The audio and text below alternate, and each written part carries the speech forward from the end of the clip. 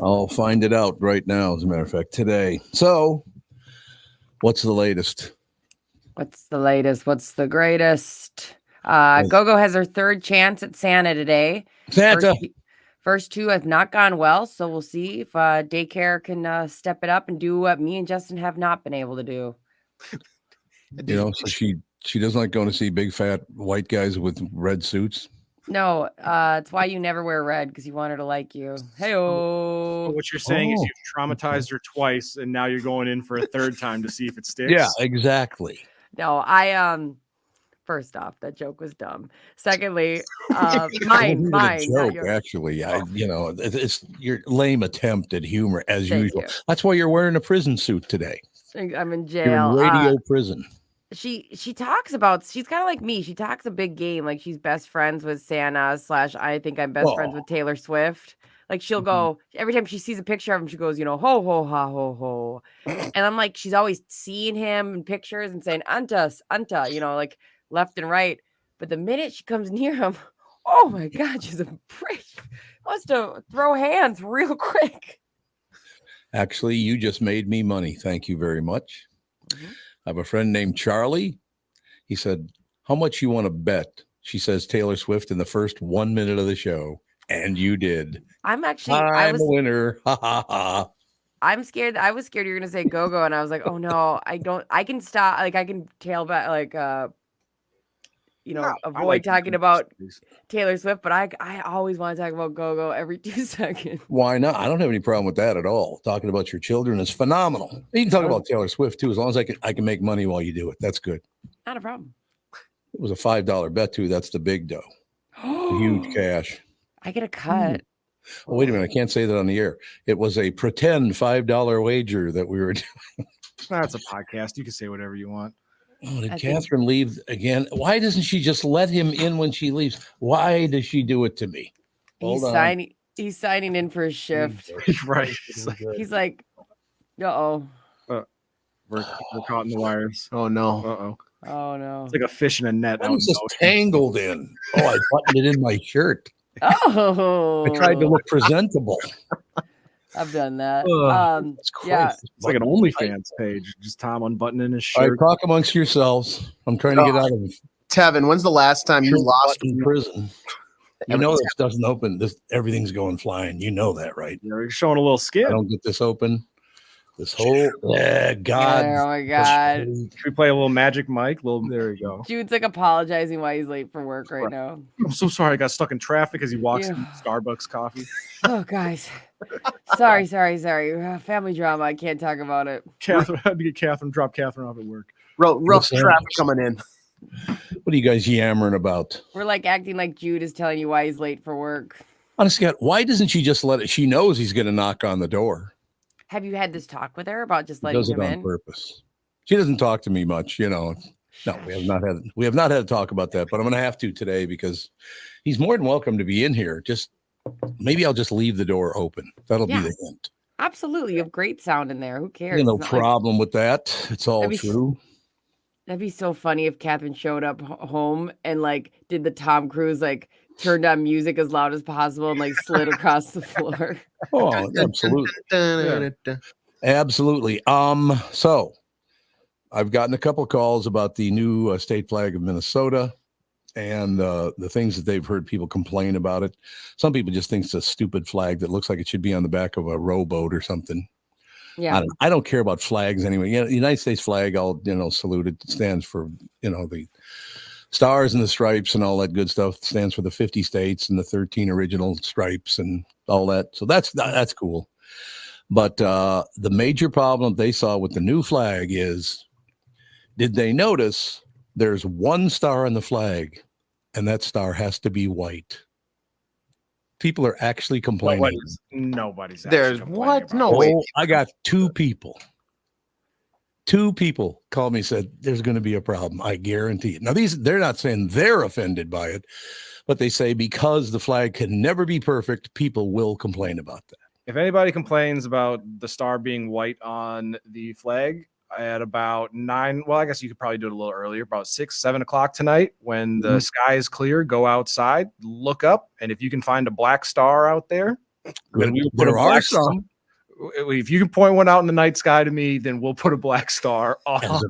As a matter of fact, the black star would just showed up in our universe. Tom, I've always been on the show, though. Oh, that's right. I forgot. There are two black stars now. The one in the sky and Tevin. No, you know that people will complain and bitch about anything. You know that. Oh, yeah. That's just how people are. It's never going to be perfect. You could put up a bed sheet. If the bed sheet's the wrong color, they'd bitch about that too.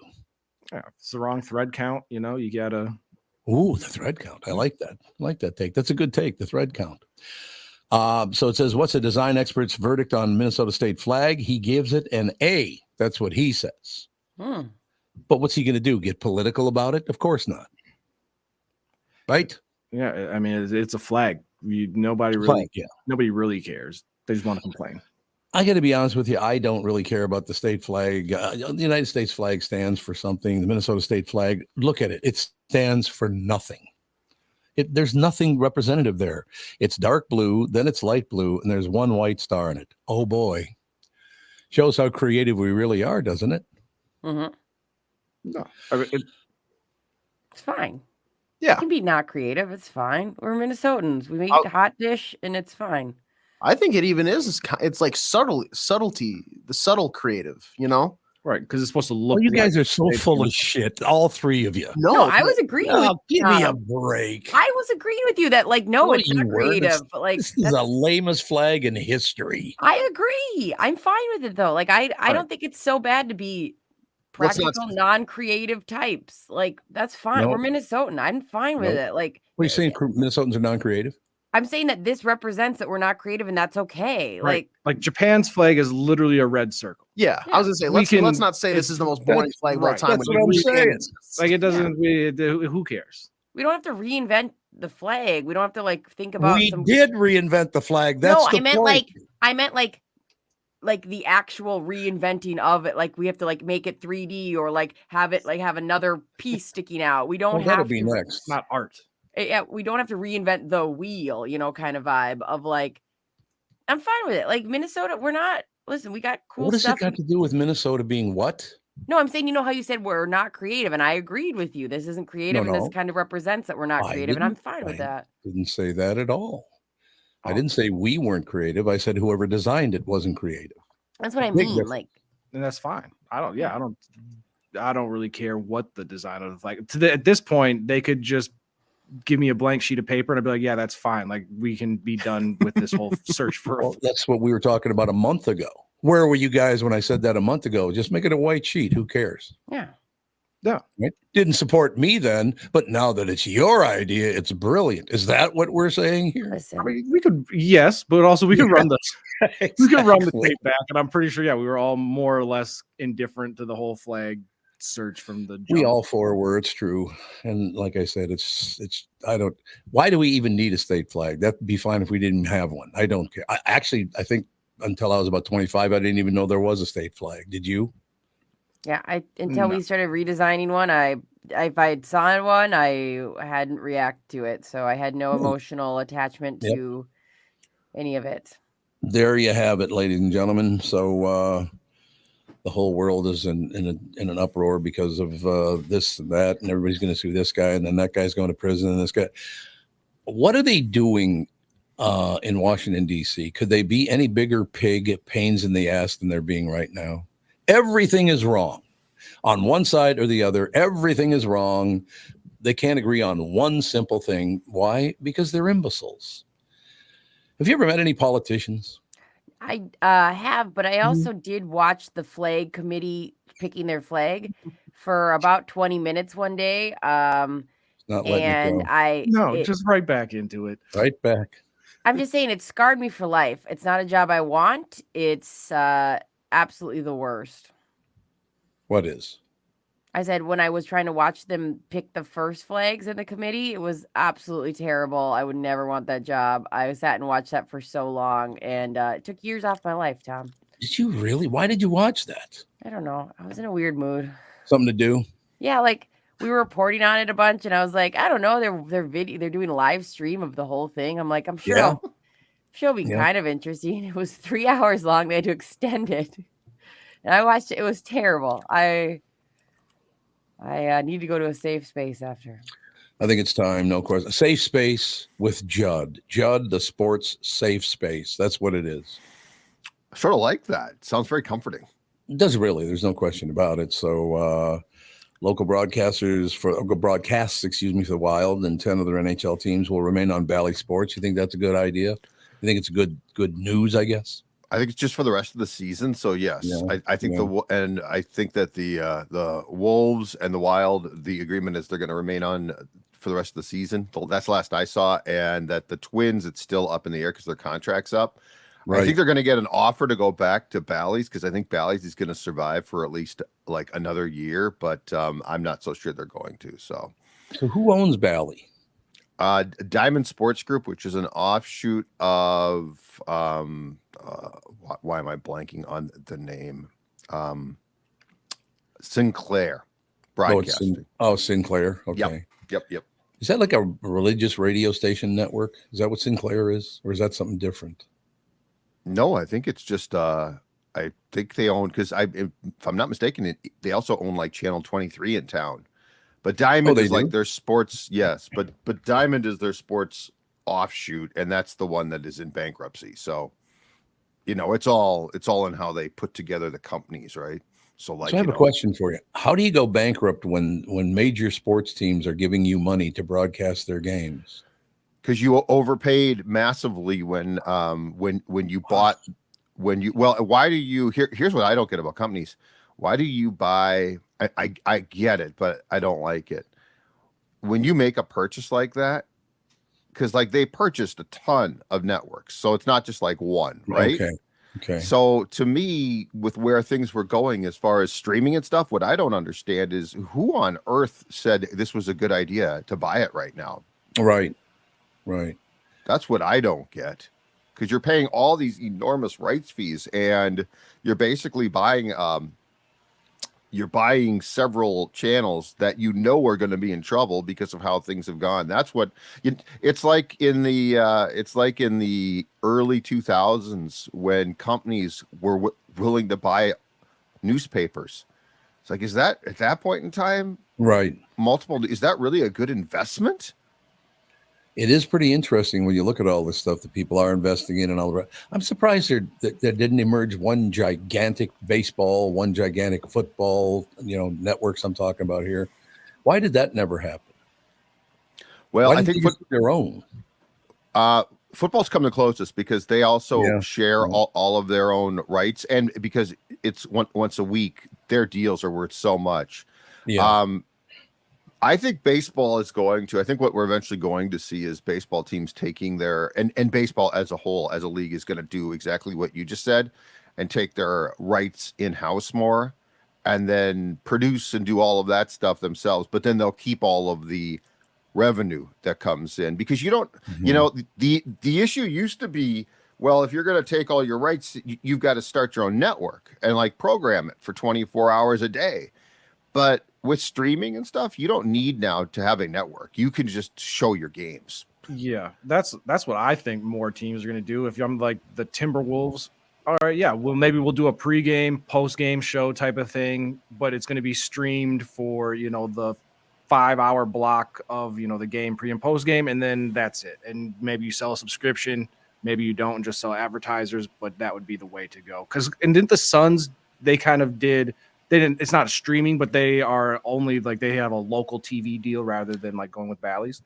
Yes. Yeah. In fact, the Bally's in Phoenix folded. So the Suns games are available over the air, which I think we're going to see more of. I wouldn't be surprised eventually here if you see some like Twins or Wild or Wolves games on like channel, 45 or something like that too. Mm-hmm. But I mean, it's definitely changed. It's definitely changed a lot. Well, I mean, back in the day when I was, I guess, in my 20s, maybe my 30s, something like that, Channel 9 broadcasted Twins games because they were the smallest network in town. Mm-hmm. Independent too. Independent. Yep. When I first started watching the Twins in the late 70s, before the flip of ABC from Channel 5 to 9, and Channel 11 was the independent. WTCN, they did the games. Yep. Was that a Chris Craft network? Do you know? You guys are too young to remember that. I don't know. WTCN 11, a Chris Craft station. All I know is that at the end of their broadcasting day, Tom, they would play the national anthem like every good station did. You guys, Tevin, Brittany, Age. At the end of the broadcasting day, before they shut her down, they would play the national anthem and show a flag. Yep, they did. Usually a jet too. Wasn't there a jet flying through the air too? Oh, I'm sure there was. I mean, it's very patriotic. It was very patriotic. It was always about 2 o'clock in the morning, wasn't it? 1:30, 2 o'clock. Yes, exactly. It was always them. Exactly right. Which kind of sucked. We could have extreme anxiety as a teenager, and you can't sleep, and you get up, and there's nothing to do because the TV signed off at 1:30. Jesus, Palomino. No infomercials, no nothing. Nothing. Just a big voice like yours saying, and this concludes our broadcasting day. Our broadcast day. Please stand for the national anthem. You stand up in your living room, get all that stuff done. Yeah, I love watching. I don't care where the Twins go, Vikings go, whatever. I'll watch them wherever they go. I'll watch them. Not a problem. They'll be on. Like that. That's the thing is we're long past the days of, oh my God, they might not be on. So I'm with you. I'm not concerned. I think the only question is with where they go is like how fractured do the payment plans get? So like, the Twins will charge for something, the Wolves will charge for something. But I mean, it's the only thing I enjoy watching myself. So I really almost don't care. No, I understand that. It's been part of my life since I was 9 with the Twins and 15 with the Vikings. I mean, Minnesota sports have been part of my life. University of Minnesota won the national championship when I was 9 years old. And I wasn't a big fan, but I was still excited that Minnesota had won the national championship in something. Just being a Minnesotan at 9 years old, I thought it was very, very cool. And imagine, haven't done much since, but I was going to say, imagine you're 9 years old and they win a national championship. You're like, this is great. So this must happen a lot. This is going to be the rest of my life is going to be filled with Gopher football championships. Exactly. But the best thing of that is it drew me to the old stadium and Julie Perlt, the stadium announcer, who was a brilliant, honest to God, open end field. It was a horseshoe shape. The old days, what was it called? The Coliseum or something. It was called something. I don't remember. But in any case, the game's going along. And all of a sudden, Julie Perlt goes, ladies and gentlemen, there's a squirrel on the field. He makes an announcement that there's a squirrel running around on the field. I mean, honest to God, it's brilliant. No question about it. And I think he also used to give out-of-town scores, and he'd give them backwards. Right. Yep. So he'd say, from Ann Arbor, Michigan State. Yeah. Michigan State, 35, Michigan 53. Yeah. So people would all think that he did it backwards. No question about it. I did love that guy. Look, that was an era with Ray Christensen doing the games. I mean, it was a wonderful childhood and early teen and 20s years. But those guys, they were very good. I mean, the Twins had a great staff. Have Halsey Hall eating an onion the size of a grapefruit. Raw onions he ate in the booth. I guess it drove everybody else nuts. But what the hell? It was wonderful. And smoke cigars. Yeah. Smoked cigars. Oh, yeah. What is he raw onions on holes? Like, why are they just eating onions? Say the Grinch. Well, that's what he did. He loved to eat raw onions. I don't know why. There was a basketball player that allegedly it was Peja Stojakovic back in the day that he supposedly rubbed, I think it was onions or garlic or something like that under his arms because he thought if he smelled bad, people wouldn't want to guard him as closely. And he was a 3-point shooter, so he was like, "Yeah, that's how I can help get open." Did you ever hear that story, Judd? I don't remember that one, but that is great. Credit for trying. Full bonus points for trying. Did he get open though? Did it work? Yeah, I mean, he was a prolific 3-point shooter for his time in the career, so it must have did something for him. Well, a good idea. Absolutely a good idea. That's pretty smart, actually, when you think of it, because it didn't hurt him. Was he care? Yeah, he would have to have his own BO for like a while at least, right? Like you would smell that. But if you could tolerate it, what the hell? I agree with that. So, any big news? Have the Twins acquired anybody yet? They're No. 5 guys down, and they got nothing coming in. No. Yep, they've lost like 5 or 6 guys, and right now the Twins ometer of acquisitions is at a big old fat 0. Yeah, but early spring training starts in 6 weeks. Let's go. Well, it's if you look at what they've done in recent years, it's more active in January. But I don't know. They basically have told us don't expect us to do a lot financially. They have said that the lack of a TV deal is going to impact their what they do from a payroll standpoint. So they might just have been as candid as possible. So I'm not sure what's coming here. I still don't understand why, if you have the major league, how many, you got National League, American League, how many teams you talking? 26 or something? It's a lot of teams. I think we're at 30 teams total. 30 teams total now. 15. Yep. Yeah, that makes sense. Okay. Why don't you start your own television and radio network? You got the money, do it yourself. That's what I think they're going to do. But the problem is right now, as with all things like this, instead of having been proactive and sort of seeing this coming, they've got a ton of teams that are caught by surprise. So now they got to figure it out. I think they'll end up absolutely fine because they're not going to. It's not like they're going to fold.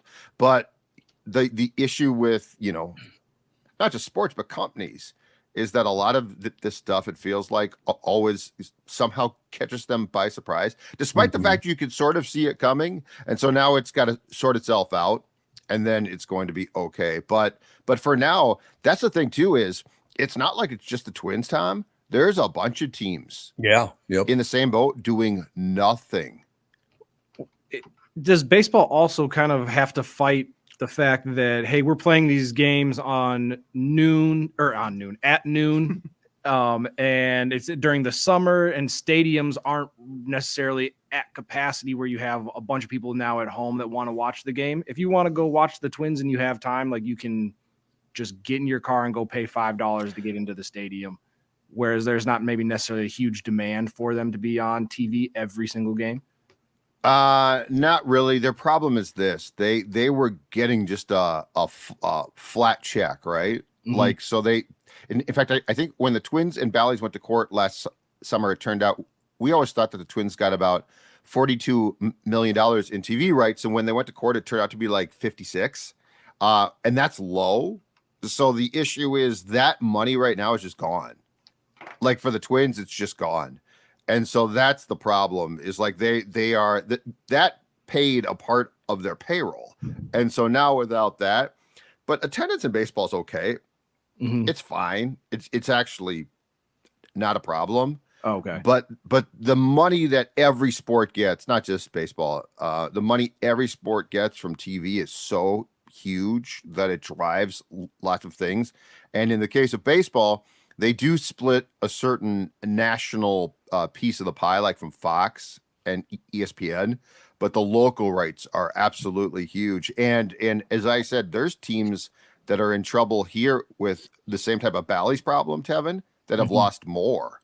Like they have bigger deals. The Twins are actually on the low end of the income spectrum from TV. So that's the problem, is that they literally are trimming away payroll based on the fact that they know that at least for a year, if not a couple of years, they can't count on that check from Sinclair. Well, there you have it, ladies and gentlemen. Another great sports report about the fabulous teams in Minnesota. And by the way, we should have been allowed to vote on the flag. Give me 3 choices. Give me 3 choices. And allow the people of the state to vote. Why not? Why have people meet? Why have anyone waste 2 hours? Meetings are a way that adults found to game the system so they don't have to actually work. Meetings should be, I think no meeting should be more than an hour, and we should drastically reduce some time, and we should have voted on the flag so people like President Brittany could have just decided for us. That's what I told these 3, but they were in such a horseshit mood they didn't get the joke. Here. Miserably. They're like, what are you talking about? What's Oh, wrong with horseshit them? move. What's wrong with you? Well, they're three? always crabby at the beginning of the know. show. Every day I have to put up with 3 crabby bastards. At the Tom Yeah. comes into every show Yeah. smiling Yeah. and in a good mood. beginning. You know, I've been listening to Tom since the 80s. That man's in a good mood every day, and you 3 sabotaged it. Yeah, listen. Shame on you. Shame on us. The I agreed voice with of Tom. reason. Yeah. Tisk, No, tisk. you didn't. All 3 of you argued with me. There was Have no clearly sense of humor whatsoever. two separate beginnings of the show that happened this morning. You know what, That Tom? That happens You're about right. 3 days a week. You're right, Tom. We're in a horseshit Yeah. mood. I'm right about a lot of things. Believe me. You are. You're always in a horseshit mood. That's Just I'm how agreeing life with is. you. Your entire generation's in a horseshit mood. Smile. I am You a people are ruining horseshit. America. I the first thing I do is I come on here and go, ugh. That's true. So you know that. That's good. I'm glad to hear it. You're welcome. No, I can. Okay, we'll break with this because I know you got to go. I can sit down when the screen pops up. I can look at all 3 of them and go, "Oh, this ain't going to be good," because they're like this. What are you whine, crabby bastards? Cheer up! See right there. There you go. Sticking their tongue out. And you are a ray of sunshine each and every day. It's just You know, every day. It's like, hey, Yeah, look at you right now. You're the I'm so light. happy to be here. It's wonderful. It's the greatest in history. You know, All they're right. just feeding off their own political party bullshit. That's what it That's is. it. It's like, we Us hate everybody. I just want to vote for the Huge all I wanted political was to people. vote Yep, for the you flag. are. Okay, that's all I wanted was to vote. Give me the opportunity to vote for the What I've damn been flag. saying. What I've been saying. Well, let's vote for a flag. That hideous Right. thing they got now looks like Gilligan's Island flag. What the hell is that? Oh, don't despair! Don't disgrace the Gilligan's Island. That is an That's iconic- true. Yeah, I was gonna That's say, good. don't. That's a very Yeah, good come point. on. Don't bring them into this. Bob they were Denver? victims. Alan Hale, the Just rolling in professor. his grave. Gilligan and his wife, the movie star. You know what? And I'm not kidding. I spent 2 days with Alan Hale once he came to town, and he wore his Yeah. skipper hat the whole time he was in town. Shut I up. went around with him. Where did we eat lunch both days he was here? And I'm not making it up. Red Lobster. Red Lobster. Rainforest You're, Cafe. you're close. Joe's Crab Shack. Long John Silver's. Oh, you did go to I was going to say Long John Silver. I love Long John Silver. Do you remember when that place was good? Before yeah. like good seafood joints? Absolutely. Oh, I'm do you not what- kidding, Tevin. I'm not joking. There was a It's time true. when it was Is that a fast food place? yes. Yeah, it was. There's not a lot of places like fast food I would get fish. Long John Silver's is absolutely one of those places. It's, I've Yes. never been. What is it Under- like, Judd? it's under Neither the have I. radar. Oh, it's terrible for you, but it was good. But here's the thing: is there was a time when we didn't have a bunch of great seafood places, right, Tom? Yes, that's And correct. so when I was a kid, the best place was a place called Arthur Treacher's Fish and Chips Oh, the treat on Highway 12. Yep. It wouldn't be that good now. And Red Lobster used to be like the creme de la creme, Oh, God. as far yeah. as I was Absolutely. concerned. No, you're absolutely right. So listen, just learn a lesson. If it's good enough for Alan Hale as the skipper, Yep. it's good enough for me. That's all I'm saying. Love Aye, that aye, story. Captain. Aye, Captain. Captain, Hey, little my buddies. captain. See you later, little buddies. Bye. Thanks, Judd. Judd's all good, ladies and gentlemen. Oh, God, I was going to say Merry Christmas, and he hopped off too quickly because we're not going to talk to him again before or until what, the 2nd of January. 2nd of January. I'll shoot him an email from us. Yeah, I wanted to say goodbye. I really like him. He's such a both those guys are really good guys. Love They're them. nice to work with. I suppose we better take a break here because we got Chris Eggert coming up, ladies and gentlemen. Guys, if you want to reignite your intimacy once and for all, listen, just give Twin Cities Premier Health a call for a discreet and confidential in-office evaluation by their highly trained staff of medical professionals. Acoustic wave therapy sessions are 25 to 30-minute treatments with no pain, no downtime afterward. And right now, Twin Cities Premier Health is offering a free treatment and a free consultation when you book today. Receive this $800 value when you use code word Tom at TwinCitiesPremierHealth.com. You may know that age-related erectile dysfunction is most commonly caused by a buildup of plaque in the arteries that supply blood to the erectile tissue. Acoustic wave therapy can rescue your relationship and has been clinically proven to break up plaque and improve the blood flow to the penis. Definitely take advantage of this limited time special offer. Receive a free treatment and a free consultation when you book today. This is a savings of $800 when you use code word Tom at TwinCitiesPremierHealth.com. I wouldn't recommend a service like this unless I knew they could help you. Jim Paul of Valley Buick GMC has a mutiny on his hands. His sales crew said they've had it brooming snow off the new Buicks and GMCs, then warm them up, move them to plow, and repark them again. He even overheard them cooking up an alternative plan, a sale. This is crazy. Why don't we just mark them down and sell them? This is getting real old to be out on that lot in this sub-zero weather. That's right. Everyone we sell is one less to broom. I heard we're supposed to get 6 more inches tomorrow. I'm 5'6". How am I supposed to get the snow off the roof of a pickup? I'm Jim Paul, and well, car dealers do have all kinds of crazy sales. This idea probably makes more sense than most. There's plenty of inventory, so okay, the crew has decided. So then it's official. The We Don't Want to Broom snow sale is in full force at Valley Buick GMC in Apple Valley and Hastings. Snowy inventory priced real right at valleycardealers.com.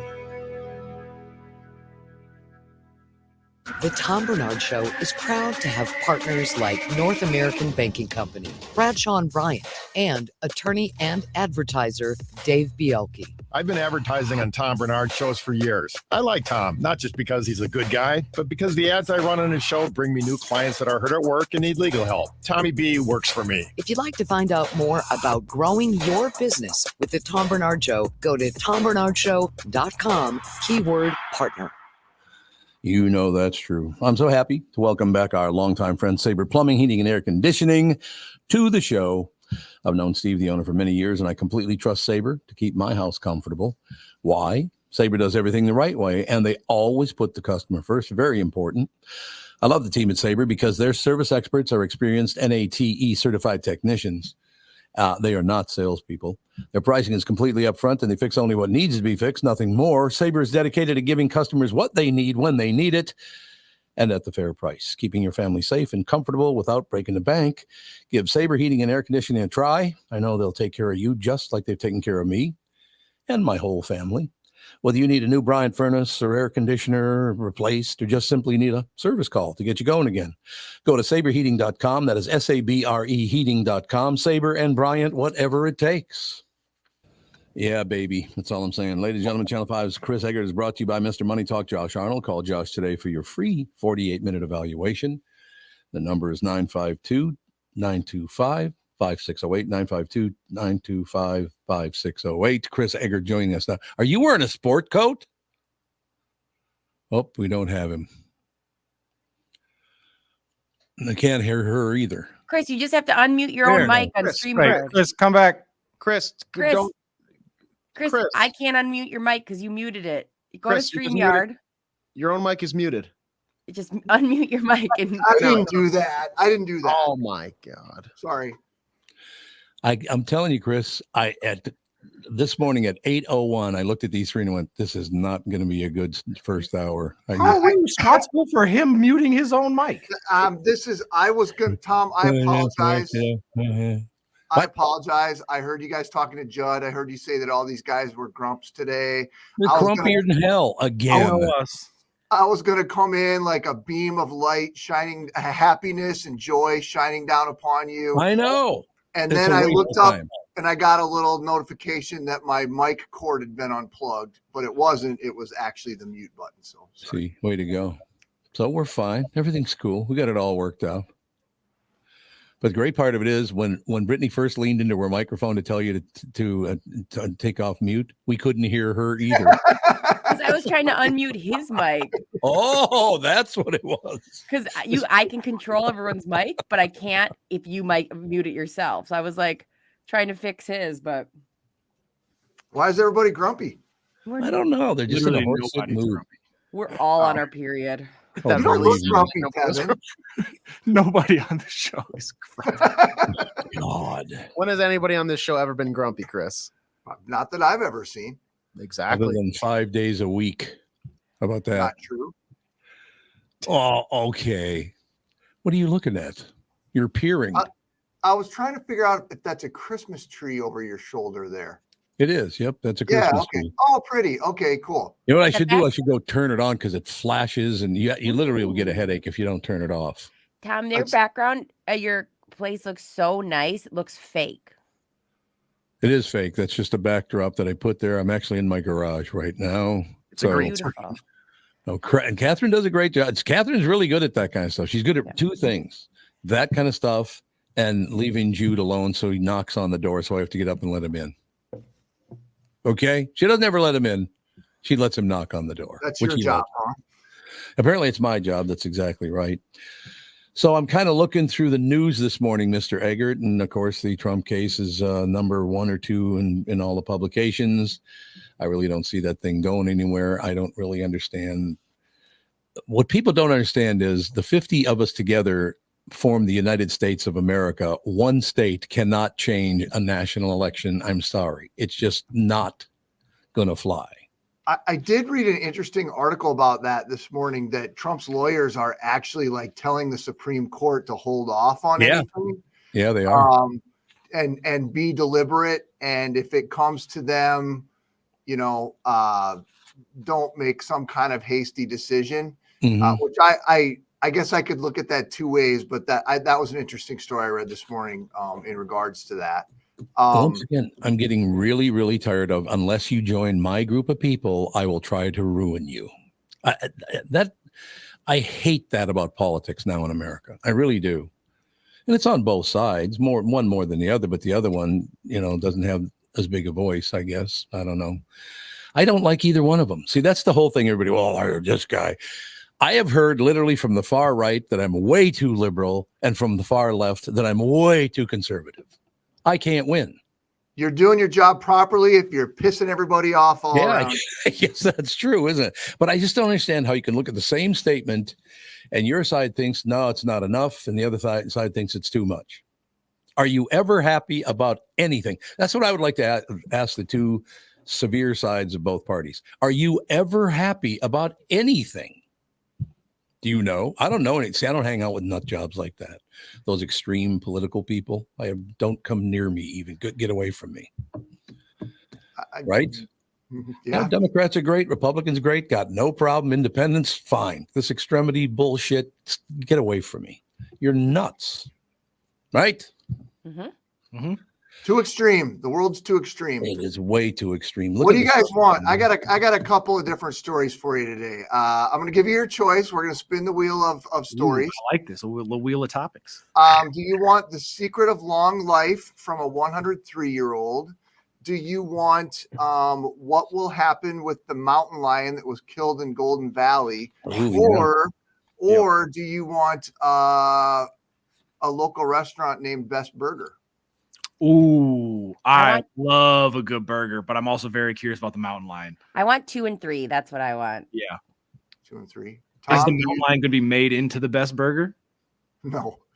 I kind of want to know 3 for sure, maybe 1 so I can do the opposite and not live to 103. But Tom, you're the final voice here. You're the guy.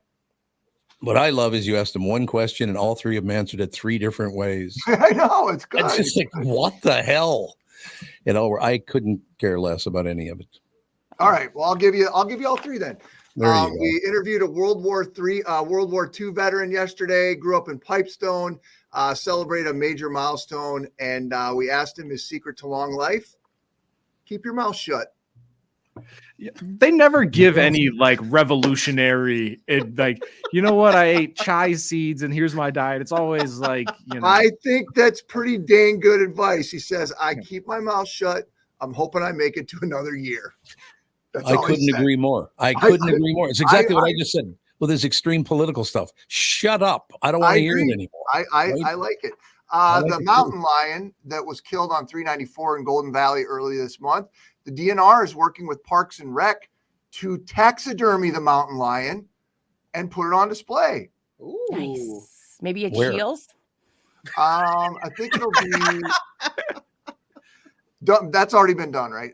Let's see.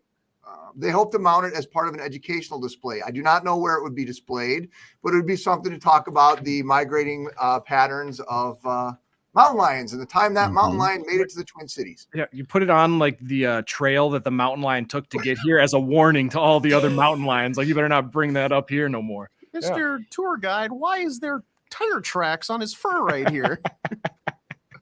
And then option number 3, Best Burger. I've never been to this place. I'll admit it. Brooklyn Park Restaurant being recognized as the best of the best. Wagner's Drive-In. Ooh. Yes. Yes, AJ's so good. fired up. So good. That was where me and my girlfriend went on our first date, actually. Oh, really? Yes, it is. It is awesome. It's a nice little drive, and it's right off the highway. But they've got a lot of different types of burgers. I like the rodeo. It's got some onions, got the little barbecue sauce on there. Oh, it's great. But couldn't recommend it more. Wagner's, fantastic. What style burger are we talking about? Is it like a old school drive-in? Old school drive-in. Yes. Okay. Yep. And they're open year round too. Have you been there, Tom? Used to be an A&W when I was a kid. Did it? Yep. Let's see. Definitely. Best, this is according to National Media Restaurant Survey USA. Okay. Whatever that is. Yeah. No, that's right there in Brooklyn Park, right? What is it, kind of on the border of Brooklyn Park, Brooklyn Center, kind of? Yes. Or is it all in Brooklyn Park? Yes. I want to say it's because it's off of 694 and what road there, Chris? Does it say in your report? Broadway. I looked it up when I looked it up earlier. I can't remember. The Broadway exit. I'm almost. It's Broadway. Yeah, it's Broadway. Okay. There you go. But you guys listened to me the first time instead of we'll keep looking. Tom said Broadway. We'll keep looking. That's what I'll do. Just page through it here. Just keep paging through everything. Exactly. Oh, I just looked it up. It's on Broadway. Thank you, Tevin. Yeah. I appreciate you. Gotcha. Hey, thanks. Thanks for coming up with that. I just Waste got a more time. text. It's on Broadway. Nice. Yeah. Hey, do you know where it is? No, but let me. No, I think Chris said it was on Broadway. That's what I thought. It's on Broadway. I'll go to our exclusive burger aficionado, Eddie. Ah! Oh, your buddy's back. What a callback. Eddie's having human burgers. Callback to me. Your buddy's back, Palomino. That's all we know. Everything's good now because your buddy's back. Fantastic. It all works out. That's about all I got, Tommy. I have one question for you because I know when it first became Wagner's, they still did sell root beer by the gallon. Do they still do that, or do they not do that anymore? I did not see that as a featured menu item on their website because I was researching it this morning, but I can't say definitively that root beer is not a thing there. That was very cool as a kid. We brought home an entire gallon jug of root beer, man. That was wonderful. It was fantastic. That's a big day when you're walking away with a gallon of root beer. Indeed. You're absolutely right. All right, Chris, we will talk to you tomorrow to wrap up just before Christmas. All right, Tom. I hope everyone else is in a better mood tomorrow. Yeah, Jesus, I would hope so. Don't bet on it. Yeah, don't bet on it. Exactly. All right, Chris, we'll talk to you tomorrow. Channel 5's Chris Eggert is brought to you by Mr. Money Talk Josh Arnold. Call Josh today for your free 48-minute evaluation at 952-925-5608. 952-925-5608. Ladies and gentlemen, we'll take a break here. Be right back in a couple of minutes, couple of seconds. You have all helped support MyPillow and their employees in these tough economic times. Mike Lindell knows this and continues to give back to listeners with great deals on his most popular products. Right now, you can save 50% on Queen and King pillows, the original My Slippers, and the MyPillow 6-pack bath towel sets are back in stock. The proprietary technology makes them extremely absorbent, yet still provides that soft feel you look for in a towel. The set comes with 2 bath towels, 2 hand towels, and 2 washcloths. Regular price is $79.98, and for a limited time, you can get this 6-pack towel set for only $39.99 with promo code TOM. That is a 50% savings. So go to MyPillow.com, use promo code TOM to save 50% on the MyPillow 6-pack towel sets. That is just $39.99 for a set. This deal will not last long. Enter promo code TOM for this special and many more.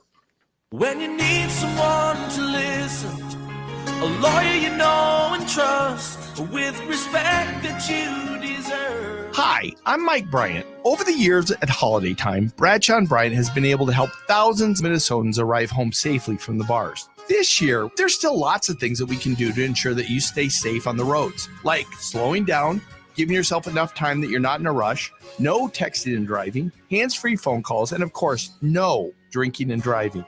Please be safe so that you get home to your loved ones.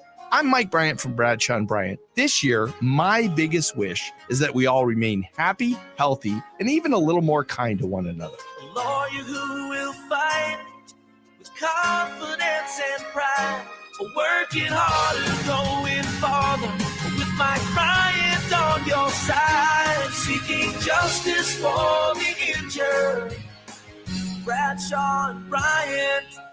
Hello, I'm Brad Huckle, President and Chief Lending Officer at North American Banking Company. And I'm Michael Bilski, CEO at North American Banking Company. As a locally owned and operated community bank, we work with many multi-generational businesses. Take Personal Care Dentistry of Roseville, for example. Dr. Walter Hunt, also known as Painless to me, has been a longtime customer of the bank since we opened the bank in 1998.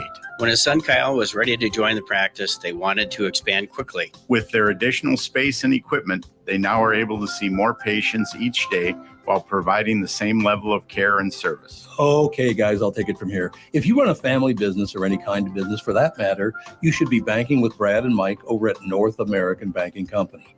Every time I deal with them or their team, I know I'm working with experienced professional bankers.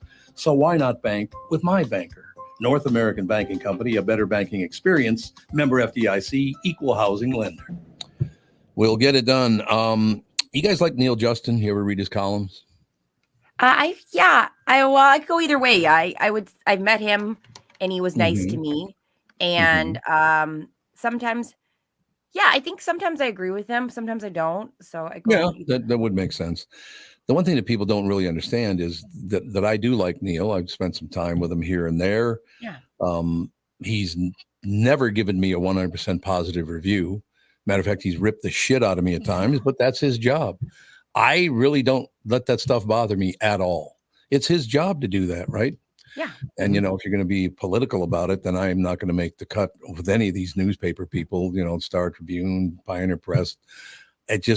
I'm not the same kind of person that they are. So, but Neil has always in person been very, very friendly, very nice. And again, I look at it, you know what? I'm not upset that he rips the piss out of me. That's his job. If he doesn't like the show, good. It's good for you. You don't like it. I don't think everybody should like the show. Yeah. I think that's pretty good of you. I feel the same way because I could go either way on some of his reviews, but in person he has been lovely. We were at the Chanhassen Dinner Theater and there was a lot of drunk people around us, and me and him kind of looked at each other like, should we be scared right now how drunk everyone in the media is getting? Well, there you have. What? People in the media drinking? Who ever heard of it? I know. Yeah, it was insane, but it was a blast. So Right. I like him in person quite a bit.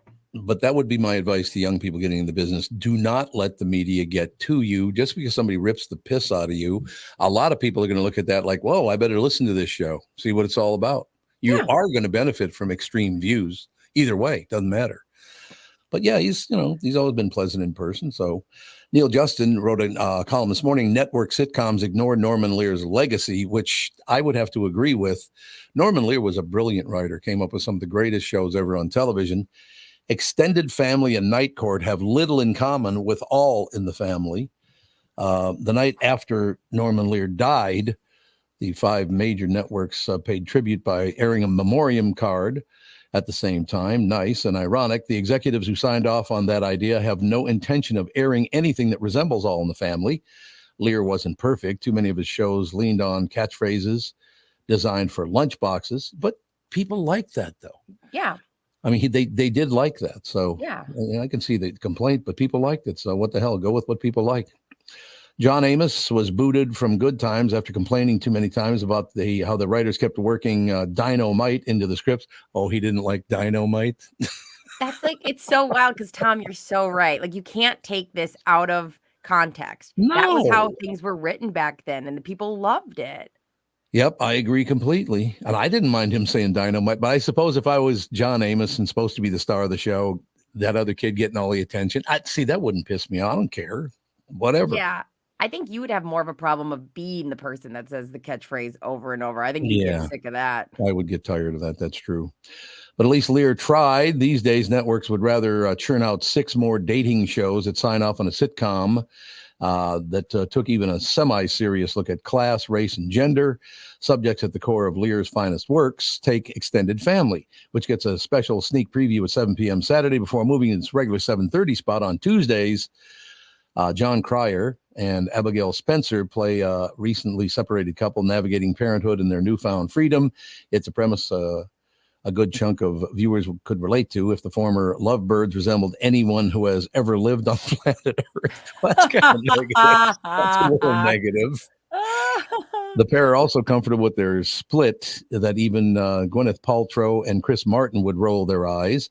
In the first episode, the biggest drama revolves around the death of the family goldfish. See, right there, it's like, really? I'm going to watch a show for half an hour about a dead goldfish? Really? Yeah.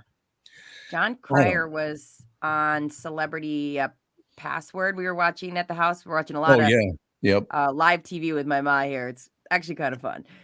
And he's I did not recognize him at all.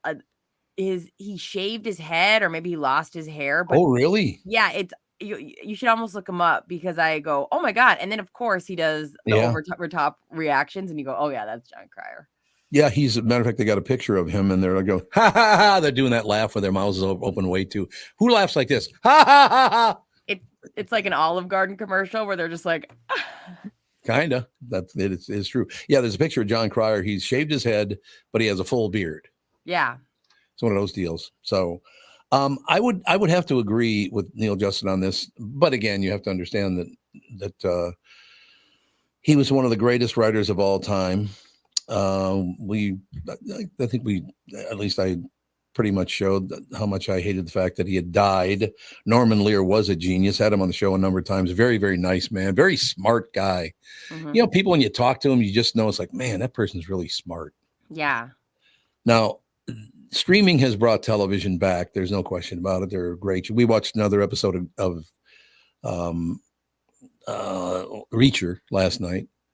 That show, that guy's unbelievable. Yeah. He took his shirt off because he had been cut in the stomach. Of course. That boy is ripped. Have you ever seen that guy with his shirt off? No, but I will Google it later. God. Yeah. Look it up right now. I'll tell you that. Honest to God. He's massive, first of all. Yeah. That boy doesn't have an ounce of fat on him. It's all ripped muscle. It's unbelievable. Tom, how many, like in the past 10 years, how many different actors have played Reacher? Because I feel like we're on, 3. Because I feel like that and and the Grinch have been just constantly replaced, where I get very confused at who is the Grinch and who is Reacher. Well, the funny thing is that Reacher's supposed to be 6'5".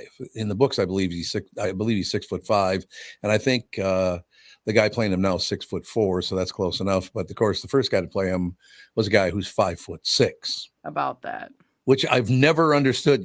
I mean, he's a huge star, obviously, but tough guy. You're gonna have to push really hard to get me to believe that boy is a tough guy. What's his name? Tom Cruise. Yeah, Tom Cruise. I wonder if he funded some of it, because like where he, or probably. if he just was a big enough name, or like he'd be doing a lot of extra stuff. If you were a television writer or, plays or all the rest of it, it would be pretty difficult to get.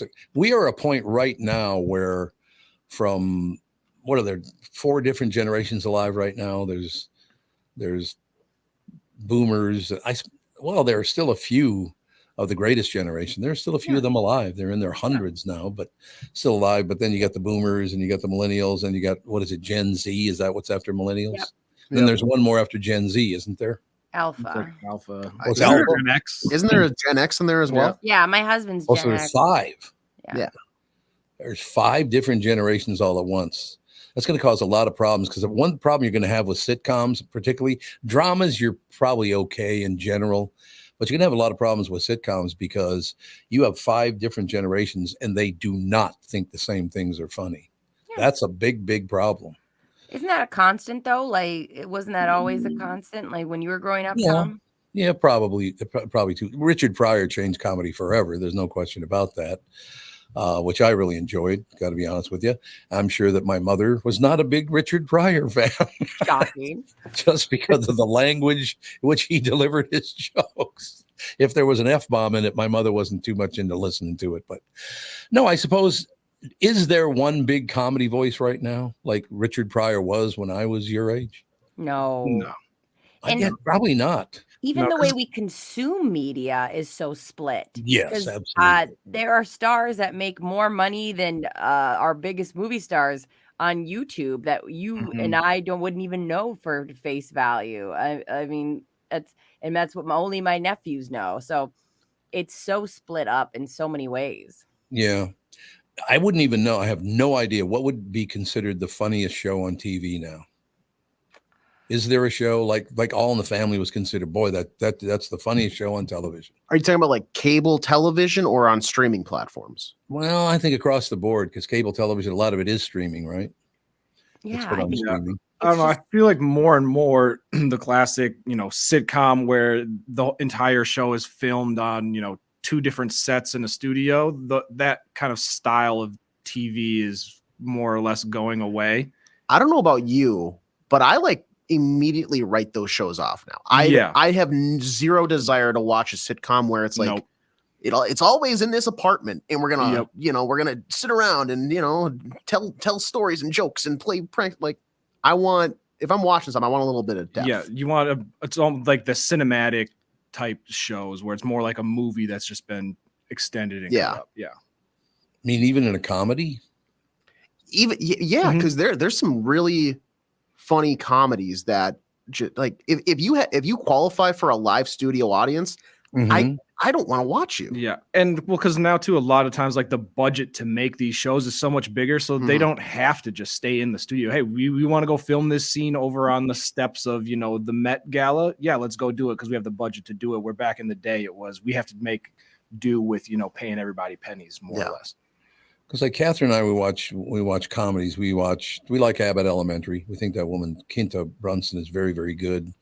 Corner Gas, which is a Canadian show, which is not even on the air anymore. We love that one as well. What would be, for the three of you, one at a time, what would be your choice of your favorite sitcom now? I think Abbott Elementary definitely tops my list, Tom. Yeah, that's a good show. That's definitely filmed in the style of The Office, and they do things very creatively. They could never do a live studio audience. They do the confessionals and the depth.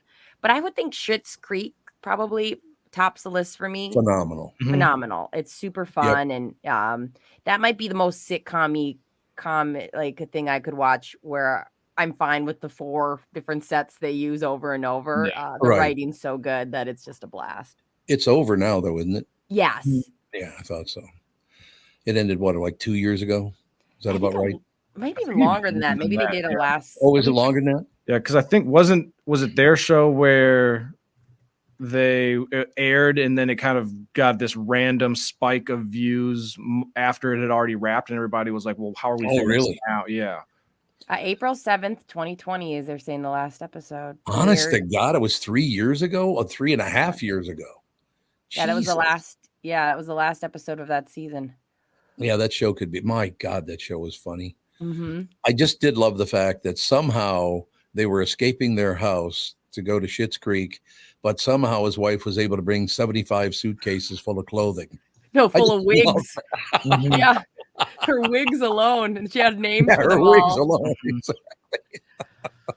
That first of all, the casting on that show is perfect. Really good casting. Oh, yeah, Moira, the way she delivers lines, it was David, like it was so. The way how she gets so worked up over things, she was hilarious. Okay, Tevin and AJ, what do you got? You have one show that you think is very funny right now? Not really, no. Like that sitcom. I'm kind of like AJ. I don't really watch the sitcom. Like if I'm watching like a Blackish or what was the Neighbors was probably the last sitcom that I watched, but it was all like a show that I watched when there was nothing good to watch and I just needed background. Oh, okay. So sitcoms don't really fit into your generation very well. It has to be extremely good, like a Schitt's Creek type of thing where I want to actively watch it. Otherwise it's like there's no substance to them most of the time. The one that I actually do watch is Letterkenny, if you know what that is. The writing and the conversation, because that's my biggest gripe about TV shows is just it's a lot of talking and not a lot of action. But Letterkenny, the dialogue is that is the show. So I get it. It's entertaining for me. Whereas a lot of these the TV sitcoms, I feel like it's if it has a laugh track in it, I'm out. That's the thing. I've seen the kid is getting bullied at school. The dad he doesn't know how to tackle it. Blah blah blah. We gotta go confront the other dad, and then the other dad is the bodybuilder. So now how am I gonna intimidate? It's just I don't care about this. So they're just not funny anymore. Yeah, I feel like the writing has gone very stale. The ideas just aren't fresh. Mm-hmm. Is there one sitcom right now that's even dominating anything. I mean, Abbott Elementary does well, so maybe that would be the one. I've heard that one's pretty good. It doesn't appeal to me. No, I understand it's not going to appeal to everybody. No question about that. I understand there's a huge audience for it. So yeah. Do you think there's a possibility that people are just too angry to laugh right now?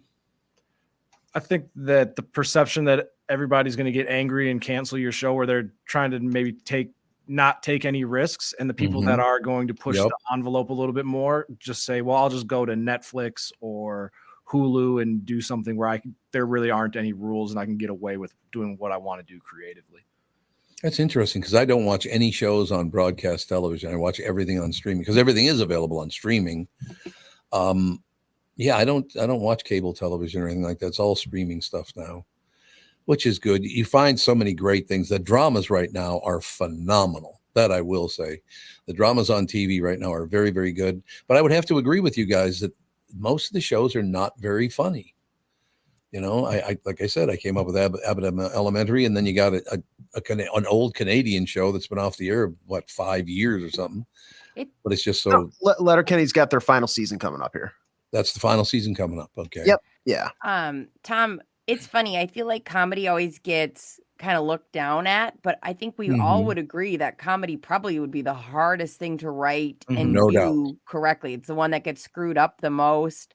There's more intellectual aspects into writing a great comedy than there is a thriller or a drama. I think there's something to be said that comedies, it just has to hit, everything has to hit for it to work.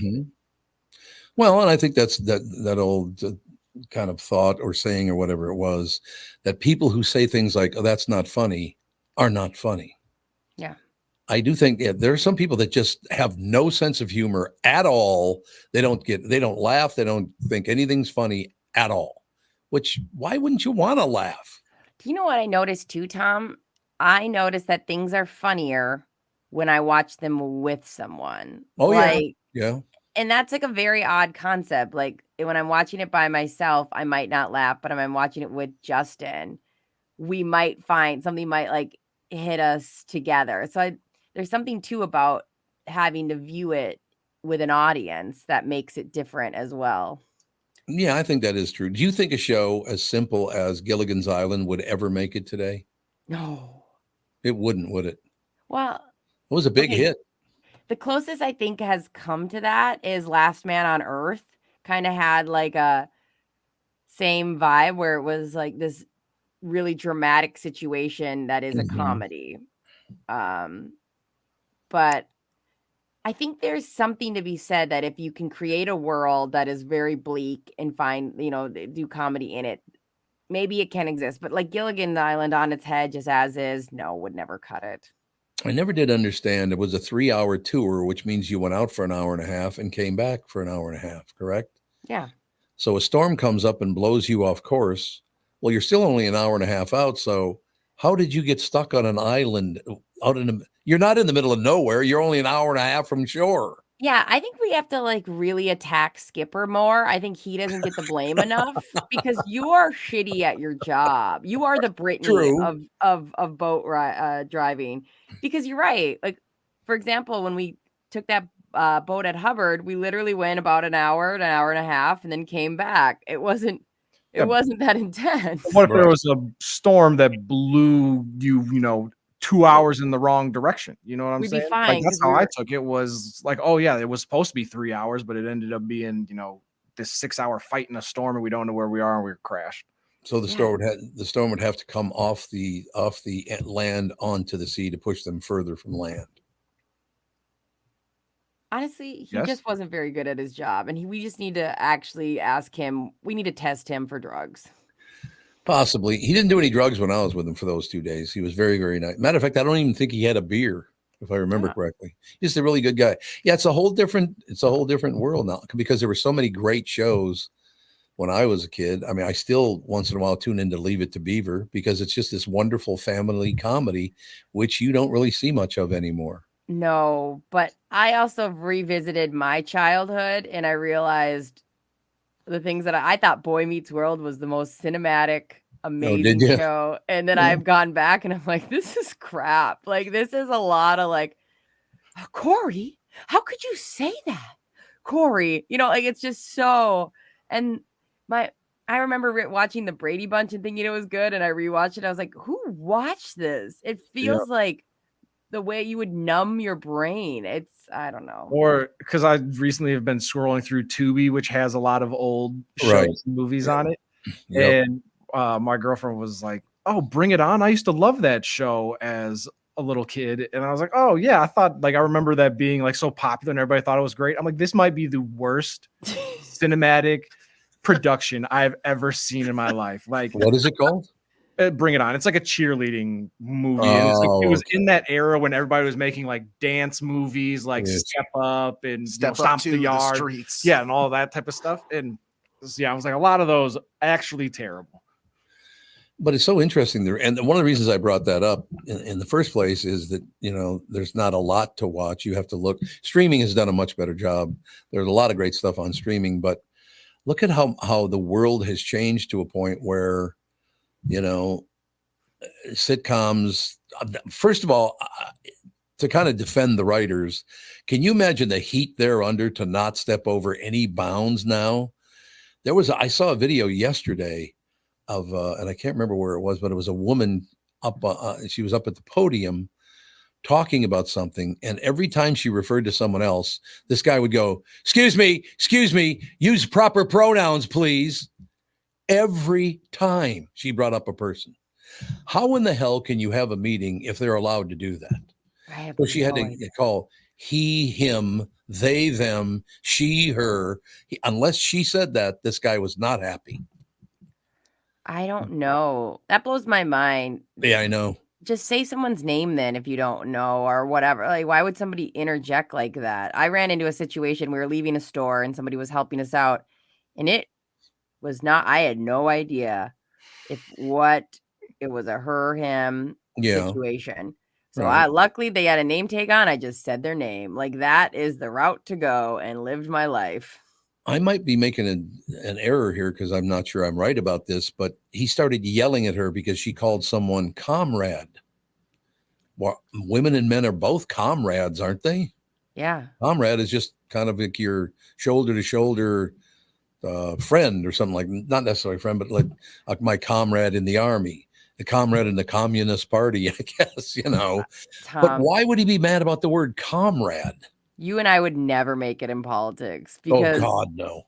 I'd call somebody buddy because I call kids buddies all the time, and they'd be like, "Oh, okay. Oh, now you hate flower buds? What? I don't even know."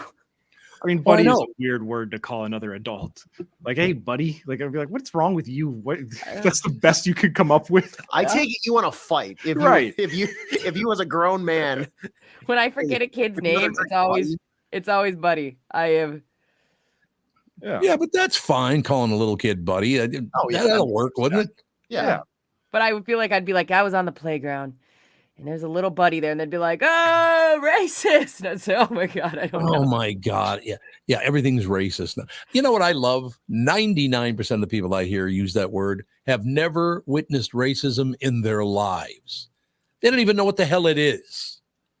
They're living out there in Whispering Acres and everybody looks the same and acts the same. You don't even know what the hell racism is. That's why I hate that they throw that word around so much. Yeah. I would like to see the definition of most people, what that word actually means. Yeah. I mean, you burn it out. Don't burn it out. It's a very, what the hell? That's if you keep calling everybody racist, and it's like when people are racist, it's not going to be taken that seriously. But I think that's kind of where we're at, is that it's hard to know. I mean, usually if you saw a headline that said the president is a racist, you'd be like, oh my God, and click on it.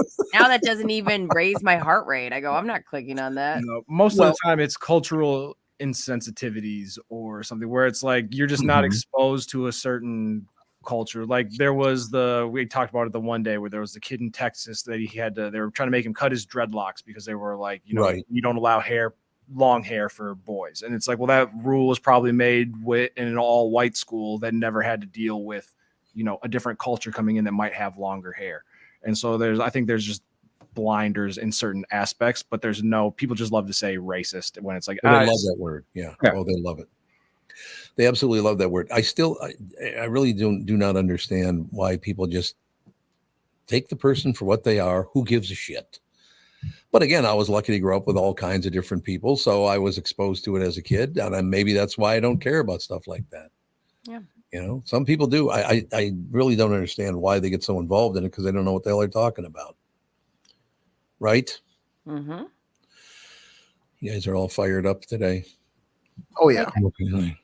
No, I'm just I'm agreeing with you. Is that I think you're right. Like, it's hard to argue with the fact that you would just take somebody at face value. I think that's, and I do believe most people do that. Unfortunately, we all suffer from prejudice because we have experiences in lives, and some of those it's like, it's not that big of a deal. Like Kevin was talking about, if I was if I was like in a school district and I was enforcing a rule, right? Let's say it's the dreadlock thing, and I was saying you can't have your head. That was the rule, and somebody said to me, "You know what? That's really closed-minded, because this is a very, like, with my hair type, this is the help." Then you reevaluate your rule. Like, I don't think it's that big of a deal if someone to raise their hand and say, "This isn't working for a minority that normally isn't represented." Then you say, I don't think it's that big a deal to go back to the drawing board and go, all right, let's reevaluate this. But people have weird pride, and they'll like put their heels in the sand over something that just doesn't matter. And you go, why wouldn't you want to listen to people? Of course, things are progressive, like things change. And of course, your viewpoints in the past have been shaped by different things. And that's just the curse of being human. Are when things change, are they always progressive? I don't know. I mean, the term itself would be progressing. I mean, the act of progressives. So like, I don't know, but I do think it's worth listening to people say when something feels oppressive, right? Like, it's worth to stop and evaluate. People have a hard time self-evaluating. I have a hard time self-evaluating. I wouldn't like it if somebody came up to me and said, "You're a racist." I would go, whoa, whoa, whoa, whoa. What would they base it on? Oh, I don't know. I just in general. Just in general. Like if somebody said, "Hey," you can't throw the word racist around in general. No, I know that's why it is.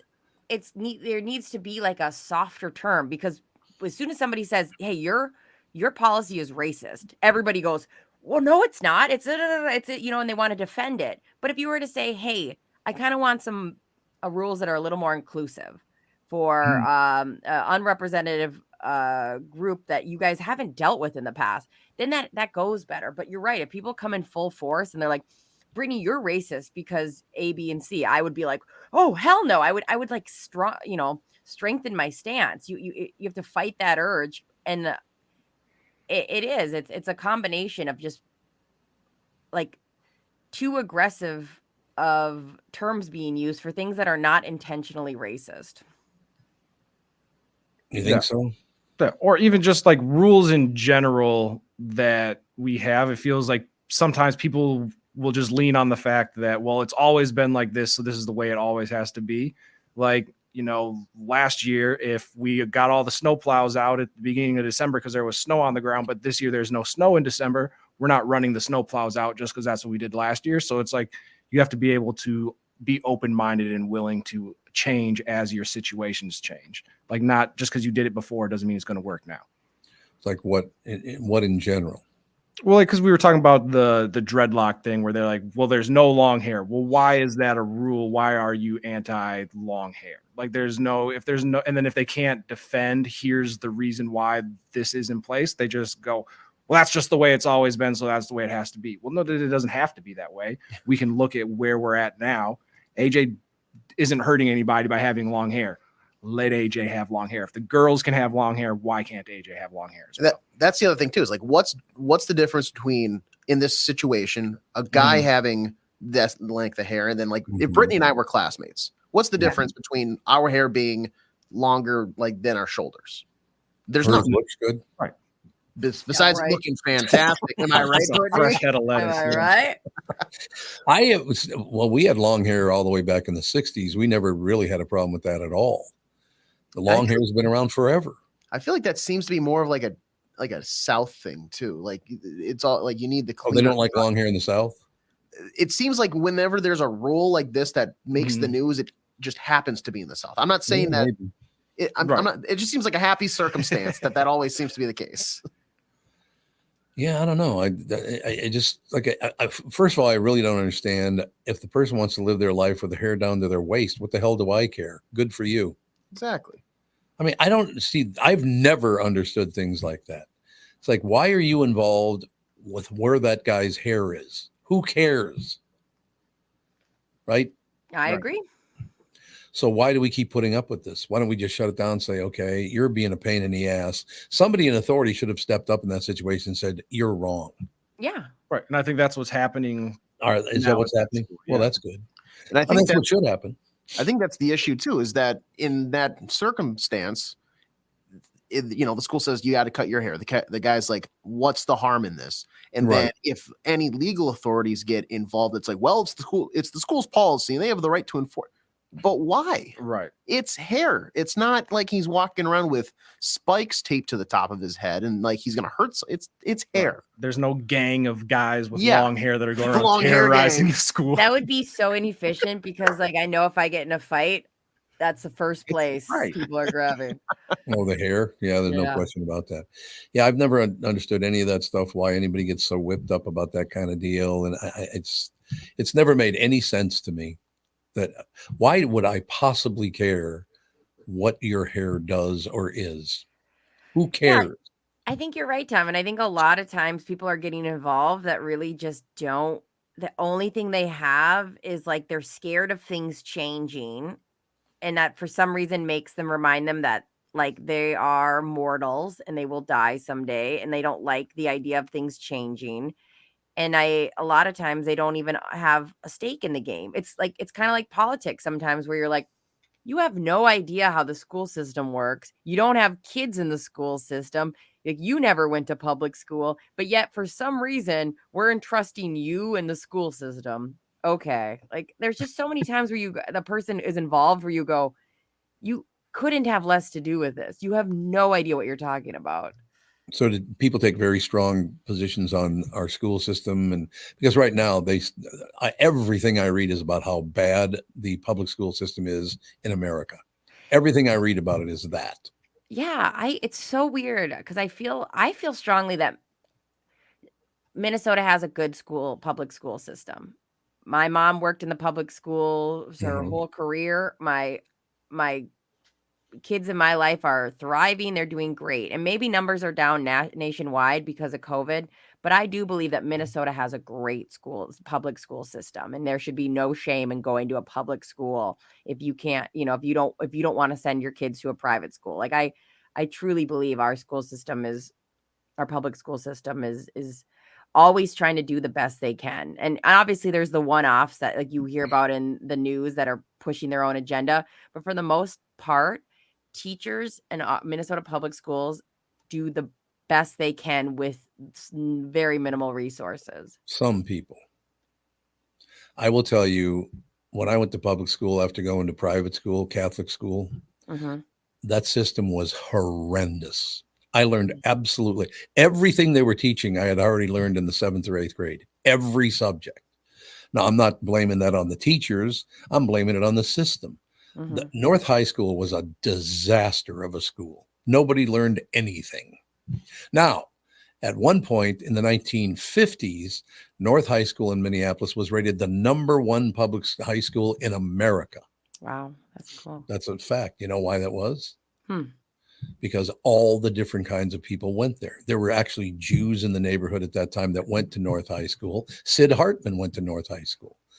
And that all changed later on. I mean, it's just people all cultures need to put focus on education, and all cultures do not put focus on education. So it starts at home, and then it goes to the schools. The schools, if they're great or bad or whatever, you're going to have to put up with it. It starts at home, right? Yeah. Oh, absolutely. I mean, if you're not enforcing and putting a priority on school and furthering that, I mean, teachers can only do so much. They only have your kids for a very short amount of time, and it has to be a priority in your house if that's where you want to put a priority. I mean, if you would rather them do something, okay, I am not going to sit and argue, but I my family values education extremely. I mean, that for our household and people, my sister and the Goldens, like that's always been a priority for them. And we're also privileged because we don't have to send our kids to, the teenagers to go work to help with the income. Yeah. So absolutely. there's a lot It's of a big things. part of it. Yep. Yeah, a big part of it. We are lucky enough to be able to put education in the forefront in our. Yeah, no question. Because in the inner city, they cannot do that. I mean, a lot of that has to do with, hey, where's the money coming from? Yeah. Would somebody look up and see the reading proficiency of public school students in Minneapolis, St. Paul? Because somebody told me it's less than 60% of kids can read in our school system. Now, I don't know. I didn't look that up, but that's what I was told. I know reading is not a big priority anymore, which is really weird. But I suppose if you're talking into your phone and the phone repeats what you just said, I don't know. But I guess, yeah, the reading proficiency in America right now is not very good. Yeah, I just, when I've looked into it, I just know that a lot of things went down. Again, the pandemic. Yeah. Well, yeah, that's very true. But yeah, I've been really lucky. I feel really blessed to be in a situation where I feel like I'm not doing Go a disservice when it's time to go to school, that she will go to public school. She's going to go to public school. Yeah. And I feel very lucky because we have great public. I mean, part of living in where I live, as I tried to find, and again, very privileged. I was able to kind of pick and choose where I live. Mm-hmm. And I don't take that for granted, is that like we have a great public school here in Eden Prairie. That's good. What are you finding out, AJ? It looks like the 2023 state testing scores released by the Minnesota Department of Education show test scores are still down about 10 percentage points below pre-pandemic levels from 2019. Mm-hmm. In reading, about half students met or exceeded grade level standards, down 1% from 2022. But that it goes on to say that doesn't mean that they flat out can't read. It's just like they at their grade level. So like they might be in 5th grade, but they're reading at like a 4th grade level. And so I think it's much more severe than 1 grade. Well, and that's just an example. I guess I'm just throwing out for generic stuff, but right. Basically what it says is based on pandemic and like home learning, students have fallen behind, which granted, I don't think that's shocking. No, that's not shocking given the circumstances. Just kind of everybody was thrust into one thing, and then there's not a way to really have that hands-on monitoring of kids when you're, miles away from them trying to teach. Oh, if I were a kid during the pandemic, like just knowing how me and like my little brother were, we would have learned nothing. Yeah. Like I want to be outside. I want to be playing. I'm just going to scribble through this homework as quickly as possible. Like my parents would have done the best they could to make sure that, we're getting everything done. But yeah, I can think of, I remember sitting in class, like kids would be outside playing, and I'd be like, I wish I was outside with them right now. Guys, it was wild because I helped my sister with her kids during the pandemic, and the neighbors it was like, you know how often, Tom, like a 1 o'clock meeting will be scheduled for me, and I'm like, oh my God, as an adult, oh my God, I forgot I have a 1 o'clock meeting. They would literally say, hey, make sure you guys sign back on at 2 p.m. for the last class, and half the kids would be there because who can trust a 6-year-old to not be late for an online meeting? I mean, they don't. Right. And unless you have a parent who's able to not work and manage that schedule, like it was just wild. The pandemic was the wild, wild west. It was crazy. Where was the 6-year-old? Oh, just in the house. By himself? No, like if the parents were working from home. Oh, they're working from home. Okay. They're working from home. They're doing their, thing. And they're supposed to just sign on. And they're also trying to sign their kid on, but like a one-off. I mean, my sister was lucky that I was able to go over there and help because I had no job at the time. But like, yeah, it was so hard. It was, and then kids just aren't engaged if they're, they're just sitting there on the computer or they'll just walk away. Like, it was terrible. We shall take a break here. Be right back in a couple of minutes. More of the show coming up next. This is the Tom Barnard Show. Listen live on the Tom Barnard Show app or at tombernardshow.com. Tom here, and I want to discuss a partnership that has been wonderful in my life, Zero Res Carpet Care. Very good friends of mine. Nothing is better to someone with a family than having a completely clean home. Your carpet is the biggest filter in your house. If you want to talk about pet dander or foot traffic, dirt from the outside, they all eventually reside in your carpet. So, Zero Res Carpet Care. Listen, around the holidays, you need to contact ZeroResMinnesota.com or call 952-ZEROREZ. That's 952-ZERO-RES. They clean your home with their electrolyzed pH-elevated water that doesn't use chemicals or soaps that smell like a janitor's closet like other cleaning services. How about a Tom Barnard deal? Well, here it is. Get 3 rooms, 0 resified, starting at $129, and don't forget your air ducts. Mention me, and they'll discount your air vents by $75 too. This is for the entire month, so call them right now, 952-0-RES, backward or forwarded, spells the same, or book online, ZeroResMinnesota.com. If it's available, ask for them to come to your place in the Tom Barnard named service truck. What an honor that was, by the way. Just mention me by name and get the special deal to get your home clean and your heart happy. Zero Res Carpet. This is Bob Sansevier, and I want to tell you about Dave Bialke from Bialke Law. Dave represented my wife, Mary, when she had a significant workplace injury. She was very happy with the job Dave did. If you have a work-related injury and have Dave represent you, I'm betting you'll be happy too. Dave is a down-to-earth guy. He grew up in northern Minnesota, rides a Harley, and worked various jobs doing concrete, electrical, plumbing, roofing, and carpentry work. Dave works for people with work-related injuries. If you work construction, or anywhere for that matter, and you're hurt or even just hurting, you should talk to Dave. Let's face it, our bodies wear out. If your body is worn out from work, if your knees or back or shoulders hurt from things you do at work, do what Mary did. Call Dave and talk to him about it at Bialke Law to set up a free initial consultation. The number to call is 763-571-2410. That's 763-571-2410. Or visit bialkelaw.com. That's BIALKE law.com. You need to know a guy for your auto repairs, legal issues, banking, and more. The same goes for investment advice. You need a guy to help you be successful, someone you can trust who gets results. Well, I got a guy for you. Josh Arnold. Josh gives you straight talk, not sugar-coated advice about your financial situation. Josh has seen it all when it comes to economic and market conditions, and Josh can make sure that your retirement objectives match your investments. Do yourself a favor and call Josh now for a no-obligation, 48-minute evaluation. You've got nothing to lose, and you'll get a different point of view for your investments. Call Josh at 952-925-5608. That is 952-925-5608. You'll be glad that you did. And tell him his guy, Tom, sent you. Investment services offered by Josh Arnold Investment Consultant, LLC, a security investment advisor. Past performance is no guarantee of future results. All investments involve risk. All comments and opinions are Josh Arnold's and do not constitute investment advice. Tom Barnard is a paid endorser.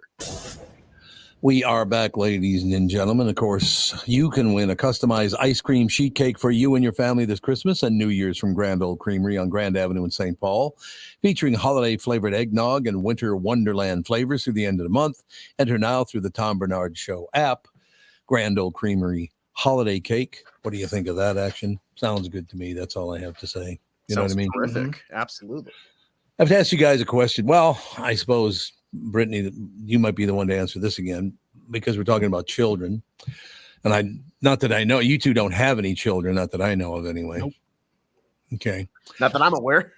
How TikTok brings war home to your child. Do you know anything about this, Brittany? No. Oh, no. I mean, that's quite a story. I mean, it's the number one story in the Wall Street Journal, so it seems to me to be a little bit important. No question about that. Yeah. Taking sick. Oh, there's a cute kid. A very cute little kid here.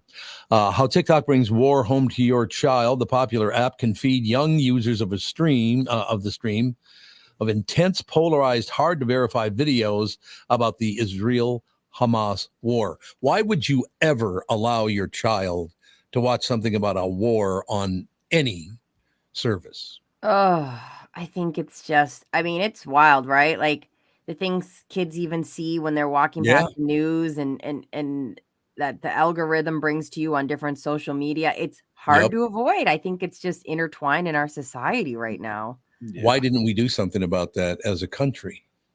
Why did we even allow TikTok in this country? I don't understand that. Yeah, it started out not this polarizing, I guess. And then as more stuff happens, and it's hard to, the really only way to regulate it is to ban it, because you can't decide, well, if your kid's friend sends them a video, like you can't you can't regulate that. And then if they're searching it while Brittany's at work and Gogo is now watching TikTok on her phone in the other room, there's not really a way to parental control everything out to keep her completely insulated. Here's their take on it. Imagine your 13-year-old signs up for TikTok and while scrolling through videos, lingers on footage of explosions, rockets, and terrified families from the war in Israel and Gaza. Would you, 13-year-old, maybe they should. I don't know about social media. I wouldn't go that route. Although watching the national news is not going to help either because they're both so extreme. Isn't it amazing that every news service is extreme, either left or right? There's nobody in the middle. Why? Yeah, I have to trust you on this because I feel like I've kind of taken a step back in. I don't blame you.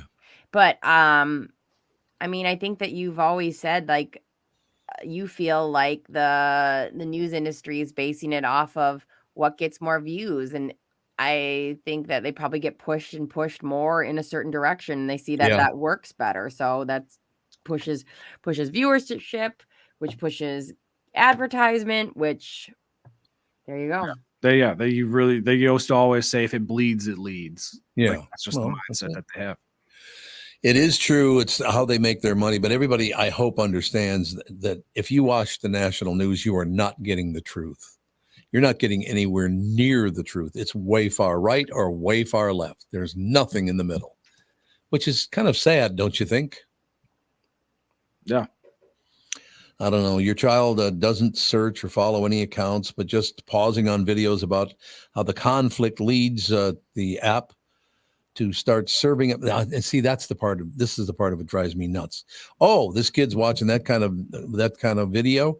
Okay, we'll send them much more of those kinds of videos.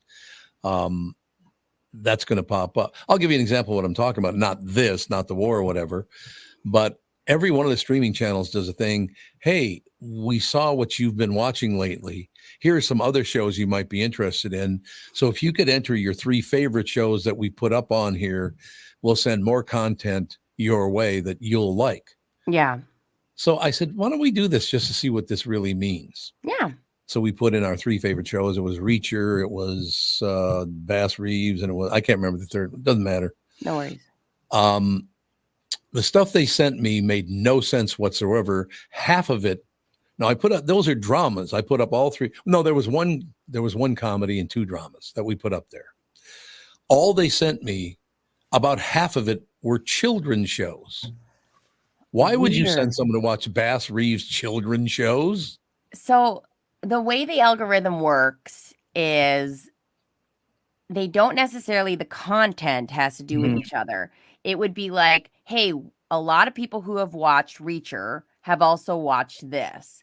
And so a lot of times it might have nothing to do with it. It's all like that based off algorithms that they go.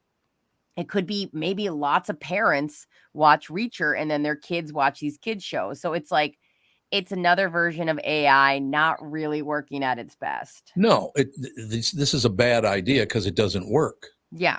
I mean, you're absolutely right about that. It just does not work because different people watch different things. I mean, I'm really not going to watch Go Gadget. I'm sorry. It's one of the things that they thought that I'd really enjoy. It's like, how did you come up with that? Yeah. It's all based on what trends they have seen within their app. And then it lacks that human effort of being like, hey, this is a man who doesn't want to watch children's shows. Like there's that human aspect that needs to be put in there as well. Plus the fact I don't really need their help finding shows anyway. Would Catherine and I do it? And I do think I'm very, very lucky, or maybe we're both very lucky. Catherine and I like the same kinds of shows, which I don't know if that's developed over all those decades of being together or whatever, but it does tend. I mean, she has a couple of her own shows and I have a couple of my own shows, but I would say 98% of stuff we watch, we both like. Mm-hmm. I don't know how that happens, but it's. I think it's very cool the fact that I don't know. It's really weird. Catherine and I have a lot of the same likes in the world. I don't know how does that develop? Do you move toward one another, or should you move toward one another when you get married? I don't know. Me and Justin definitely have so many variants, and then we try to find our commonalities for our TV nights.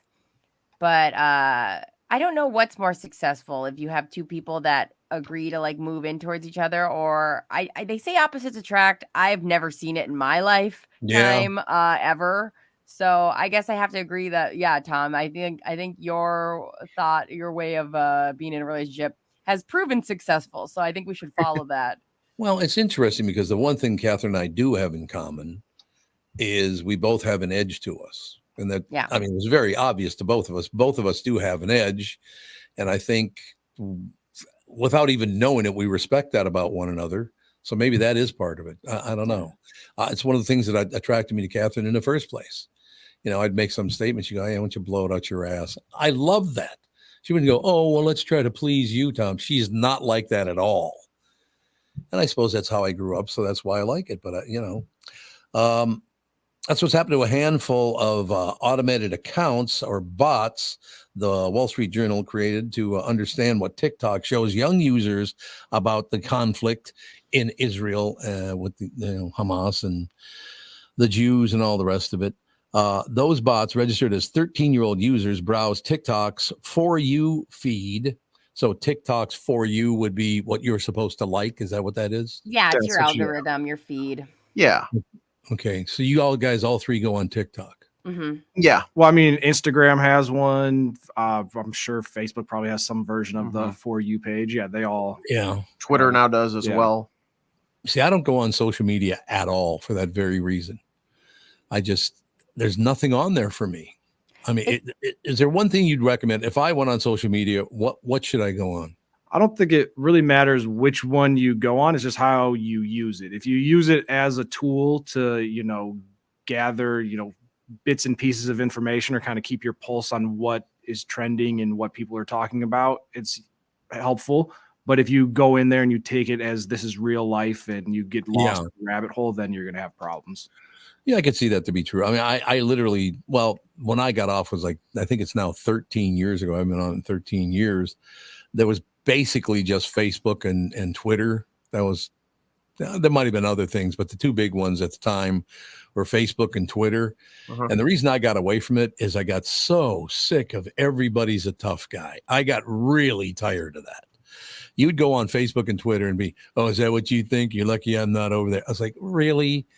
I don't know you. I've never even met you. And you're going to threaten me on social media? What the hell's wrong with you? Does that still happen?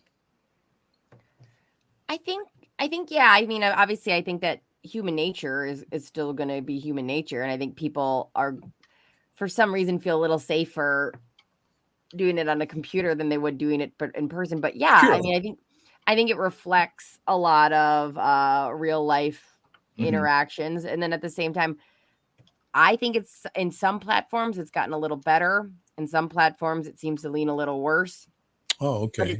But it's also, again, kind of like Tevin says, it's not real life. It's not interchangeable with human communication. Right. So you can't treat it like that. I can't say, oh, I was really social today because I was scrolling on Instagram. I wasn't social. I was looking at, people's holiday outfits.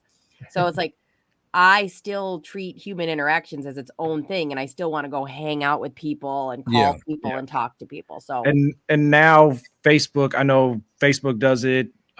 Twitter, I believe, does it as well. Instagram does it, where if you say something, extremely hateful, it'll automatically either delete or hide those comments. I rarely see, unless it's Facebook and somebody does a post where they're just unhinged, you're not going to really see definitely not as much hate and mean-spirited stuff as you used to. Good. I'm glad to hear that, because back when I was on there, everybody was a tough guy. It's like, oh God, whatever. So I'm glad to hear that they delete some of that stuff now, because they would actually literally threaten you because they knew they'd never meet you. So they'd threaten the hell out of you. People all the time are in Facebook jail. Yeah. Yeah. Tom, I hate to say this because I feel bad. This is not a nice thing to say. You are a lightning rod sometimes for people who think that, I'm going to take Tom Barnard down. There's no question. There's no doubt about it. You know why that is? Why? because I'm not a typical kiss ass. That's why. So, I will not do it. And they hate that about me. Everybody thinks they're going to get their cred because I can't imagine you jumping online. People say no. People, I mean, it's so funny because it'll usually go away, but like even when we start a new social for you, people are like, "That guy is this and that," and you're like, "Do you think you're gonna get like a bunch of points for, like is there gonna be like you'll get like 4 stars for good job? You tried to take down Tom Bernard's Facebook, yeah." No. But the difference is nowadays people will comment and say, "Get a life. Who are you?" Okay, Oh, don't that's good to listen hear. then. Because they didn't used to do that. That's good. I'm glad to hear that. It happens a lot more. Like if people make fun of the way I look, like someone will go on there and be like, "Take it easy," or like they'll grab pictures from their Facebook and be like, "You're the one commenting." Like, yep.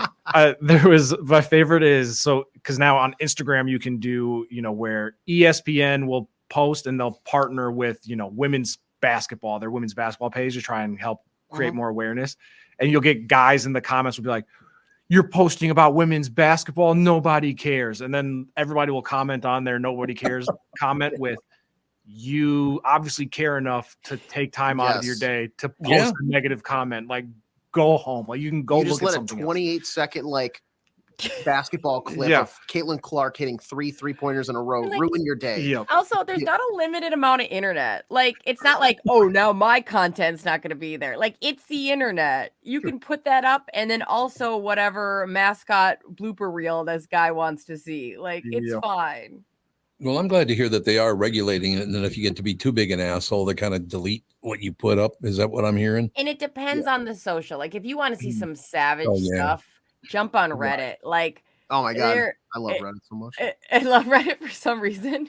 I can't have an emotional attachment to the situation, but people like it all depends on where you're at. Like Facebook now, I would say is probably, I'd say Instagram is more of the safest in my mind, like where people are pretty soft and nice. TikTok used to be pretty chill, and now it's gone a little bit crazy because everybody and their mom and grandma like will feel the need to defend my cat because he's playing with my dog. Like that changed all of a sudden. I've also seen them recently. They've started doing more of like, I'll be like scrolling my page and then I'll get to a video. Sometimes it'll have like that, "Hey, just so you know, other people have watched this and said it's graphic content. Are you sure you want to watch it or do you want to skip it?" And I'm like, I don't care. And then it's, then it's fine. But there's also the times where it's like, "Hey, you just watched something before you go to the next video. Is this suitable for our app? Yes or no? And if it is it all ages or just like 18 and up?" So they're kind of like continuously trying to moderate things too. Yeah, get some sort of rating system. Yeah. So is it going to get better or has it gotten better? Because like I said, I haven't been on it in over a decade. Has it gotten a lot better? Yeah, I would say. Yeah. For the most part. I mean, there's still negative things that are going to take place, but I don't know. It's definitely not worse than it used to be. The one thing I think it did, and Brittany already made this point, there are people that, love me. There are people that hate me. Neither one of them know me. So I don't really understand why that would happen anyway. You know what I mean? Mm-hmm. I mean, how can you hate someone you've never even met? There are people on TV that I watch. I don't really like what they're doing, but I don't hate them as a person. I just don't like what they're doing. It's not entertaining to me. I don't understand how you can hate someone you've never even met. That's a really stupid position. Yeah, I think there's enough, you could find enough interactions in your life to hate somebody you did meet. You're fine. Like, you don't need to pick a big bad boogeyman and put all your problems. And that's what they do. That's exactly what it is. Oh, this is the person I'm going to blame it all on now. It's like, why don't you grow up for Christ's sake? Yeah.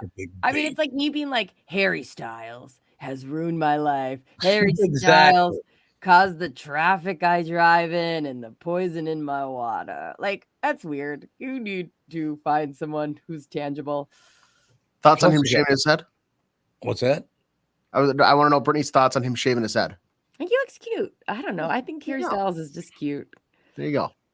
Who is that? I know I've heard his name, but I don't know who that is. He used to be on One Direction, and then he went on a solo career. And now he did a fun tour. He wears a lot of quirky clothes. He did some movies. I wouldn't say he's a great actor. He's a singer. I wouldn't really know. He was So that was kind of like white guy rap. Is that what that is? No, he was in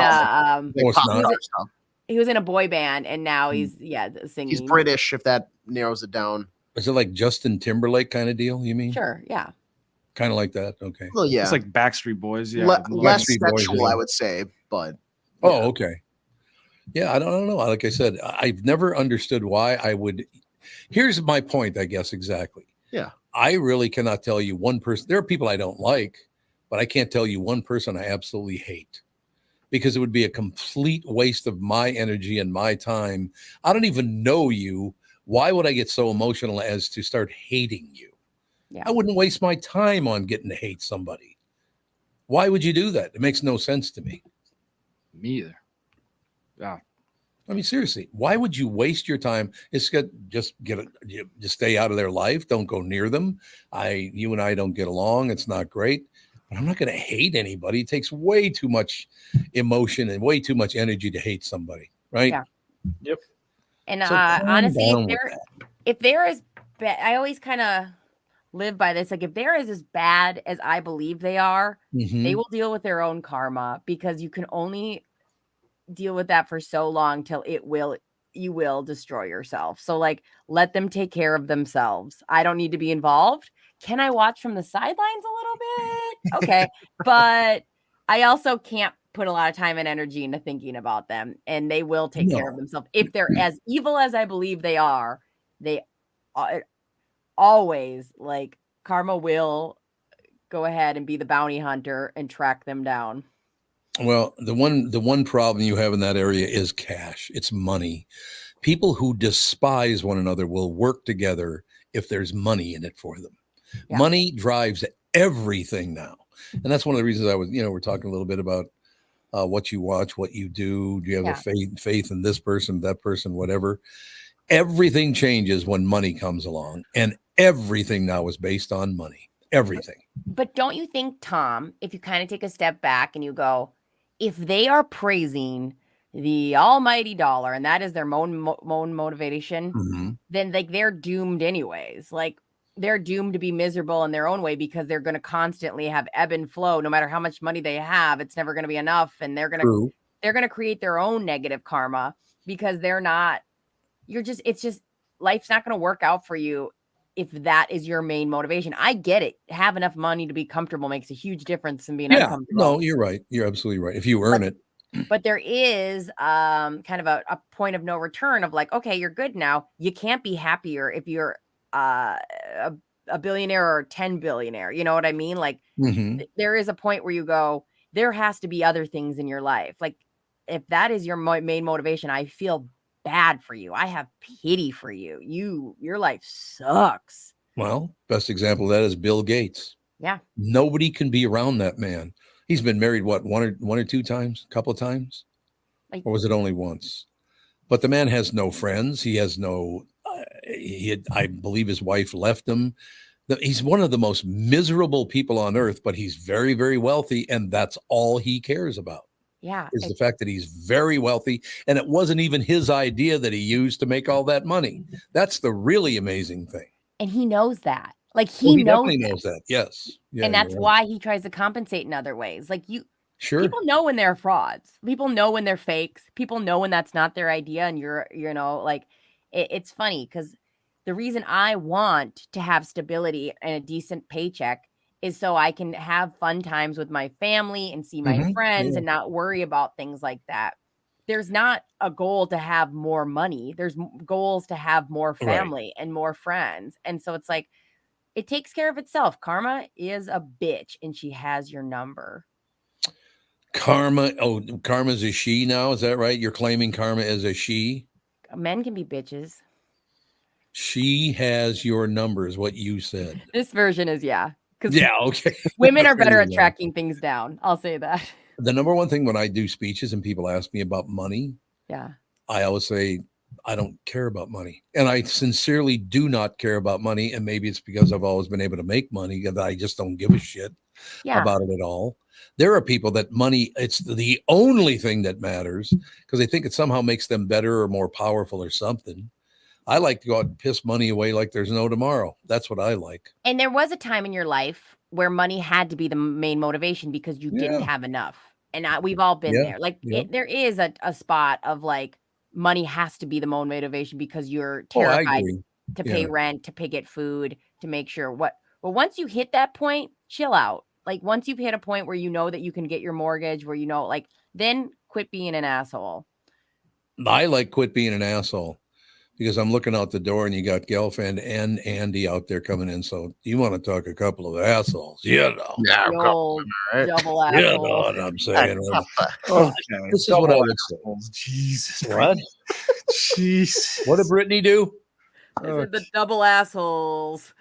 That's close enough. That works. It's like the worst wrestling tag team of all time. That's what they are now. That's the deal. Oh, they're getting the tables. They're setting up the super stink.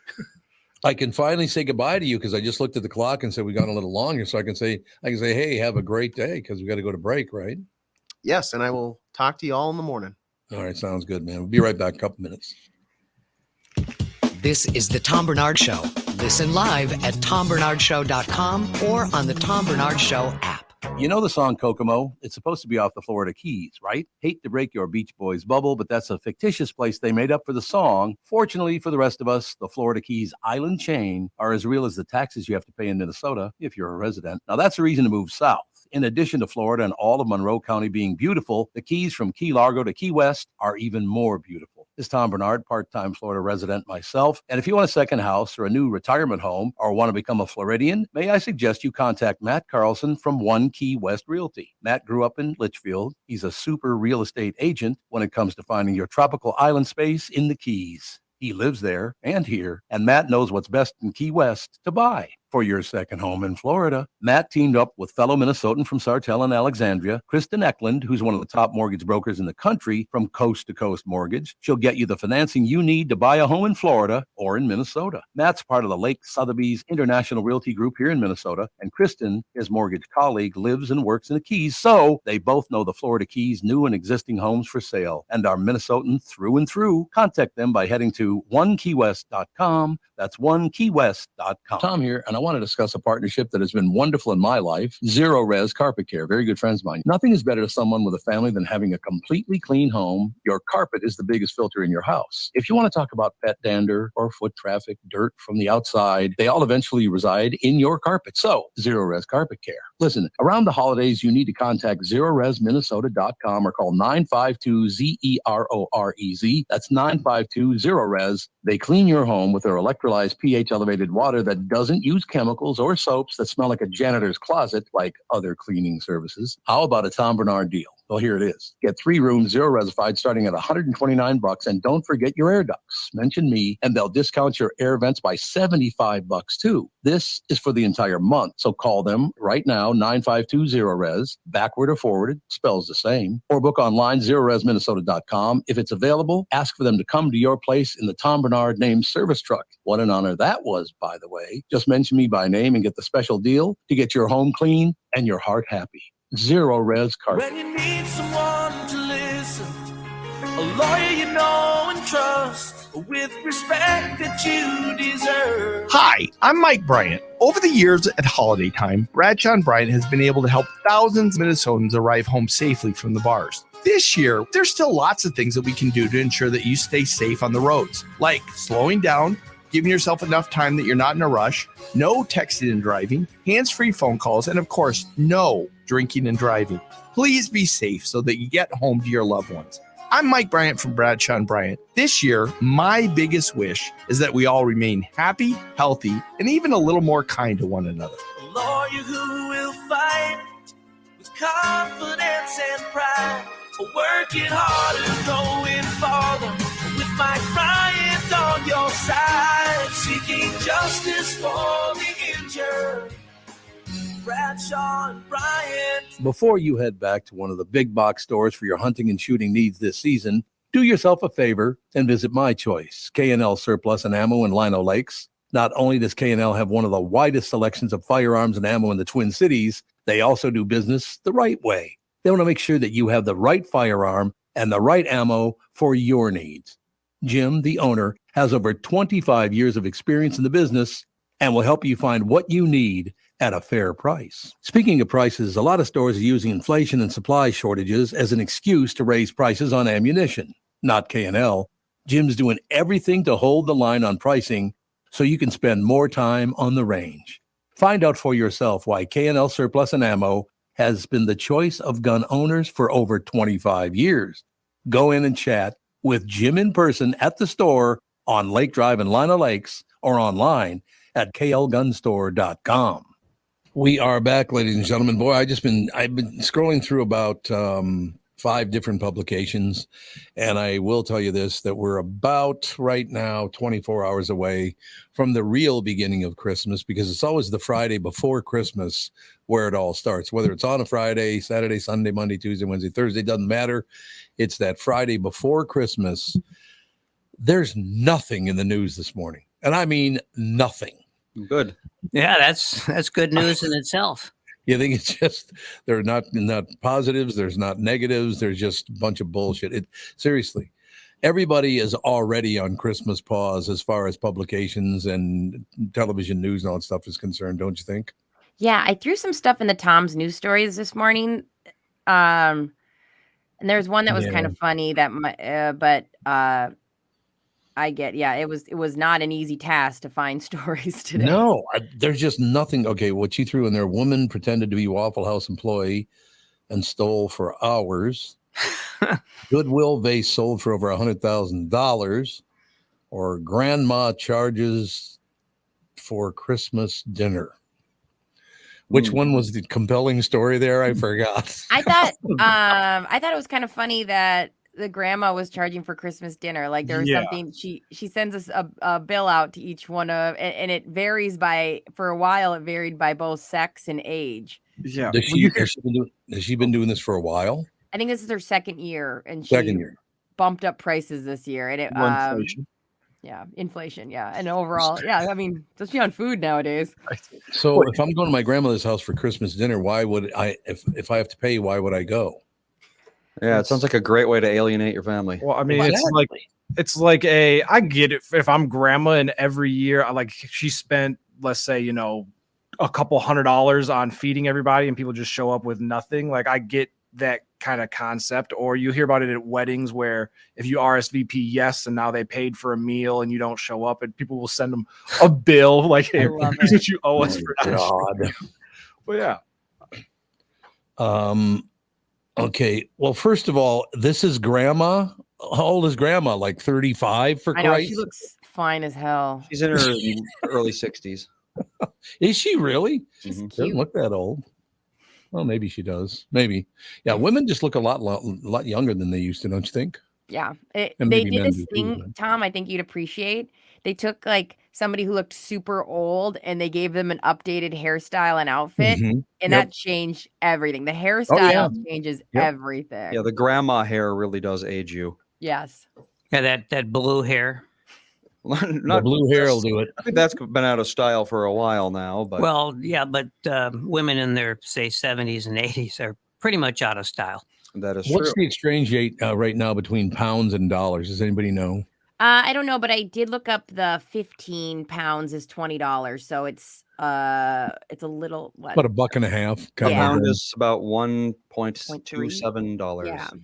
Yeah, but grandma's on a fixed income, and she's got a lot of medical things. Yeah, I mean, I can understand it. Generally speaking, when I've been to these sort of things, everybody brings a dish, but I guess that's not always the way it's done. Oh, it says here, Carolyn Dudridge, 63, previously made her adult relatives pay up to 15 pounds, while her youngest grandchildren got a $250 pound bill each. But this December, it has gone up to cover the increased cost of living and rising food prices. Carolyn from Fairwater in Cardiff, Wales, described a general food shop in the current climate as just horrifying. First, she got the idea to make guests fork out for her turkey dinner when her husband died in 2015. She even tells her loved ones to transfer the money straight into her bank account because it's easier to keep track of any stragglers Absolutely. in her own family. Cash App's always open. Yeah. Now I have a question.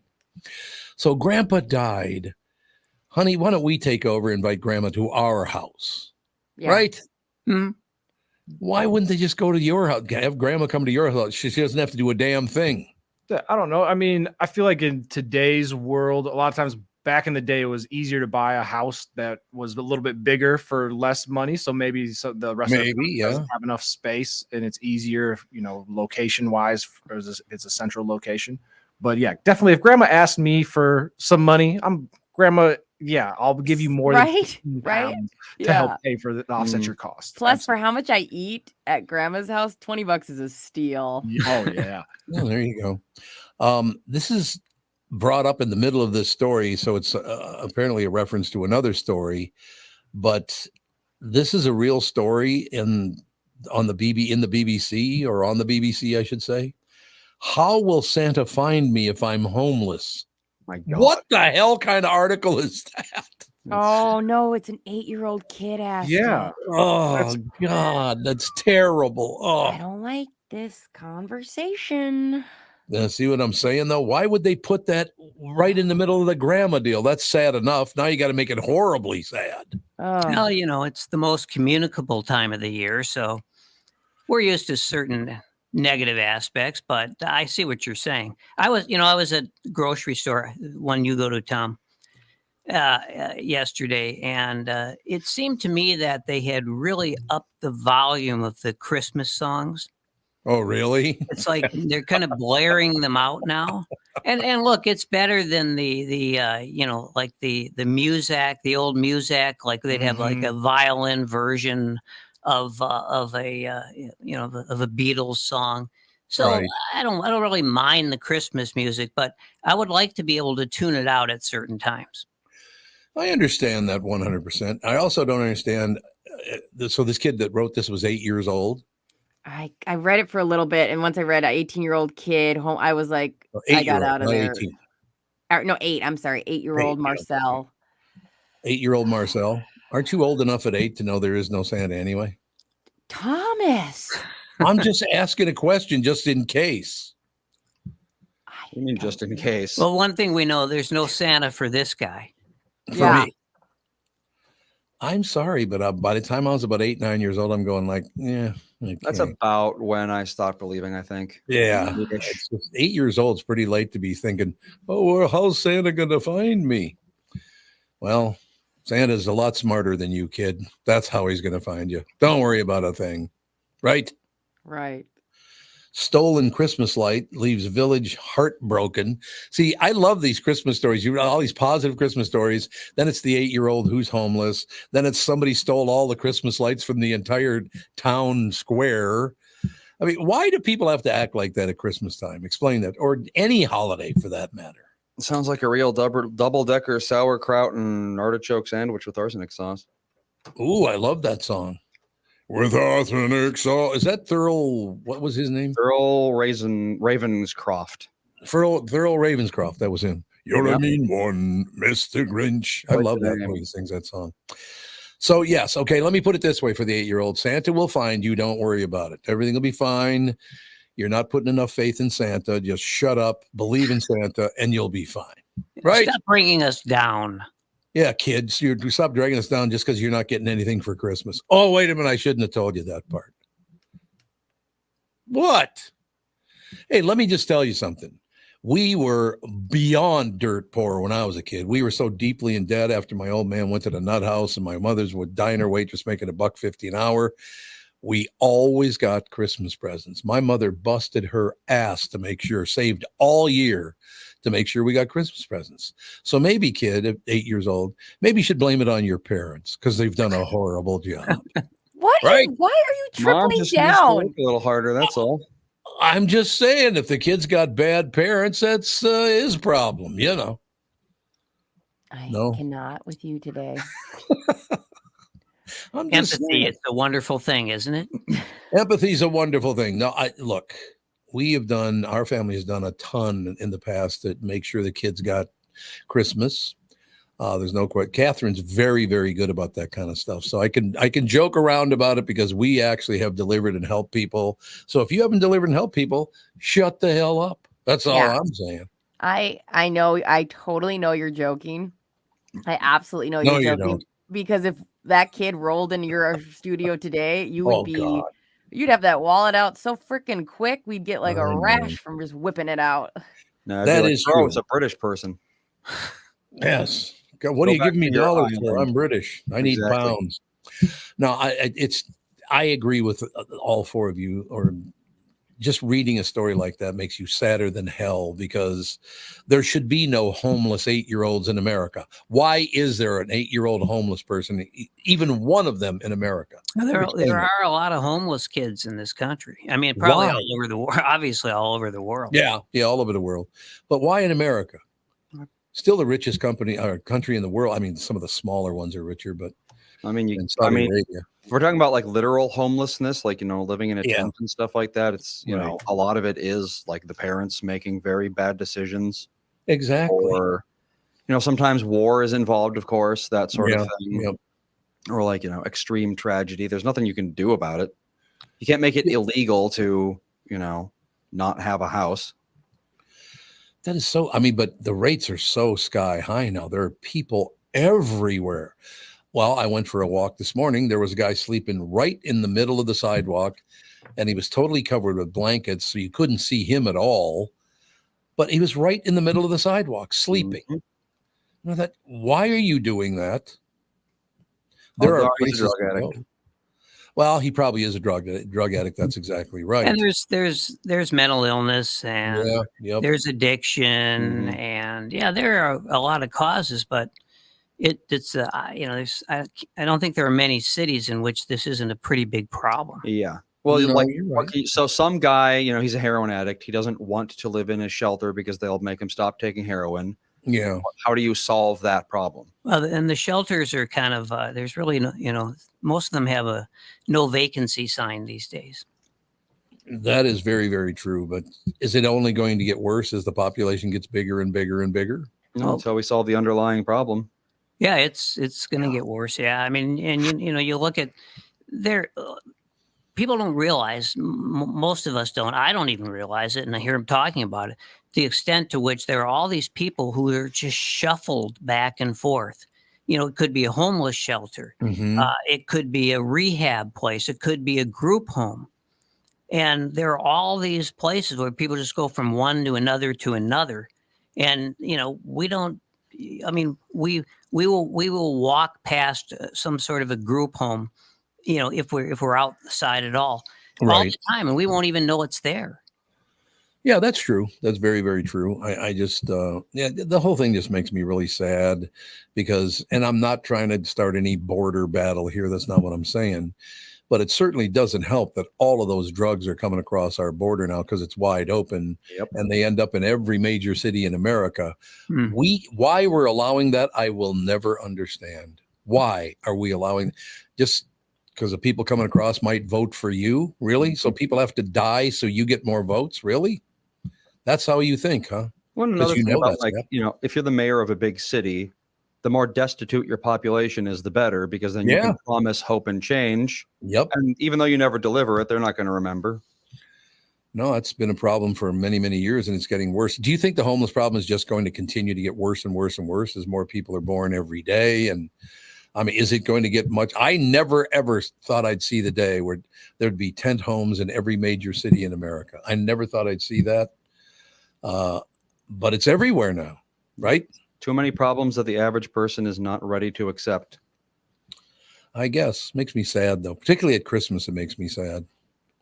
I didn't know that whole area in St. Paul, under the bridges and everything, there are tent homes everywhere over in St. Paul now. Yeah.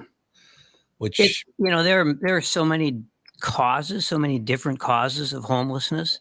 Yeah. And I think all of us, depending on our view of life, our Weltanschauung, I think so many of us want to say, this is what it is, because that's the thing that we're most pissed off about or that we're most concerned about. But it's lots and lots of things. No, it is lots and lots of things, but also there's a situation. Nobody in my family could ever be homeless. It just would not happen because I'm not going to put up with it. I'm not going to have a relative of mine living out in the street. No. Not happening. Now, I'm not saying that I'm better than everybody else because I would do that. I've got a pretty good job, so I can, afford to help people out like that. And some families don't have any money. But I could not put up. I don't even give a damn. It's my third cousin. I could not sleep at night knowing that my third cousin is sleeping under some bus bench. But a lot of these people are completely estranged from any kind of family. They are. And that's another part of it, that estranged relatives.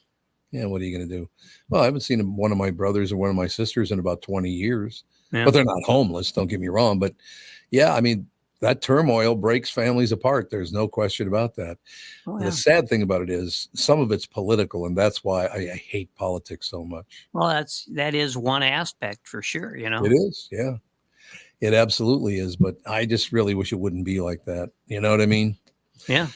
I mean, what we're doing today, ladies and gentlemen, is kind of looking at life toward because there's only one more episode of the show before Christmas and the end of the year is coming up. And what happens is, as you get closer and closer to that final Friday, the news disappears. And if they can deny it all they want, but this is the best you can do, really? I haven't run across a story yet today that's worth even talking about. But this is the time of year also when you get those stories about the cat who got left at home when people moved from California to New York, and then the cat showed up. The cat shows up. I mean, I love those stories. The cat came back. Where are they today? I'm looking for them. I can't find them. Mike, where do you find them?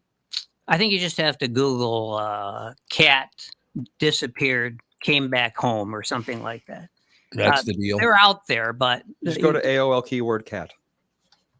That's it. AOL keyword. Is there still AOL? I didn't even know it still existed. I don't think AOL has been a thing for quite some time. Hey, come on. I still use that as my email.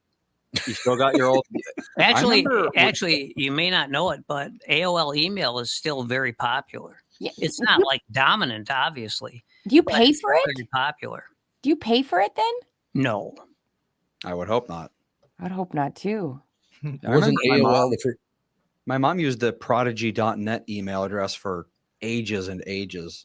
She did. That predates even AOL. Yeah, I haven't even heard of that. That was one of the first ones.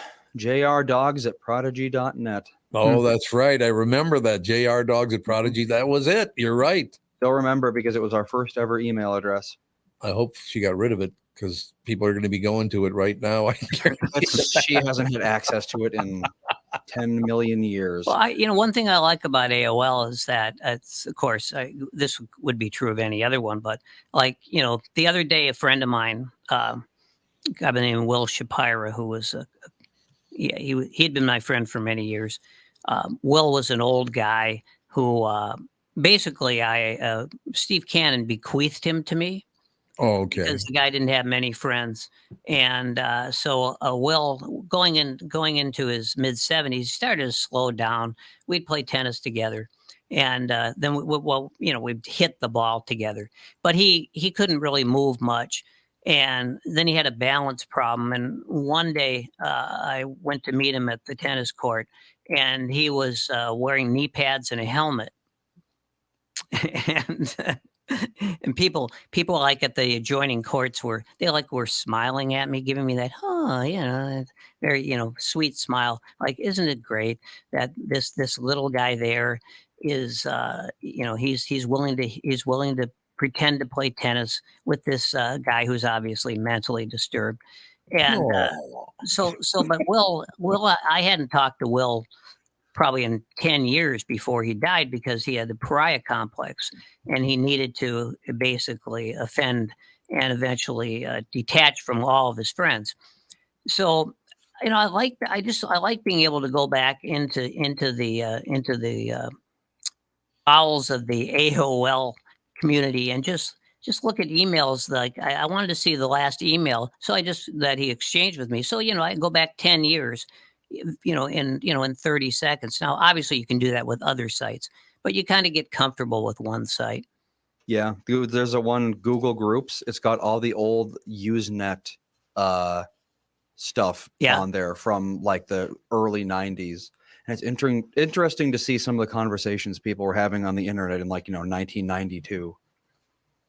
So what did they put up? Well, first of all, the first thing I ever saw being downloaded on a computer when the internet was starting to become a big deal, we went downstairs at our house out in Dayton, and Andy's buddy was over, and he was trying to bring up porn on the internet, and it was just line by line by Right. line by line. It was like, oh my God, that's going to take forever. You remember that, Andy? I do not remember this buddy. No.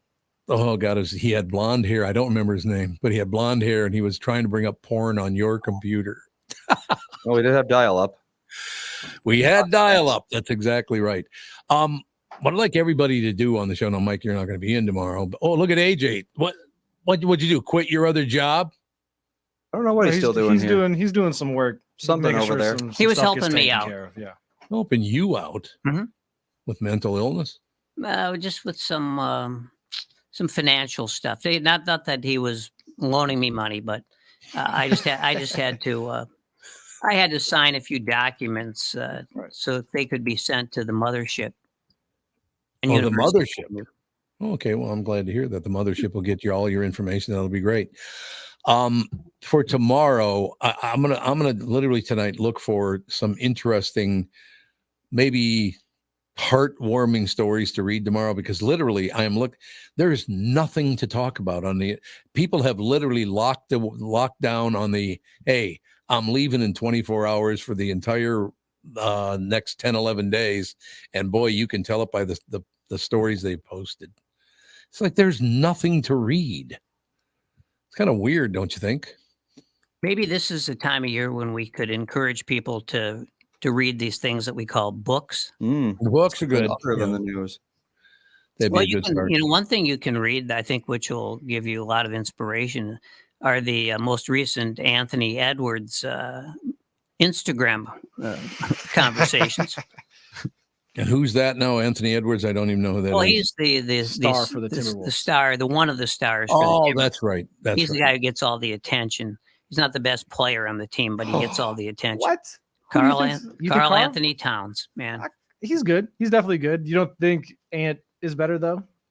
No, I don't. I really don't. Why do you like Carl over? Because Anthony? Carl does so many different things. He's not just looking to pound his stats.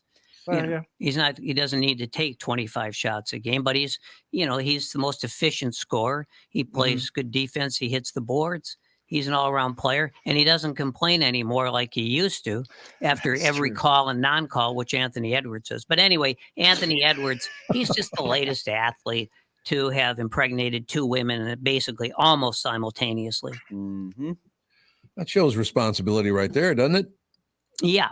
So he's the text messages. He impregnated, and I didn't know what this was when I read it first, but an IG model. Yeah, it's an IG model is an attractive woman that uses a lot of filters and probably has a lot of plastic work done that doesn't have a real job. Yeah. It's like Brittany if she just started posting a lot of pictures on Instagram and then she makes up that I'm a Instagram model. So it's Yeah. And so basically what Anthony Edwards was saying was like get a abortion. Yeah, not a lot of grammatical sense. It's like if you read this, it would be fairly clear that this is a guy who really, I mean, I hate to use this word, but basically illiterate by our standards, but not by a basketball player's standards. But the strangest thing he said to this woman was, get a abortion, LOL. I know, I saw that. He threw the LOL in there to lighten the mood. Yeah. Okay, that's great. Light and breezy. Here's what I love. He's telling her what to do, yet he showed no responsibility in the sexual encounter. That's exactly correct. But it's her fault. Well, I mean, if he could abort the baby, I'm sure he would, but I don't believe it's legal to do that. No. Yeah, but what I'm saying is, why would you put yourself in that kind of situation by not protecting yourself anyway? Well, you have to ask, I guess about 3 or 4 million men a year. Yeah. And women. Very true. Yeah. Takes 2 to make a baby. No, there's no question. Now she's getting child support from a rich basketball player. Yeah. Well, so he sent her $100,000 just to kind of like tide her over. Yeah. Well, which was wild to me about the whole story is like she wasn't asking for money. She was most likely, from what I was able to see from the messages, probably going to get an abortion. Like, she doesn't sound like she wanted to have this baby, but he was just so insensitive to the whole thing that she was like, because he was like, I'll send you money. And she's like, no, I don't, like, this isn't what this is about. Like, because she already had an abortion. She's like, it does take an emotional toll on you to have an abortion. And so she was like, I don't want to just kind of nonchalantly do this. And he was just so insensitive that she was like, he told her to send him a video of her taking like the birth control, or the whatever abortion pill. Yeah, taking the abortion pill. Let me see under your tongue. He kept texting, get the abortion. And then he started texting her and saying, show me the video. I feel like when people type in their accent, it's trying too hard. Yeah, no doubt about it. It's like, I usually, when I talk, I'll drop the G at the end of ing. That's a Minnesota thing, but I don't type like that because that would be dumb. Yeah. Anthony Edwards is also like a 21-year-old kid. So it's like when I was younger, I used to, use DA. It's probably a cultural thing as well. Like, it's not, he's just young and that's just how they talk. I think he's 22 going on 16. Yeah. I don't know. It still just amazes me that people who get involved in a pregnancy don't protect themselves from the pregnancy. And look, I'm not condemning. It's not my business or what of the rest of it. But she said, well, I've already been through an abortion and it's very emotional. It's very sad. Well, why'd you expose yourself to another one then? That's the part I don't get. I think they use that Instagram thing to just be in this situation. Well, I think also is that she was reaching out for human emotion and saying like, hey, when somebody writes get an abortion, LOL, and she was saying, I probably I want a human interaction. Like, I think it's funny. Andy even mentioning, it takes two people to get pregnant, as if there wouldn't be the woman accountable. Like, that's usually the one that has all the responsibility on her for the first 9 months. Like, we're very aware that a woman is going to be held pretty accountable for that situation. Like, I don't think the woman, even if you read the text messages, she's not saying, I am not going to do this or I am going to do this. I think she was trying to be like, hey, it's not as easy as, like, do you want to have a human interaction? Can I reach out to you? Can I whatever? It's like, oh, okay. Like, I'm dealing with a toddler. I would expect human interaction from get to abortion, LOL. The first message was literally the picture of like the, hey, I'm pregnant. Like that, and then he immediately went to abortion, LOL. Like there was no even reaction to the fact of like, oh my gosh, you're pregnant. Like he didn't even take that second to kind of absorb the information. Well, he's a superstar. Right. So he doesn't have any responsibilities. It'd be like if I texted Andy, I'm hungry, and he'd say, then go eat. Like, that's how simple the interaction was to him in his mind. And that's when you go, this person's brain is a juvenile. He's disconnected from reality. And this was the same thing that another great player, even a greater player, Zion Williamson was going. It's the same thing, right? Yeah. So if you look at the big picture here, and let's just try to put a smile on all this. If you look at the big picture and you look at all these athletes, I think the NBA is going to have a lot of talent coming their way. Just in what the a next great 10. idea. It's because of these fine athletes who are making sure that the DNA trail leads straight to the NBA in the next 20 years. Also, this isn't a new phenomenon. Like, was it Wilt Chamberlain back in the day? He slept with what was like 100+ women throughout his career. More than that, I think he went into the thousands, didn't he? Yeah. So this is not anything new. That's just today's athlete. Yeah. We got to take a break because Kristen Burt will join us right after this. This is the Tom Barnard Show. Jim Paul of Valley Buick GMC has a mutiny on his hands. His sales crew said they've had it brooming snow off the new Buicks and GMCs, then warm them up, move them to plow, and repark them again. He even overheard them cooking up an alternative plan, a sale. This is crazy. Why don't we just mark them down and sell them? This is getting real old to be out on that lot in this sub-zero weather. That's right. Everyone we sell is one less to broom. I heard we're supposed to get 6 more inches tomorrow. I'm 5'6". How am I supposed to get the snow off the roof of a pickup? I'm Jim Paul, and well, car dealers do have all kinds of crazy sales. This idea probably makes more sense than most. There's plenty of inventory, so okay, the crew has decided. So then it's official. The We Don't Want to Broom snow sale is in full force at Valley Buick GMC in Apple Valley and Hastings. Snowy inventory priced real right at valleycardealers.com. This is Bob Sansevier, and I want to tell you about Dave Bialke from Bialke Law. Dave represented my wife, Mary, when she had a significant workplace injury. She was very happy with the job Dave did. If you have a work-related injury and have Dave represent you, I'm betting you'll be happy too. Dave is a down-to-earth guy. He grew up in northern Minnesota, rides a Harley, and worked various jobs doing concrete, electrical, plumbing, roofing, and carpentry work. Dave works for people with work-related injuries. If you work construction, or anywhere for that matter, and you're hurt or even just hurting, you should talk to Dave. Let's face it, our bodies wear out. If your body is worn out from work, if your knees or back or shoulders hurt from things you do at work, do what Mary did. Call Dave and talk to him about it at Bialke Law to set up a free initial consultation.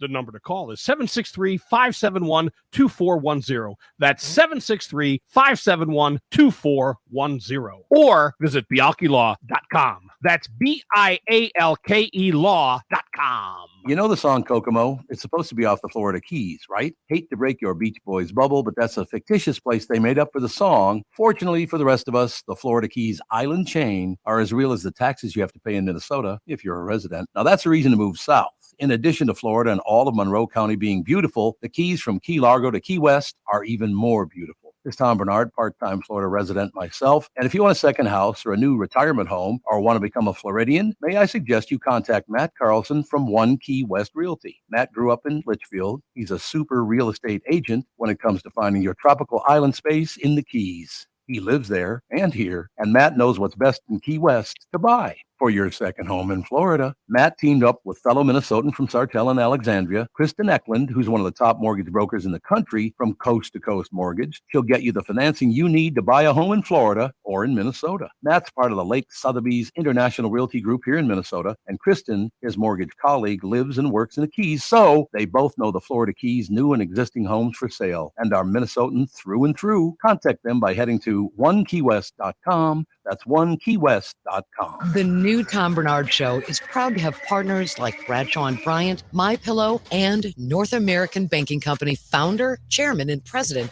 Mike Bilski. I've advertised on Tom's show for years, and the reason is simple. My business is recognized because of the ads, and that recognition has created growth. What business doesn't want to grow?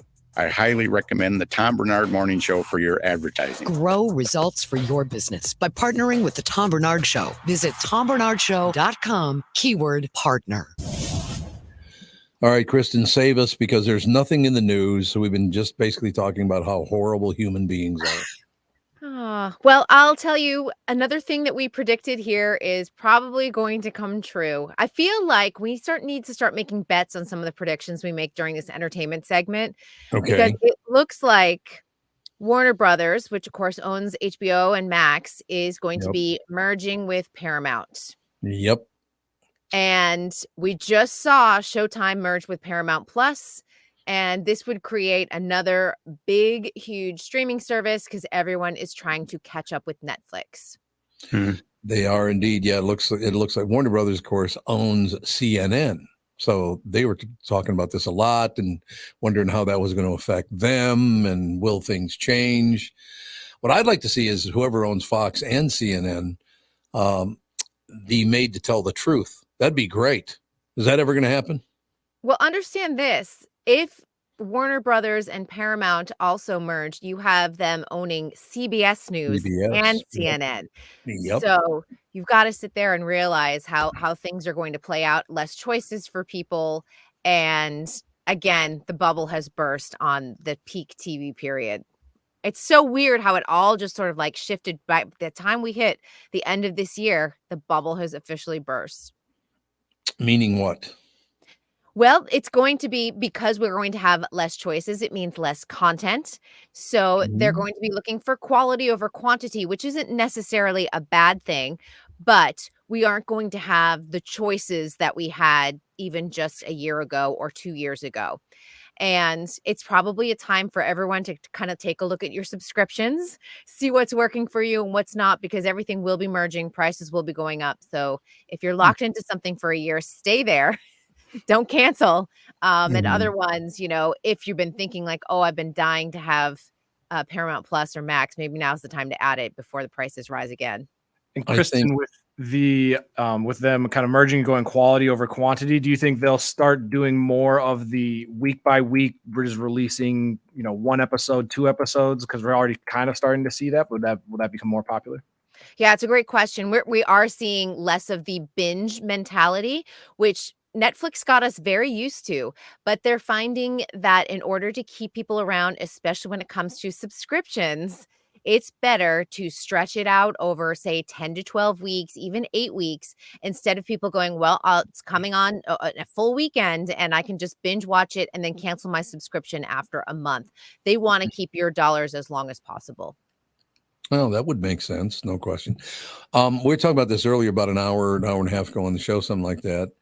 That there's a lot of great drama on it right now, and Paramount is one reason there's a lot of great drama because of Taylor Sheridan and all the rest of it. But other than a few shows like Abbott Elementary, is anything funny on TV anymore? It's a good question. Not I know really. I cannot wait until February 7th. I literally have it marked on my calendar because I know it's the Super Okay. Bowl, but I know that right after that is the debut episode for their third season of Abbott Elementary. So Yeah, I'm like, yeah. got it marked. It's a tough landscape right now. After coming out of a pandemic, after coming out of 2 strikes and extreme budget cuts and layoffs here in Los Yeah. Angeles, it's going to take a while for all things to shake out. I think it will get better, but it's going to take a couple of years for everything to just sort of like start getting back into a good rhythm. And what happens with all of these mergers, because I don't think this will be the last merger. A lot No, of these no. streaming networks cannot survive on their own. Paramount Plus is hanging by a thread. It is hemorrhaging money. And the only way for them to survive is to merge with somebody. Taylor Sheridan cannot carry an entire streaming network on his Right. back. Is there a Taylor Sheridan in humor? Is there a person out there, a man or a woman, who's very funny and who could bring comedy back to television? Well, I'll tell you, Adam Sandler's probably propping up Netflix when it comes to comedy. Yeah, Anything true. he does is an extreme hit for them. But he hasn't waded, into the waters of network TV. He stays on streaming because he's gotten a really good, lucrative deal. Was that the So same thing now? Streaming and network is all pretty much the same thing anyway, isn't it? it's not. Their linear is still considered different than streaming network because any of the linear networks, which we're talking about ABC and Fox and NBC and Yeah. CBS, rely on first run, watching live with commercials for Yeah. their business model.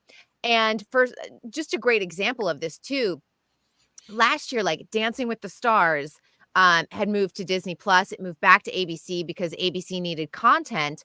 And when it was on Disney Plus, I could watch it at 5 p.m. Well, this year, I had to wait. So it was live to tape for me. It was no longer live. And I asked ABC, I was like, why can't we watch it at 5 p.m. on Disney Plus? Because they were doing, it was running concurrently on both networks. And they said, because of affiliates' rights, that keeps us stuck in that sort of agreement where ABC has the first right to air it live and then it can go everywhere else. So that means people in other time zones have to wait. So it's one of those things that linear TV is still stuck in a lot of affiliate agreements that are holding it back from being, pushed into what we've all become accustomed to with streaming. There was a great article this morning about Norman Lear, and it kind of asked the question, at least what I took away from it was, why can't we find another Norman Lear because he changed comedy on television forever. There's no question about that. There's got to be a man or a woman out there right now who could do the same thing for this era. Why are we having such a hard time finding them? Well, first of all, I would say Norman Lear was allowed to push the envelope when it came to Yep. comedy. I don't think you're Yep. allowed to do that anymore, particularly on linear TV. That won't happen. I think also shows were given more time to sort of breathe. They were given Yeah. 25 to 30 episodes a year so the audience could discover them, so the storyline could come out. And now it's like, listen, you get 8 episodes, and if you don't hit that mark, even with Netflix now, they're like, see you later. You don't get a season 2, and the story ends right there. You know, and I would think there's a Norman Lear out there, but if you're a Norman Lear today, probably couldn't get a job. Probably not. You're probably right. And for just what Kristen said too, you can't push the envelope anymore. So nothing's fun. You can't make fun of anything or anyone anymore. Well, where's humor going? Right? I mean, how are you going to be funny if you can't make fun of everything? I think that's a lot of stand-up comedians are probably asking themselves the same question. I mean, some people can still lean into, you know, what is considered not politically correct now, but, you know, they know that they're going to catch the heat in the headlines. And, you know, the higher up the ranks you are, like a Dave Chappelle can say what he wants and he'll be able to, he can weather the storm. But if you're an up and coming stand-up comedian, can you do that? Probably not. So if today he was an up and coming comedian, his Chappelle show would have never made it on television. I don't think so. How Well, sad he probably is that? wouldn't have been obsessed with transgender people either, you know, when he was coming up. Because you gotta say he's kind of like, you know, stuck the knife into his own comedic routine. He could be funny. He was obviously a comedic genius at one time, but he's not anymore because he's just stuck. His recent stand-up is really not good. It's just bitter ramblings. Yeah. Oh, is it? I didn't like it at all. Yeah, I mean, I'm sorry, but the blind white supremacist, you're never going to find a better bit than that. But I don't know if they would allow that on television anymore. I don't know. What about even like an Eddie Murphy, like his raw stand-up Delirious? I wonder. Right.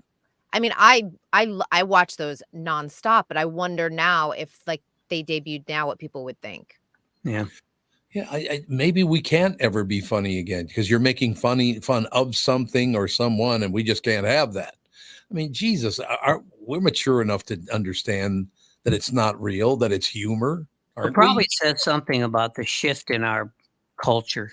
Yes, there's no question about it. People don't want to laugh. Yeah, and I think you actually have to be funny because people, I think, are kind of raising the bar for what is funny. Like back when bathroom humor, for example, was, you know, everybody's go-to. Now, as people's kind of standards change, just because you're making fun of somebody doesn't mean that it's necessarily funny. And so if it's funny and you do it in the right way, like a Dave Chappelle or a Bill Burr today, or Shane Gillis released a Netflix special that was hilarious where he made fun of a bunch of people, you can get away with it, but you just have to make sure that it's, you know, over the top funny and not just whatever mean-spirited.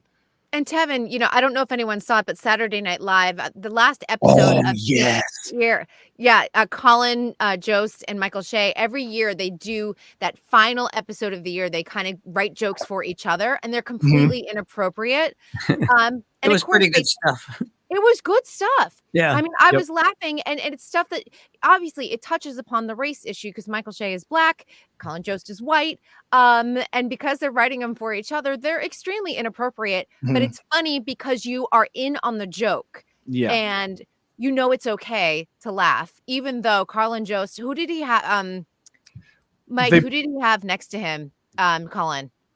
I can't remember who they had next to him, but she marched with like Martin Luther King or something like that. She's a civil rights activist. Yeah. Let's put it that way. It was really strange too, because you didn't really understand, well, who is this person? At one point, Colin like makes some really bad black. Well, I mean, Michael Che wrote it, so he makes like a bad black joke, and he just looks at the lady and he's like, "I didn't write this. Like, I'm so sorry." And she was like shaking her head. It was great because she was obviously in on the joke too. And the audience, we knew what was happening.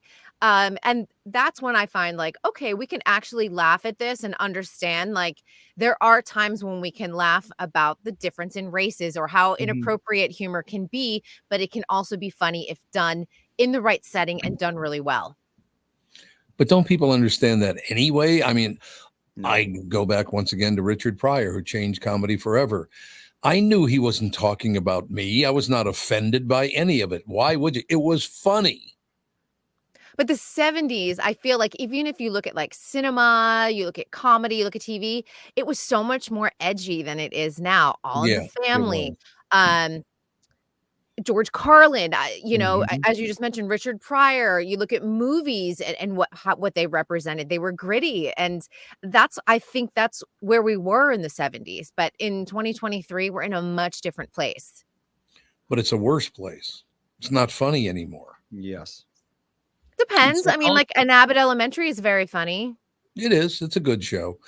As it goes along, it's getting more political. I have noticed that, which whatever.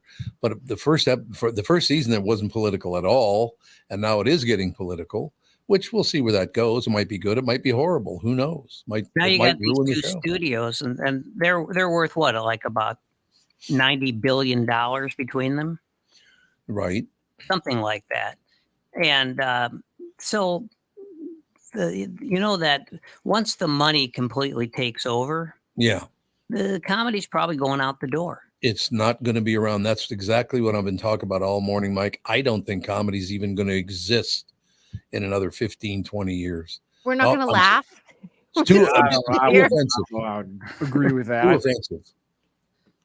I mean, if you go to your local comedy club and you go catch a show, like stand-up comedy is doing just fine. Like they're still very, very funny people. Minneapolis has one of the strongest comedy scenes in the nation. So yeah, it's stand-up comedy isn't going anywhere. And it's gotten a lot better. The local scene has gotten a lot better. And I know because, I used to book comedy acts and so, like 25, 30 years ago, I can tell you you go to a comedy club, it was pretty tough to find any local person who was actually funny.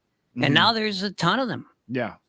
Absolutely. I think also Netflix doing all the comedy specials has gained a renewed interest. I think a lot of the comedians also have podcasts that also creates a renewed interest, because I know I didn't pay attention to stand-up comedy probably even 5-6 years ago.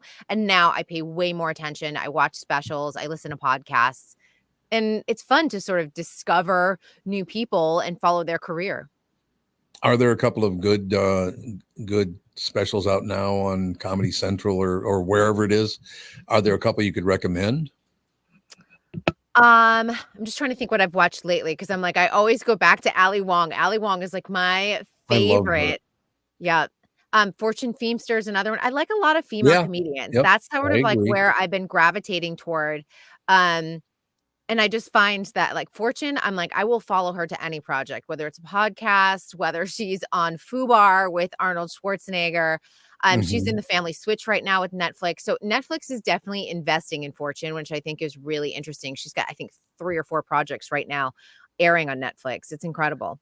One of the reasons that I am concerned about this is that now, and this is a new show and it's going to take a while, I understand that, but we used to have comedians on every Thursday and Friday of every week, and they just don't come out anymore. It seems, because I don't hear them anywhere else either. I listen to Chris Frangiola, his podcast Cover to Cover, and there is some strange sort of like, I don't know, like reluctance to do it. I think because they work at night and then they have to come to radio early morning. Yeah. He even talks about it. He's like, oh, I'm going to like Syracuse and I need to do, the club asked me to do a promotion on the radio. And he's like, I'd be kind of like begrudgingly do it. So I don't know what that is, because like on the Hollywood, like kind of like acting side, even on the host or reporter side, if someone was like, can you come in at like 4 a.m. to promote your project? We're like, yeah, and we'll come with like hair and makeup. We're so happy to talk about ourselves and our project. But there's something about comedians that they don't want to do that, which I think is funny, because I would think that you would love to. Well, a lot of times, if it's a comedian that's going to be a big name, that's going to be a draw, they're like, I don't need to do your random radio show or local whatever, because like Big J Okerson, for example, he has a podcast, Church in the Wild or something like that he does. And when we booked him, he went and did radio, but literally everybody that showed up to his show had his podcast shirt on. And so like, you're like, I don't need to go do the show because I have my own podcast that's popular and people are going to come out regardless if I do your show or not. So I think that's where you get a lot of pushback, but you'll get local people where they're like, I don't have that huge following. I need to, leverage your audience to try and get some attendance to my show. Yeah, that totally makes sense too. And to your point too, Kevin, Tevin, why did I just call you Kevin? Tevin. I was like, Kevin, Tevin, Kristen, Kelly, whatever my name is. Whatever. I know, just Tristan. But it's one of those things that I do think if you're listening to a podcast regular and you're following a comedian, you probably knew about this stand-up date 3 months ago. So you're absolutely right on that. It's just too bad because it used to be just so damn much fun. I mean, there were times we had 3 in at once. It was unbelievable. Like I said, Andy and Alex became friends with some of these people. And like I said, Gilbert Godfrey and Andy, just to watch those two talk back and forth it was phenomenal to watch them. Gilbert was the greatest too. The comedians just got so bad. Yeah. That's why we stopped doing them. It was our choice because Fridays became like the downer episode of the week because it was always like some hungover guy who doesn't feel like being funny. Oh, he's clearly been watching the news for a very long time. Mm-hmm. And they just come in and they're just like, low energy. All they want to talk about is the, ripped from the headline story of the day. It's like, or they just wanted to attack me for 20 minutes. That's true, which I encouraged. Well, that can be phenomenal. I mean, literally, it would be so incredibly much fun. It was unbelievable. But the great ones, the best comics were always the best guests. Yeah, the ones who really didn't need to be there were always the ones who were most generous. Yep, no doubt about it. Well, so, and that's the thing. That's what surprises me because there is so much narcissism in Hollywood. Like, I'd be happy to promote my projects. Do you know what I mean? I'm happy to talk about myself. But I think that that's kind of an interesting thing. But it's like the old school comedians that you're talking about. They're like, absolutely, I'll come. And maybe some of them even remember the days of just showing up on Johnny Carson and not having to talk about a project. They actually just came to have a conversation and have a drink and a cigarette. And that aspect of conversation and interviewing is kind of a lost art form. Oh yeah, nowadays you get people that are like, hey, I need you to ask me about this so I can do my bit, and I'll sit here. Like, I've sat and bring comedians in to do Tom's show, and they'll literally have their paper out in front of them, and at break they're crossing off, okay, I just did that bit, I did this bit, all right, we're gonna come back with this. And it's like, that's not good or fun to listen to. Well, and one thing that helped a lot in the very beginning was that people didn't know what a podcast was. So we'd be like, hey, can you come on our podcast? And they're like, I don't really know what that is. So sure, let's see what happens. And then it always ended up pleasantly surprising them. Now, podcast is kind of synonymous with like, every group of friends has their own shitty podcast. Right. Yeah. And so people are like, oh, I don't want to be on your podcast. There's a billion podcasts out there. Why would I bother? If they did their research, though, they would know. I mean, your listeners, Tom, are so amazing. They DM me, they send me emails, they will think of something and they're like, I thought of you, so I sent this. They're so kind and loving and very loyal and passionate, which I appreciate. It's so amazing. Our audience, I look at the breakdowns and all this stuff.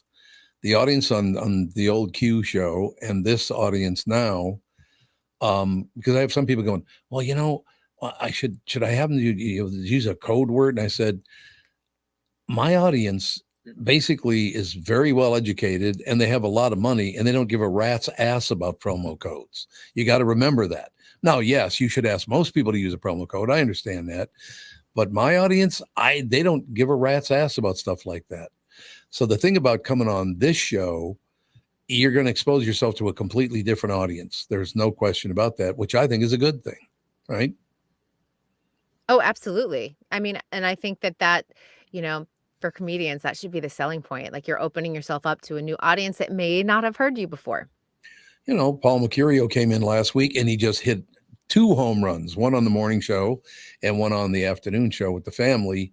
He was so enthusiastic, but Paul and I have known each other for 20 years. That's the big difference. Most of the comedians that do come in now, and the sad thing about that is we lost so many during COVID. My God, did a lot of comedians die.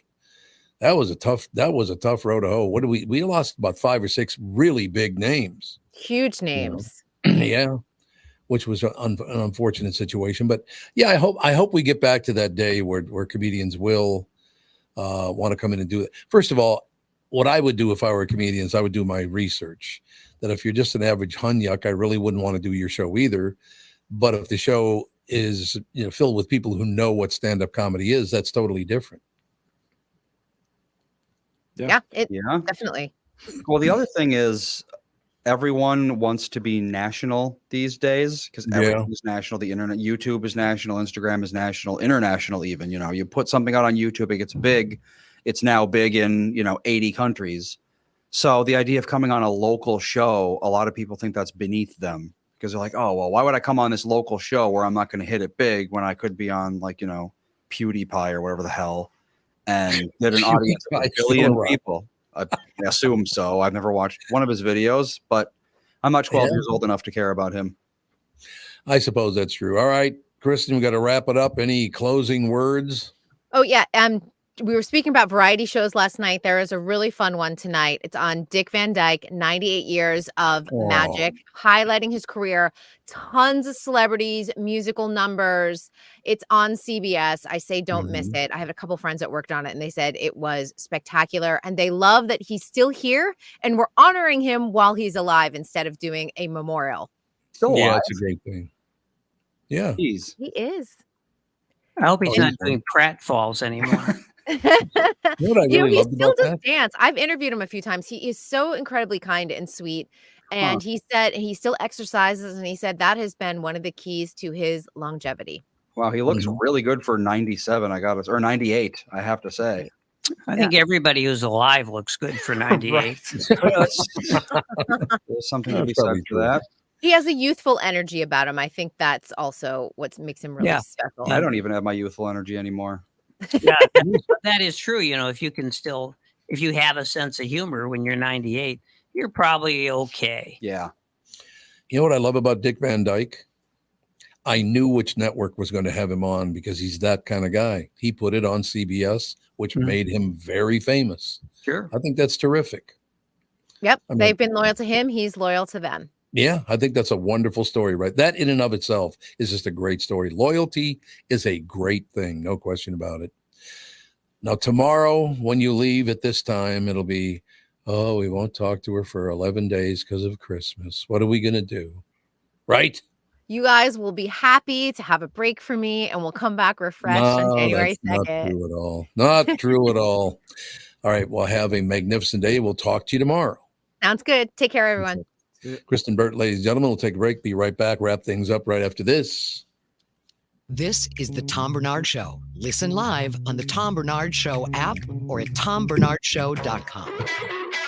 Tom here, and I want to discuss a partnership that has been wonderful in my life, Zero Res Carpet Care. Very good friends of mine. Nothing is better to someone with a family than having a completely clean home. Your carpet is the biggest filter in your house. If you want to talk about pet dander or foot traffic, dirt from the outside, they all eventually reside in your carpet. So, Zero Res Carpet Care. Listen, around the holidays, you need to contact ZeroResMinnesota.com or call 952-ZEROREZ. That's 952-ZERO-RES. They clean your home with their electrolyzed pH-elevated water that doesn't use chemicals or soaps that smell like a janitor's closet like other cleaning services. How about a Tom Barnard deal? Well, here it is. Get 3 rooms, 0 resified, starting at $129, and don't forget your air ducts. Mention me, and they'll discount your air vents by $75 too. This is for the entire month, so call them right now, 952-0-RES, backward or forward, spells the same, or book online, ZeroResMinnesota.com. If it's available, ask for them to come to your place in the Tom Barnard named service truck. What an honor that was, by the way. Just mention me by name and get the special deal to get your home clean and your heart happy.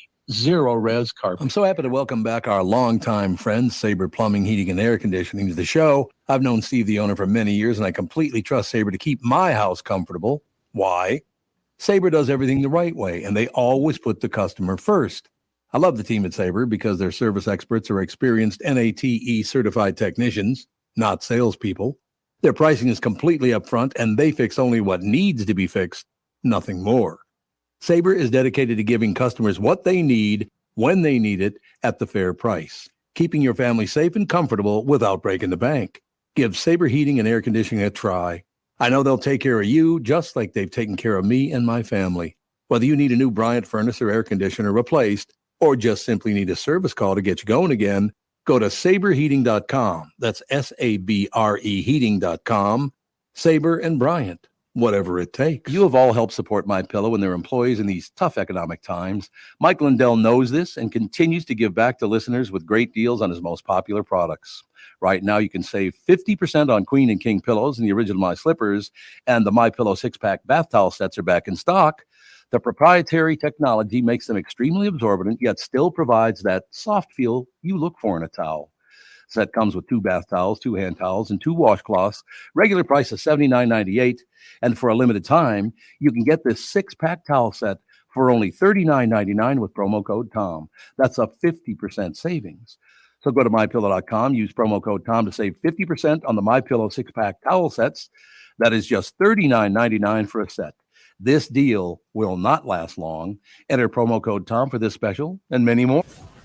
There you have it, ladies and gentlemen. Little news, little information. Time for holiday hijinks, eat and play at these 11 Twin Cities entertainment venues. You guys do this kind of thing? Oh, yes, absolutely. Yeah. You do? Okay.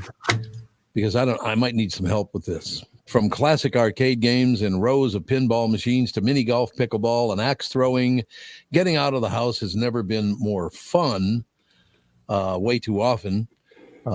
For apparent grown-ups. Oh, apparent grown-ups. I like that.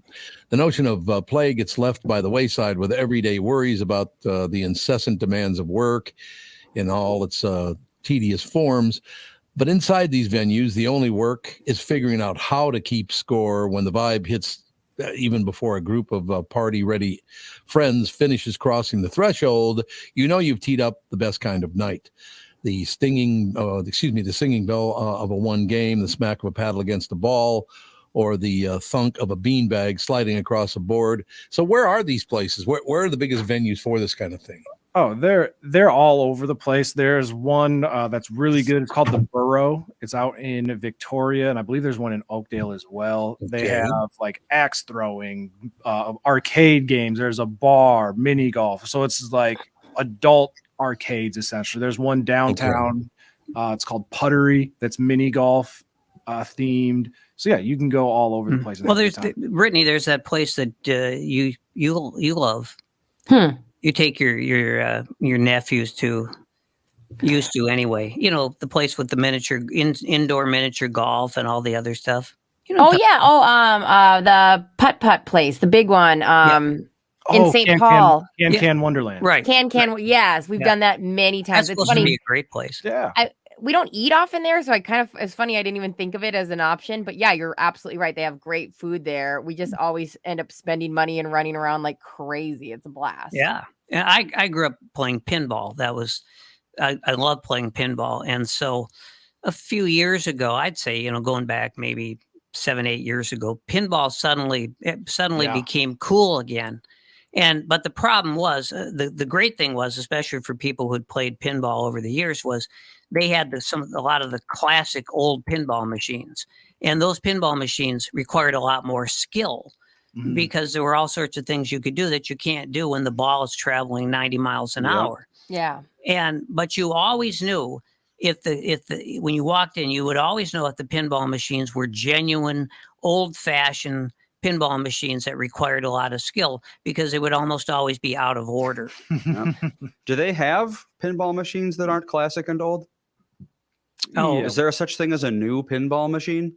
Yeah, like because what was it? I think it changed to something else now, but it was Tilt over in Uptown. Right. That was I've been in there. They had a lot of pinball things, or that's Up Down. Also in Uptown has a lot of the classic And they had arcade new stuff? games. Tilt, I believe, had some. Like I guess I don't know. Yeah. It looked newer to me. I guess. Yeah, no, I've been in those. I've been in Tilt, and there's another place that was on like 28th Street in Lindale or something. You know what I'm talking about? But anyway, I think you're talking about Up Down. They had a ton of pinball machines, and some were genuine. Some of them were the old mechanical machines, which were they were the gold standard. And then of course they had a lot of the newer machines. When I say newer, maybe they were only 15 years old. Yeah. But those machines were all digital, and those machines didn't require a lot of maintenance, so they became very popular with the people who owned them or rented them. But those machines, the ball, it was basically like they were especially designed, I think, for meth addicts. Oh, there might be. You got to have that reflexes. Yeah. And you couldn't freeze the ball in the flipper. See, with the old machines, you could freeze the ball on the flipper. Right. And that was really where the skill came in. Yeah. There are a couple of names. Just want to know if you guys ever been there. Lit Pinball Bar. Used to be where Liquor Lyle's was on Hennepin Avenue there. Ever been to Lit Pinball? Driven past it, but never. No, we've been in it. Up Down. What's Up Down? Great place in Uptown off of Lindale and Lake Street. Okay. Pizza is phenomenal. Yeah. And they have a spot too where you just play Nintendo 64 where you have on the big screen. And it's like I know. And it was like Mario Kart just on these big screens. And it's so fun. But the problem is pizza and pinball do not mix. Pizza and video games, you're going to get those controllers are going to need a nice hosing down afterwards. That is correct. Yep. I would say at least for an arcade, relatively clean. Like it's not like you're not feeling greasiness on any of the games and stuff. They keep everything nice. So God, they got everything covered in here. This is a pretty amazing list of places. If you want pickleball, Minneapolis Cider Company. You ever been there? Been there. I was just at a wedding there that we played pickleball after, so it was pretty fun. It's over in Northeast. Right. How about Smash Park? No. That's new in Roseville, I believe. It's in Roseville. Yep. Absolutely. So it's a new place in Roseville. It's a massive ode to all things fun is what it says. All things fun. All things fun. If you want an escape room, the Lodge of Lazarus Crow. I've never even heard of that. The Lodge of Lazarus. It sounds like an Edgar Allan Poe story. The Lodge of Lazarus Crow. That's the name of it. It's an escape room, apparently. I've never done an escape room. You guys ever done that? Yeah, they're really fun. Are they? Yeah, they're a blast. I've always had fun in them, no matter what, even if it was easy or hard. You're just like in such a unique situation with a group of people. They're like either you know them well and you bring them, or like randoms because you're there with two people. We always there's always an inside joke then for the next 30 years of some weird guy that was in there or something. I don't know. They're a blast. You got the Three Jack, Can Wonderland, and the Pottery. Those are all golfing places. Yeah. Three Jack that's downtown. It's more of a I'll say like a real golfers, like it's golf simulator type of thing at adults. Oh, okay. Pottery is a like mini golf. Oh, it's a mini golf thing. Boy, some of these places are decked out. I'm looking at a picture. This is what is this? Burroughs in Victoria. You know that place? Burroughs. Yep, that's beautiful. Yeah, me and Justin went there when I was pregnant, and we had a blast. It was super. It was just fun. There was so much going on. It was huge too. Well, they spent a ton of money on this place too. Just looking at the picture. Yeah, the parking lot's tiny, and the event space is huge. It's huge. Yeah, it looks like it'd be a lot. Okay, well, we can wrap it up right there because look, we just gave you a ton of fun things. I've never been to any of these places, so I could go to these places now and have fun. And even like Burrow, you could bring like the grandkids there in mini golf. And so that's good. Yeah, it's fun. Yeah, that's a good thing. All right, that's going to wrap it up. We'll be right back in just a couple of minutes with the family show.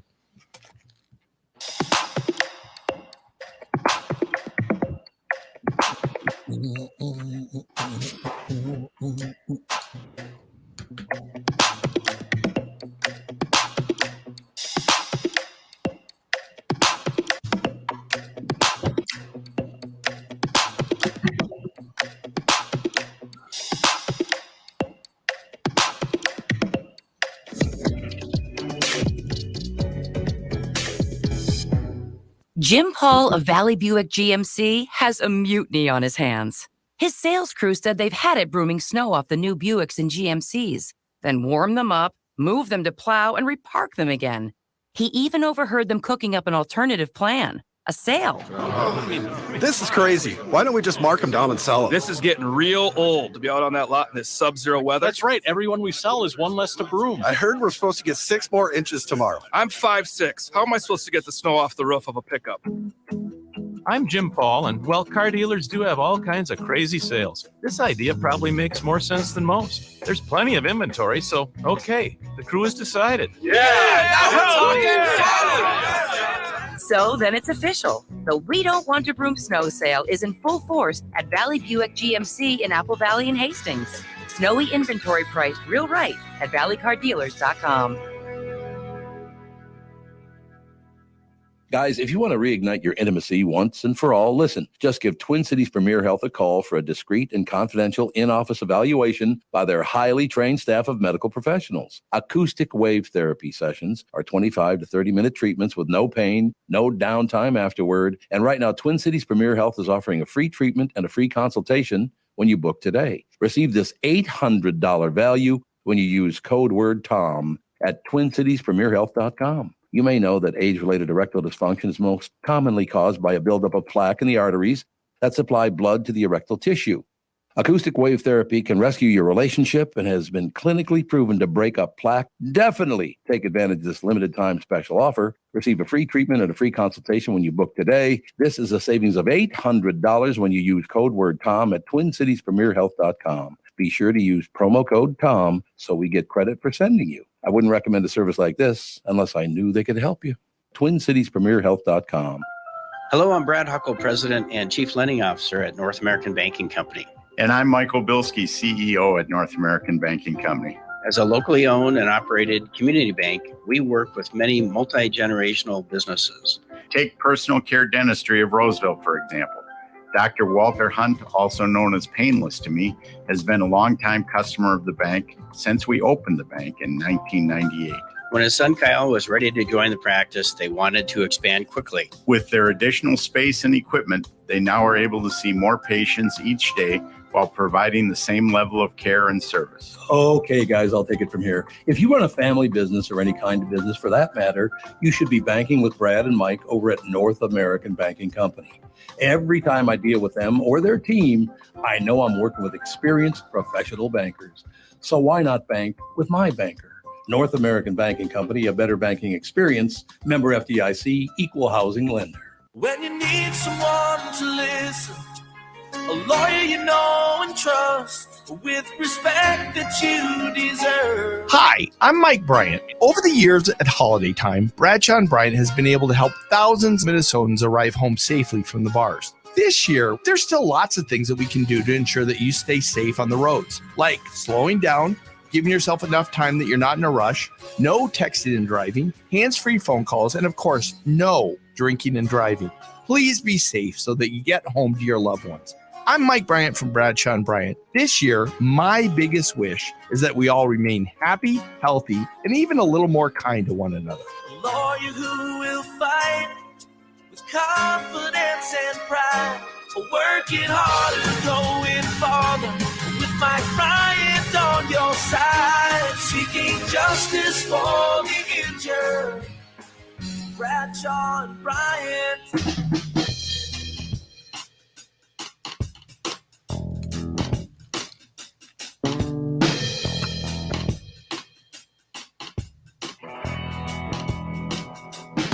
We are back, ladies and gentlemen, with Tevin Pittman, Mike Gelfand, and Andy Brant Barnard.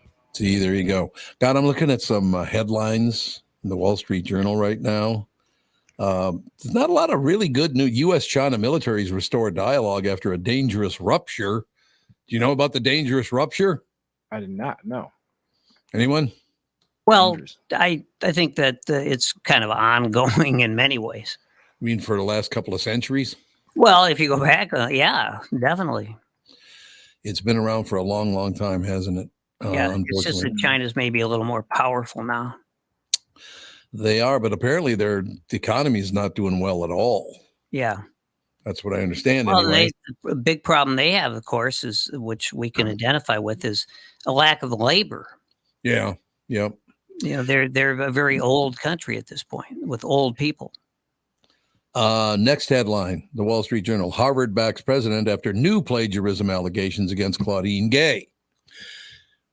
What did they think was going to happen? Did they think they would all of a sudden they're going to have to support her from this point forward, right? Because it got so hideous at the beginning and they stayed with her. They're going to have to stay with her forever now, are they not? Well, when it's I guess when it's compatible with their financial goals. That's exactly right, Mike. I'm glad you brought it up because it's all about the money again, right? And they're like, you know, they would qualify like as one of the top 20 corporations in the country. They've lost what, like $7 billion in donations now in the last 6 months, something like that. Yeah. A lot of people pulling their money out of Harvard because it is one of the biggest shitholes in the world. But, it's just the way it is. What did we come up with again? How many professors aren't there? Like, what was 2,400 professors at one college? That was 2,000-ish, I think. 2,000. Why do they need 2,000 professors, Michael Gelfand? I guess because for one thing, they can afford it. So yeah, true. And most colleges and universities just can't afford that. No, they cannot. But why do they need all those professors anyway? I don't know. Maybe they attract donations. And I bet you if you broke down the number, like that number, there's probably a lot of professors that are just one class a week that they teach because they've been there for so long and they're just hanging out. Like they're emeritus professors. Yeah, could be. But what was it again, Andy? $52 billion in the bank? Yeah, in assets. So not in the bank, but in assets. That Yes, is their that's a net, better way to net put it. worth. Yeah, they're investing that money. Yeah, I'm sure a lot of it. $52 billion, ladies and gentlemen. Yeah. So it's pretty much the same as North Hennepin Junior College, isn't it? Same thing. It's got to be pretty close. 52 billion. Well, I mean, I think I said $52 billion. So this is in millions. So that would be 52,000 million. Mm-hmm. That would put them right around the level of the country of Uganda. They have the same economy. Well, and that's by the way, in Uganda, you can get a pretty good education. There you go. Yeah. You really can. Well, so there you go. There you have it, ladies and gentlemen. Bolivia, Latvia, Estonia, Paraguay. By quite a bit, by the way. All of them. Iceland, they're almost two Icelands.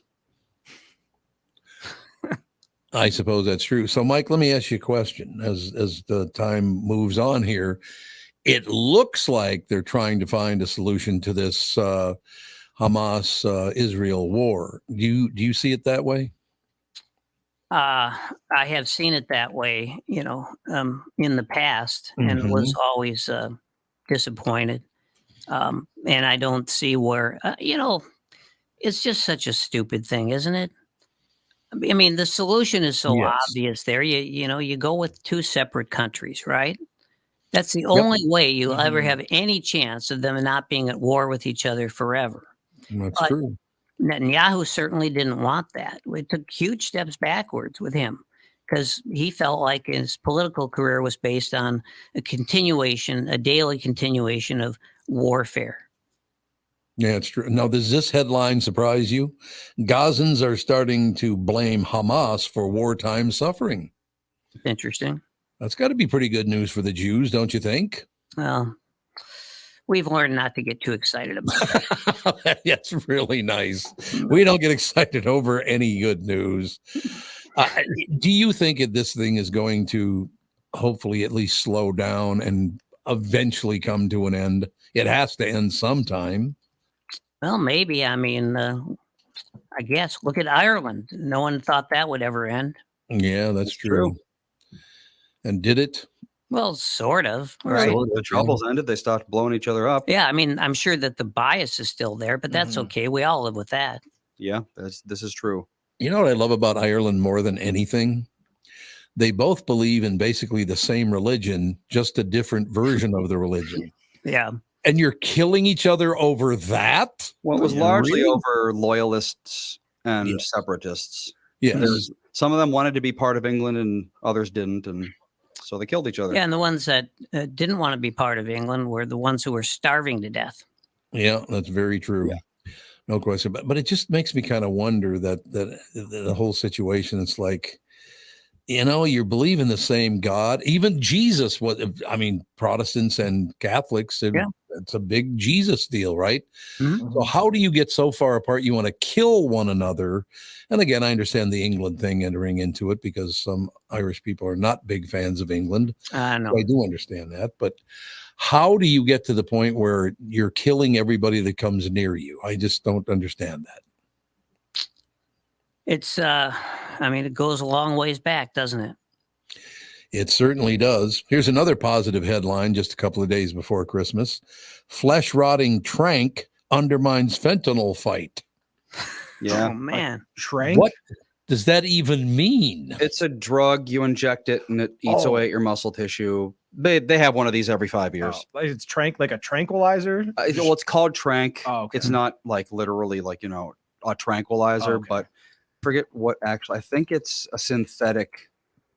Feely. I believe you're right. Yeah.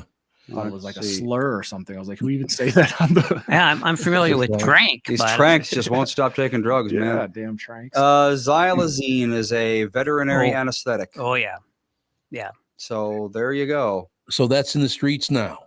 Everything's on the streets.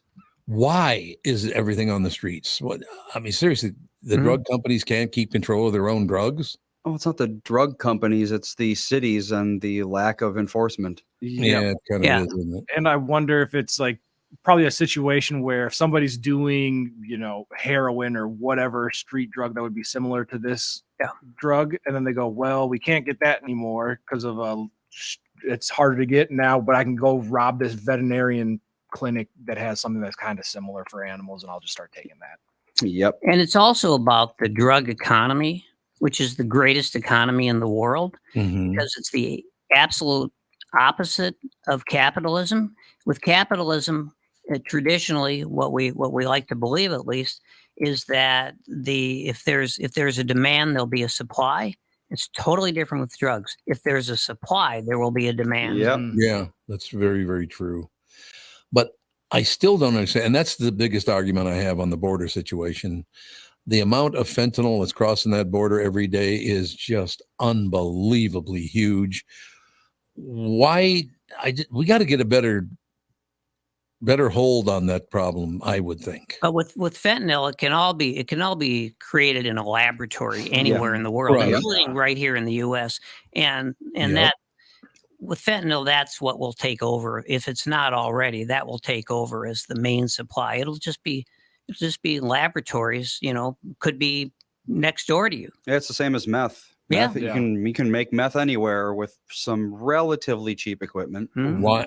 So why are they still bringing it across the border by the ton then? It's still cheaper from overseas.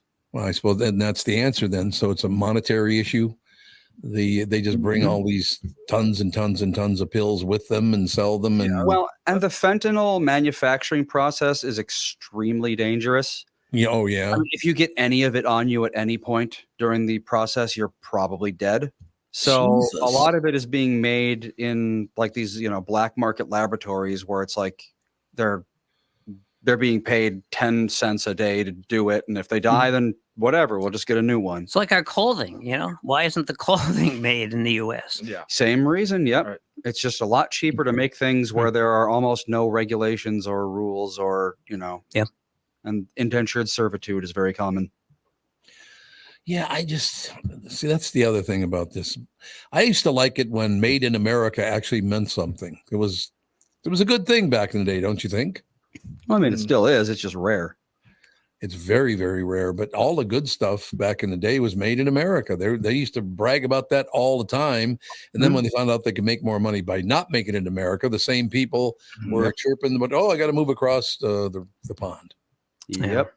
And we do also, when it comes to drugs, there is this sort of, what I would say anyway is a pandemic of hopelessness. Yeah. And people who see no future, who are entirely hopeless, why wouldn't they want to take fentanyl? Because it kills you?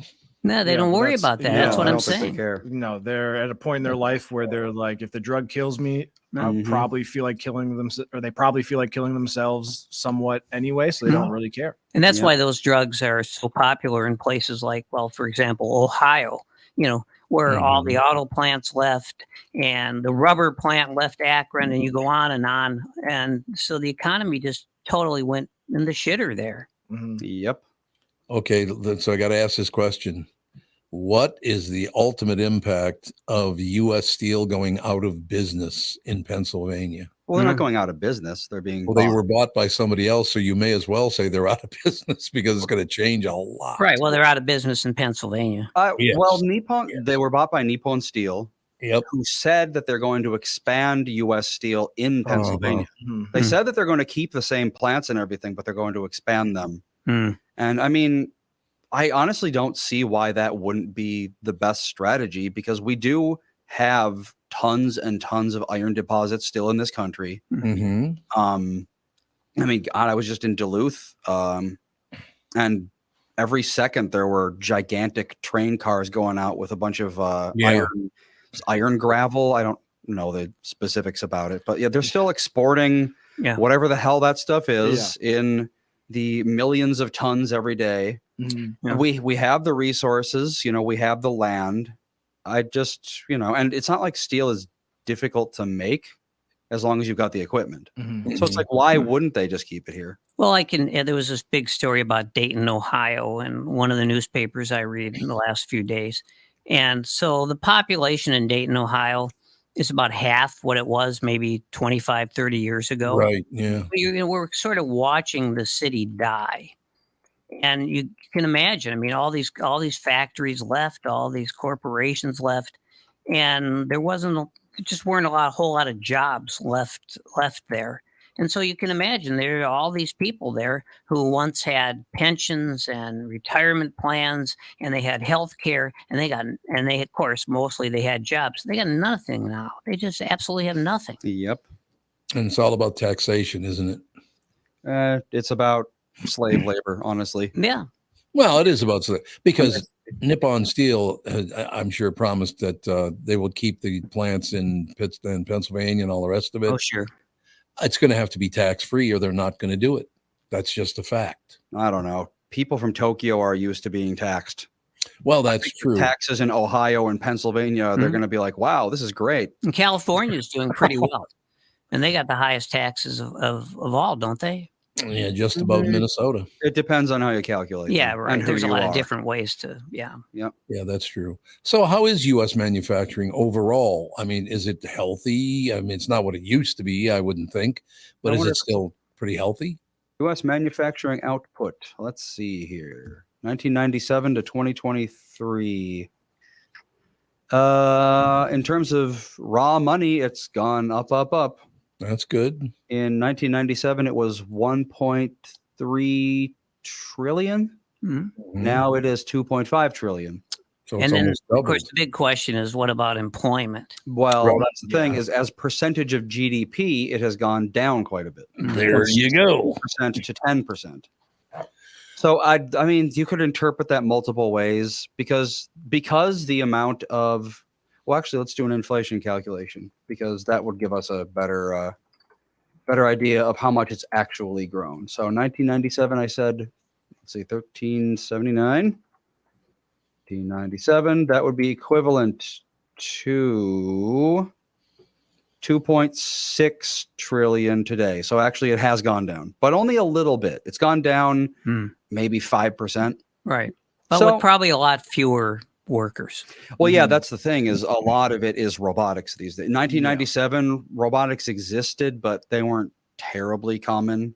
Yeah. Whereas like, someone like Joe could tell you all of these car parts, they're all being manufactured and assembled by robots. Because, ideally an economy is something that serves the best interests of the people. Yes. Right. But it's like, But that's not it anymore. Now it's just whatever makes the most money. Well, it's like if I own a factory, I can either pay $1 billion a year to have workers putting my cars together, or I can pay, $50 million a year having robots put it together. Obviously, I'm going to choose the robots. Yeah. You can't really fault them for going with the cheaper, arguably more, because robots can work 24 hours a day. They never stop too. But the problem is it's where the economy is not efficient anymore. The problem is that these jobs aren't being replaced. Right. They're always like, oh, well, the jobs is going to be manufacturing and maintaining these robots, but one person can maintain an entire assembly floor worth of robots. Because that's what we used to hear is, well, of course we're losing, all these jobs, but they'll be replaced by jobs, in the information economy. But that is not well, true. That hasn't happened. I can tell you as someone who does programming, something that would have taken a team of 10 people to make in the 80s, one person could easily do now. Yeah. As technology gets better, the amount of people needed to run it gets much smaller. Yeah. So the idea of like, infinite job growth because of technology, it's the opposite. More technology means fewer jobs. But what I don't get is, okay, so you got your factory guy, he's saving however many billions of dollars a year with these robots.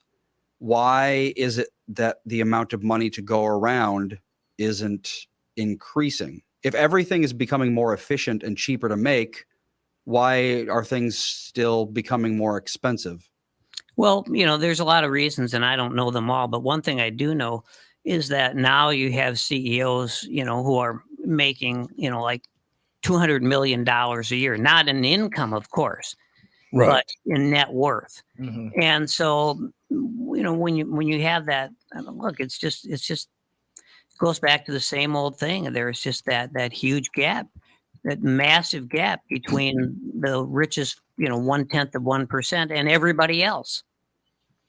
Well, that one guy a couple of years ago that left the medical field, and his separation pay was almost $250 million. Yeah. This is in the medical industry. Is the medical industry now a medical industry, or is it just a money machine? It's just a money machine, and it's the most well-organized group of drug dealers. Oh yeah, in America. I mean, it's like I said, I went to the hospital and I had a CAT scan. What are the things they do? The CAT scan, they have a couple other things, whatever. Is a CT scan, is that different than a CAT CT scan? and CAT are the same. You got the MRIs. The MRI, there you go. But I had it all done and checked over to make sure everything was cool and all the rest of it. I was there about 2.5 hours, and the bill was $16,000. $16,000. Now I didn't have to pay it because I have insurance, but still.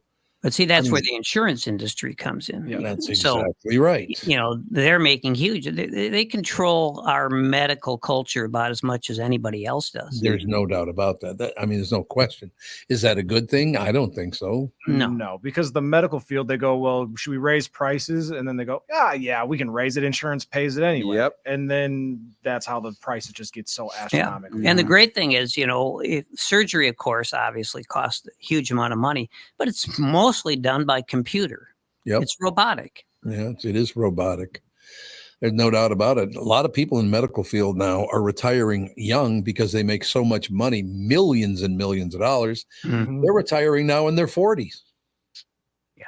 Well, let's see. General surgeon salary. It depends on where you live, of course, but sure. $450K.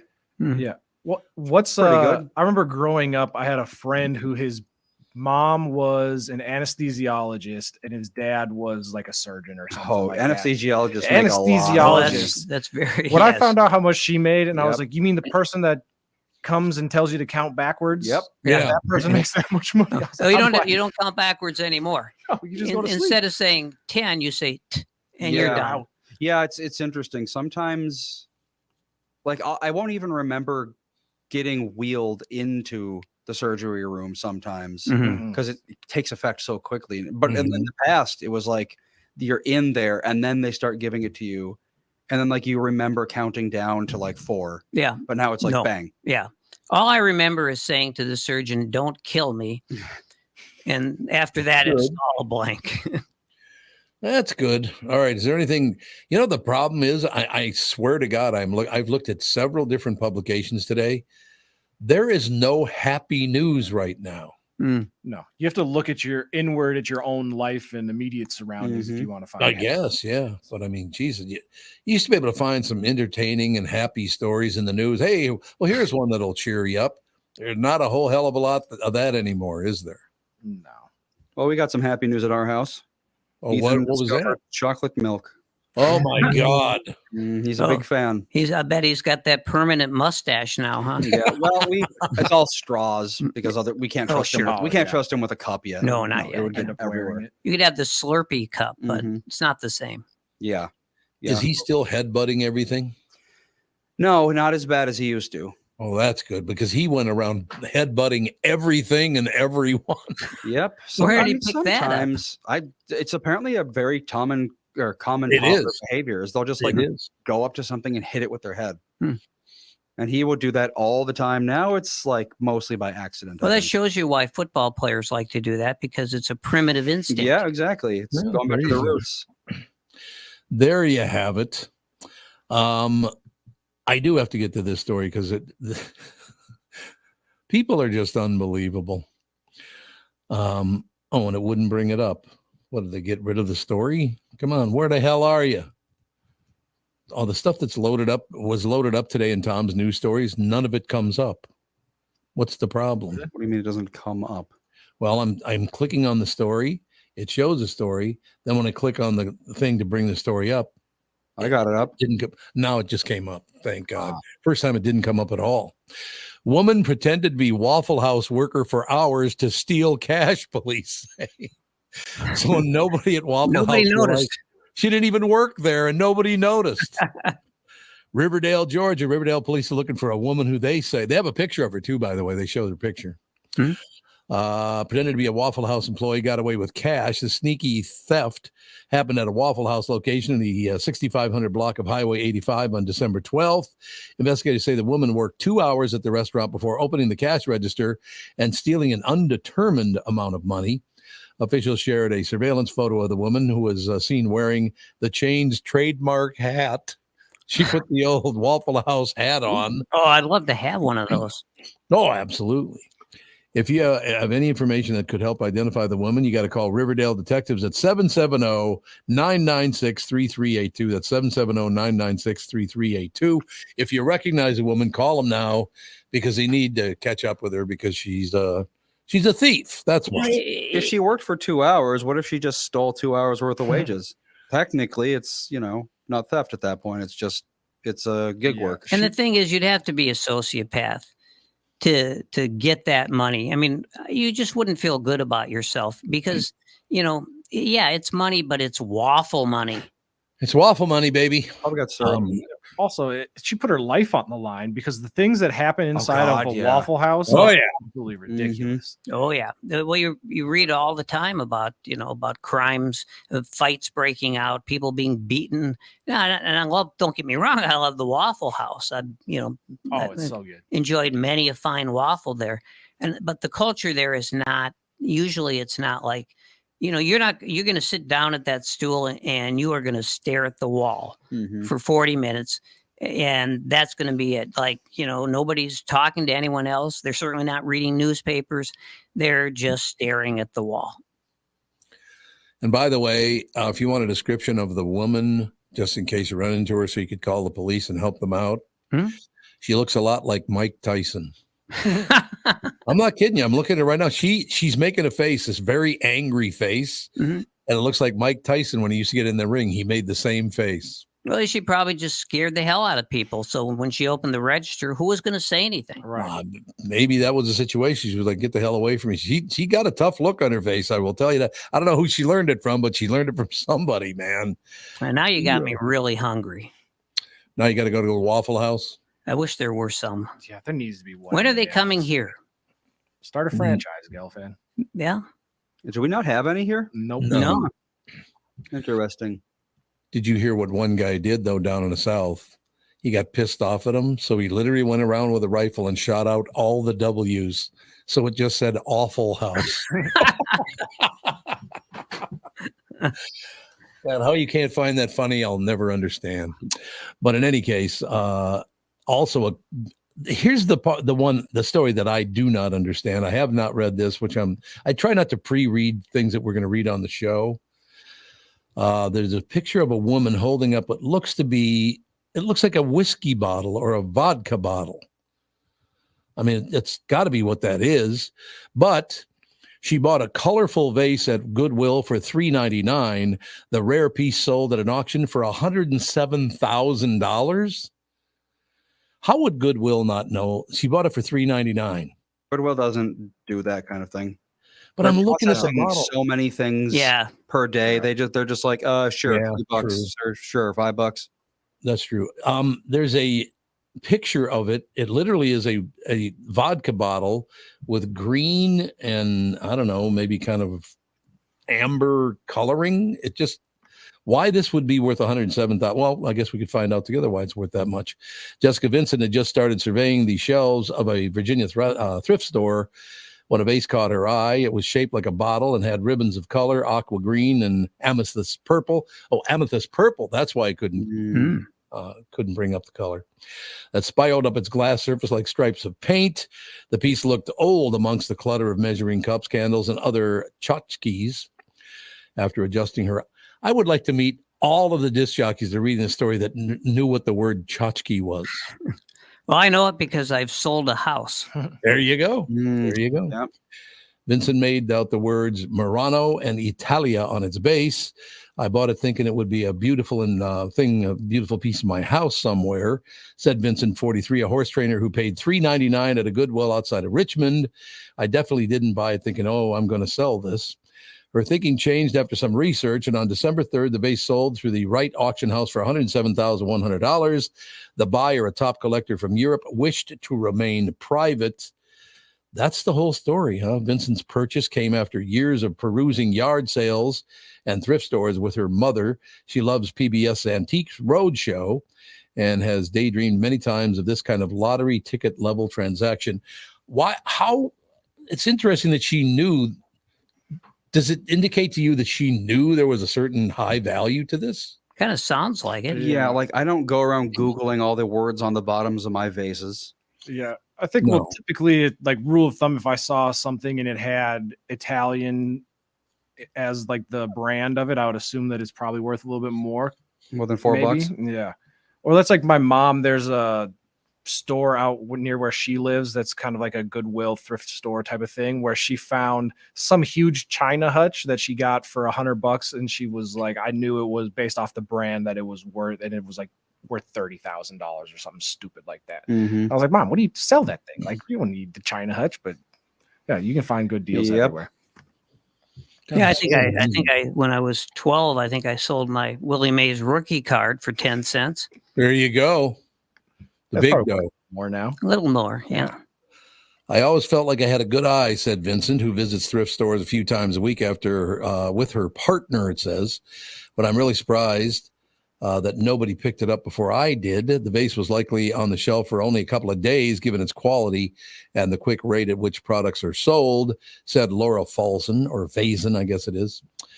Spokeswoman for Goodwill of Central and Coastal Virginia. Each store averages about 2,000 new pieces a day, just what you guys were talking about. So much stuff comes through those stores, they couldn't possibly know what most of it even is. I mean, 2,000 new pieces a day?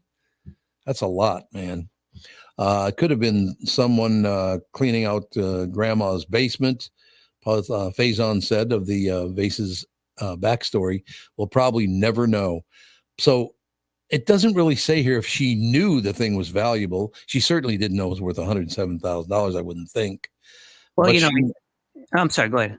No, she just knew it had some value. It's interesting. All I was going to say was, if you've ever been at the drive-through window at Goodwill and seen people unload stuff from their cars. Oh, yeah. Oh, I see people, they're unloading, stuff that there's probably, clothing mostly, but there's probably like, 1,000 items that some people just are. Yeah, they just shovel their entire basement out. That's and they're just exactly like, right. They don't even go through it. They're just like, get rid of it. No, and Goodwill, they're not going to say, oh, you can't give us this, but you can give us this. They just take everything. I guess that's the whole deal, man. It's pretty amazing. What is this Juul lawsuit? A Juul is what, the smoking? It's a little fake cigarette deal. They came out a while ago, but it's like the vaping pods, and they got in a big thing because it was hit. They had the flavors, and so kids started using them. And there was some company that made like counterfeit Juul pods that went in that were starting. You don't want to use those. Yeah, that were starting to cause lung issues. The oil would get into your lungs and stick, and people were dying.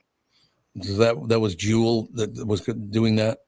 Yeah, it was Juul was just the brand that everybody was using, like the device, but they were putting a different. It'd be like if you had a pen and you put a different ink than the normal Juul ink, but it was a different one. And then you started huffing it. Yeah. Seattle Public Schools get $1.75 million from Juul after dramatic increase in youth vaping. Why would the school get the money? Yeah, that doesn't make any sense. Aside from because they have the lobbyists to do so, because I'm sure Seattle schools get a whole lot of taxpayer money. Could be. The Seattle School Board has allowed Seattle Public Schools to accept roughly $1.75 million from a federal lawsuit against Juul and others involved in the marketing, distribution of vape products. The money will be sent over 4 years. The first installment of $750,000 will be paid by the end of December. SPS will also receive about $400,000 in the first half of 2024. Well, I still don't understand, what the hell does this have to do with the school board? I don't get it. It's because of a marketing thing. They say it was marketed to minors. But what does still have to do with school? Well, like I said, it's, Seattle Public Schools, they're going to get their cut. But why wouldn't the kids who actually were harmed by it get the money? That's a good question because, they were ordered to pay the money to Washington State. North Carolina's got another one. Yeah, so it's like the states and that sort of thing are suing them. But I don't understand why the school would get it and not the people who are actually harmed by it. I wonder if the state sued them and then they're distributing the money they got from the lawsuit to benefit kids, maybe type of thing. That's kind of what I would have inferred. Yeah. So do you think these kids will ever see any of the money? Well, you can, if you are the parent of a child 18 or under who became addicted to vaping products, then you can join a class action lawsuit. Yeah. Oh, so it's another lawsuit going on. So there are, the kid's probably not going to see the money anyway because the parents are going to get it. But still, that'll be the end of it. And, like a lot of these, we've all seen these. We get text messages, we get emails about joining a class action lawsuit, and and then like if things go right, then someday you'll get a check for like 80 cents. Yeah, exactly. I think what was it? Apple was involved in one a couple years back, and everybody got like I think it was $20 or something. Yeah, like, so $20. So I think that the idea of just aggregating all that money and giving it to one good cause, and I would say public education is a pretty good cause. Not everyone would agree, but that's my take on it. To me, that's not a bad thing. No, D-Hart's got a good theory. His theory is that they're making Juul pay for the damage to plumbing from kids flushing their Juul pods because they didn't want to get caught. So how would that damage the plumbing? I think because you're just flushing something that's not supposed to be flushed. Yeah. He also wants to know, how's the video going if you're going to be a star? According to Kristen, we'll find out hopefully after the holidays. So there you go. Early January. Well, you got to show me the video. It's he auditioned for Squid Game, right? For Squid Game reality show. But with these Juul pods, because the oil is such a high concentration, the reason people are getting addicted to concentration. Them, it's like because a kid would smoke. I smoked just one, Juul pod today, but it's the equivalent of like 2 packs of cigarettes that they would. Just one pod contains an insane amount of nicotine, and it's like Melissa's brother. He used to smoke, and then he moved over to some e-cig. I don't remember what brand it is. It's not Juul, but he was like, "Oh, it tastes like blue raspberry. Try a puff." And I was like, "Okay, sure." Because I used to vape in the years past. I didn't do very high concentration or anything like that. So I was like, "Sure." The amount of nicotine in a single, I took like a half-second drag. It felt like I had smoked an entire cigar. Ugh. And the people are like taking 5-second pulls of this every minute. It's like, I don't even know how you get like a tolerance to that amount of nicotine. It's ridiculous. Well, I'm just glad my mother didn't have access to that when she was pregnant. Instead, she just smoked 2 or 3 packs of Chesterfields a day. God, I haven't heard Chesterfield in a long time, man. It is a reference. I can't imagine how many birth defects we're going to see related to people vaping the equivalent of 10 packs of cigarettes while they're pregnant. Yeah, that is one thing that I would say that they are being negligent about is the sheer concentration of nicotine. It's just completely unnecessary. Nobody needs that. Gelfand, you're going to have to hang up your skates, man. What do you mean? I'm sorry to tell you this, but the Minnesota Ice Festival has been canceled because of warm weather. Oh man. Oh well, I guess that makes sense. First it was the marathon, and now this. What am I supposed to do with my time? And when they took away the marathon, you know what? I stayed silent. You did, yes, but no longer. Now they've taken away the skating, and I'm still silent. And pretty soon they'll come for my recumbent exercise bike. And there will be no one left to speak for you. That's correct. I have a question. It's going to get cold eventually. Eventually. Can't we just reschedule this? Like, how much prep do you need for the ice festival? Well, I don't know. Some of these ice castles must take a month to build. Well, I read a story that said that they've been planning this thing for like 6 months. Yeah. Jeez. So it's like, if you've only got 2 months of weather where you can actually do this kind of thing, I guess it might not be worth the amount of prep, the amount of money it takes to like build all this stuff, because it's going to melt. And, like imagine what if it doesn't get cold enough until mid-January. And then, because we're still in an El Nino year, it warms up in like early March. Well, what I worry about is that maybe they won't have the medallion hunt. Think about the no medallion. If there's no medallion hunt, there is no reason to live in the Twin Cities. No, you're right. You always have to get out. No question about it. Okay, does this surprise any of you? This is from the Twin Cities Pioneer Press, as a matter of fact. Minnesota program to provide free school meals for all kids is costing the state more than expected. Oh, what a shock. Every program that the state comes up with always costs more than expected. Well, I think the price of gruel has gone up. Is that what it is? I don't know. Gruel prices through the roof. I just, honest to God, it's a nice thing trying to provide all kids with a nice meal at least once a day when they go to school. But you got to come up with the right cost before you start the program so everybody knows what's going to happen, don't you? Well, everything has gone up by so much, Can you think of anything that inflation hasn't affected? No, I cannot.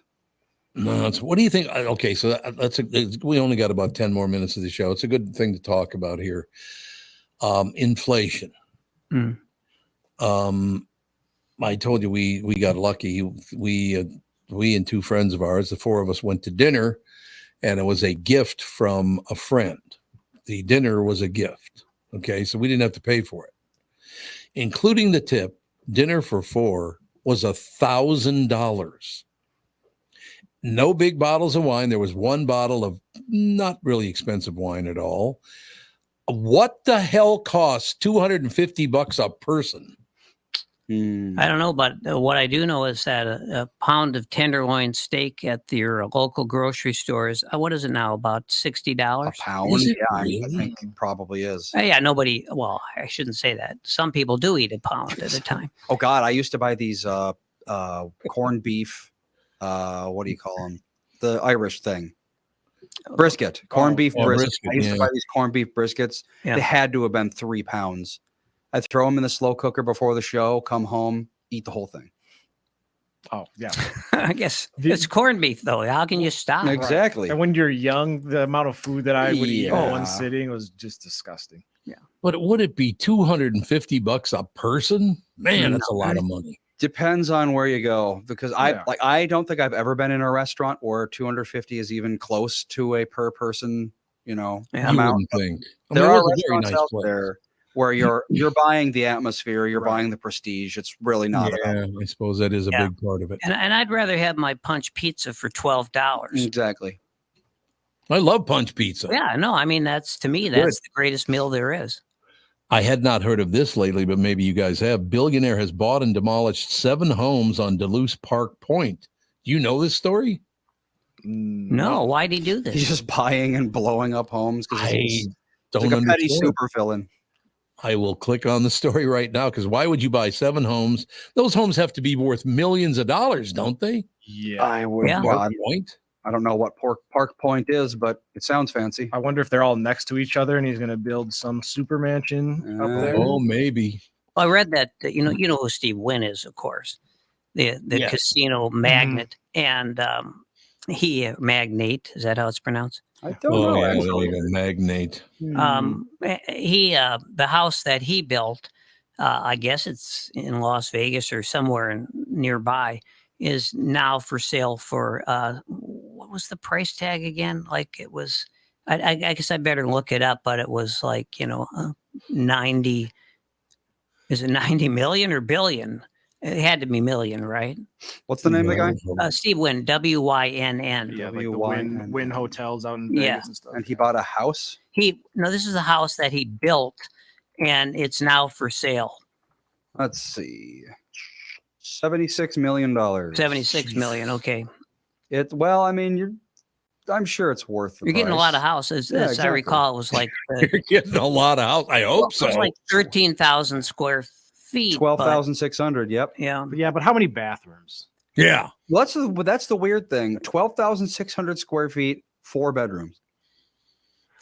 Well, that doesn't include the guest house. Of course. That doesn't include the guest house. There's a 3-bedroom guest house. So it's actually a steal of a deal. But it's like, well, the pictures of this place, it's clearly not designed for like high occupancy use. Right.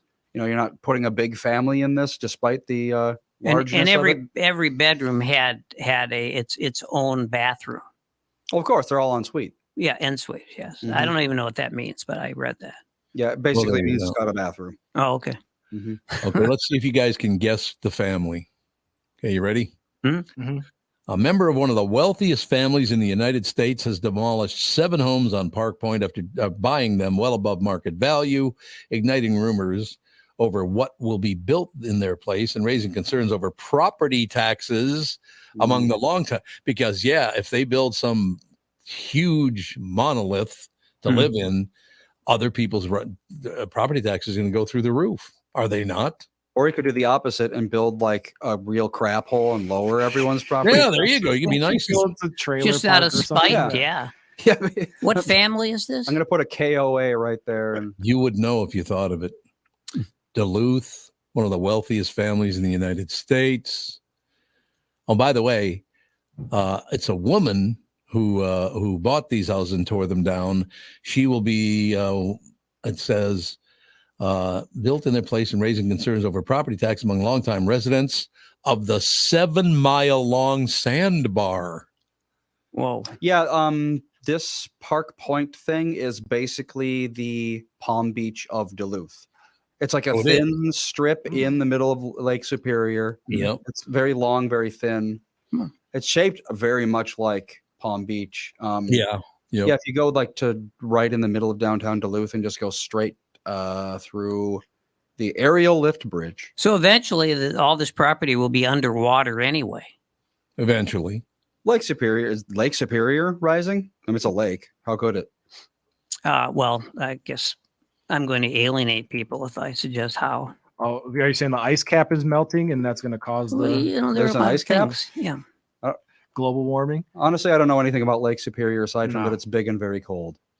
It is indeed. Over the last year, North Shore LLC has spent a combined $4.6 million on 7 addresses at Park Point, $2 million more than the combined estimated value of all 14 parcels put together. So 14 parcels for $2.6 million. That's not bad, That's actually. a steal. Yeah, for It's real. a steal. I mean, my God. Although there are a lot of very old, very not well kept properties in Duluth. Yeah. So Yeah, that is true. All right, you want the family name? Well, she's married to James R. Cargill II. He goes, Well, it's interesting because someone I know very well lived discreetly in a house in the western suburbs for many years. And one day, the very nice house next door got torn down. And in the next 6 to 12 months, a mega mansion was built next to my friend's house. Okay. So basically, everything's the same except they no longer get any sunlight in the house. Yep. There's no view. It's and when they look out their window, of course, all they see is a big wall. See, Cargill. Yes, it was a Cargill who built that house. And so, real quick, I just want to point out that I have insider information from one of the listeners here. We've got Gary, the mailman from Duluth. These are his words, not mine. Tevin is correct. They are building a mansion. Well, of course they are. Yeah, what else what would they If do? Heaven is correct. Right. That's. I really just want to let it? you know that he says that I am. Heaven is correct. We all said that. Nobody You else. threw that in yourself. You No, added that part. That's Gary the mailman. I cannot. Oh, for Christ's sakes. Well, he would know. Yeah. I just don't get like, I'm not trying to say like I'm incorruptible, but if I were to stumble upon $1 billion, I don't think one of my instincts would be to tear down a bunch of historic property and build a monument to myself on the ashes. No. But that's like what they all do. Yeah, you're right about that. I don't get it. Yeah, it's a tribute to themselves. I would much rather fix up these old places. Although I'm into like, keeping history almost to a pathological degree. So there's that. And if I was going to build a monument to myself, I wouldn't feel the need to tear down something else. Yeah, to there's do plenty so. of I'd be like, land I can out go there. find a place that is my own. Yeah, go to rural Wyoming, buy 10,000 acres for 25 cents and build your monument there. You can make it even bigger. And you could put up a hospital next door too, because in rural Wyoming you could die trying to get to a hospital. That is probably true. Yep. All I have to say is, if I ever inherited $1 billion like these people, you won't see him around here no more. No. Exactly. The only thing you'll be able to say is, you guys ever remember that Tom Barnard guy? Yeah, he's off on some island somewhere. Where he went. When you think about all the progress we've made over the years, remember Howard Hughes had to buy the local television station to watch the movies he wanted to see. And what was the movie? He watched it every night pretty much for the last year of his life. Oh, I don't know. What was it? Ice Station Zebra. Oh, it's Ice Station Zebra. That's crazy. And he's looking up Ice Station Zebra. If I made a list of 1,000 movie. movies I'd want to see over and over, pretty sure that one wouldn't make the list. What do you got, Andy? Ice Station Zebra. Remember the name. Your life may depend on it. It's got Rock Hudson, Ernest Borgnine. Hey. Well, Jim Brown. Jim Brown was in it. Jim Brown, yeah. It's a espionage thriller film. Jim Brown, I don't remember as being one of our greatest actors. Well, No. it was photographed in Super Panavision 70, though. So just think about that. There you go. All right, that is going to do it for the show today. We'll be back tomorrow. The last shows before Christmas. What do you think of that action, ladies and gentlemen? Talk to you later.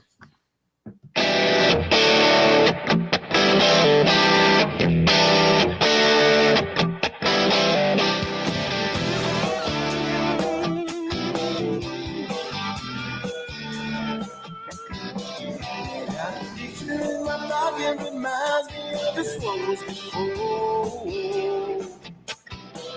Every time I hear the same, reminds me how you talking.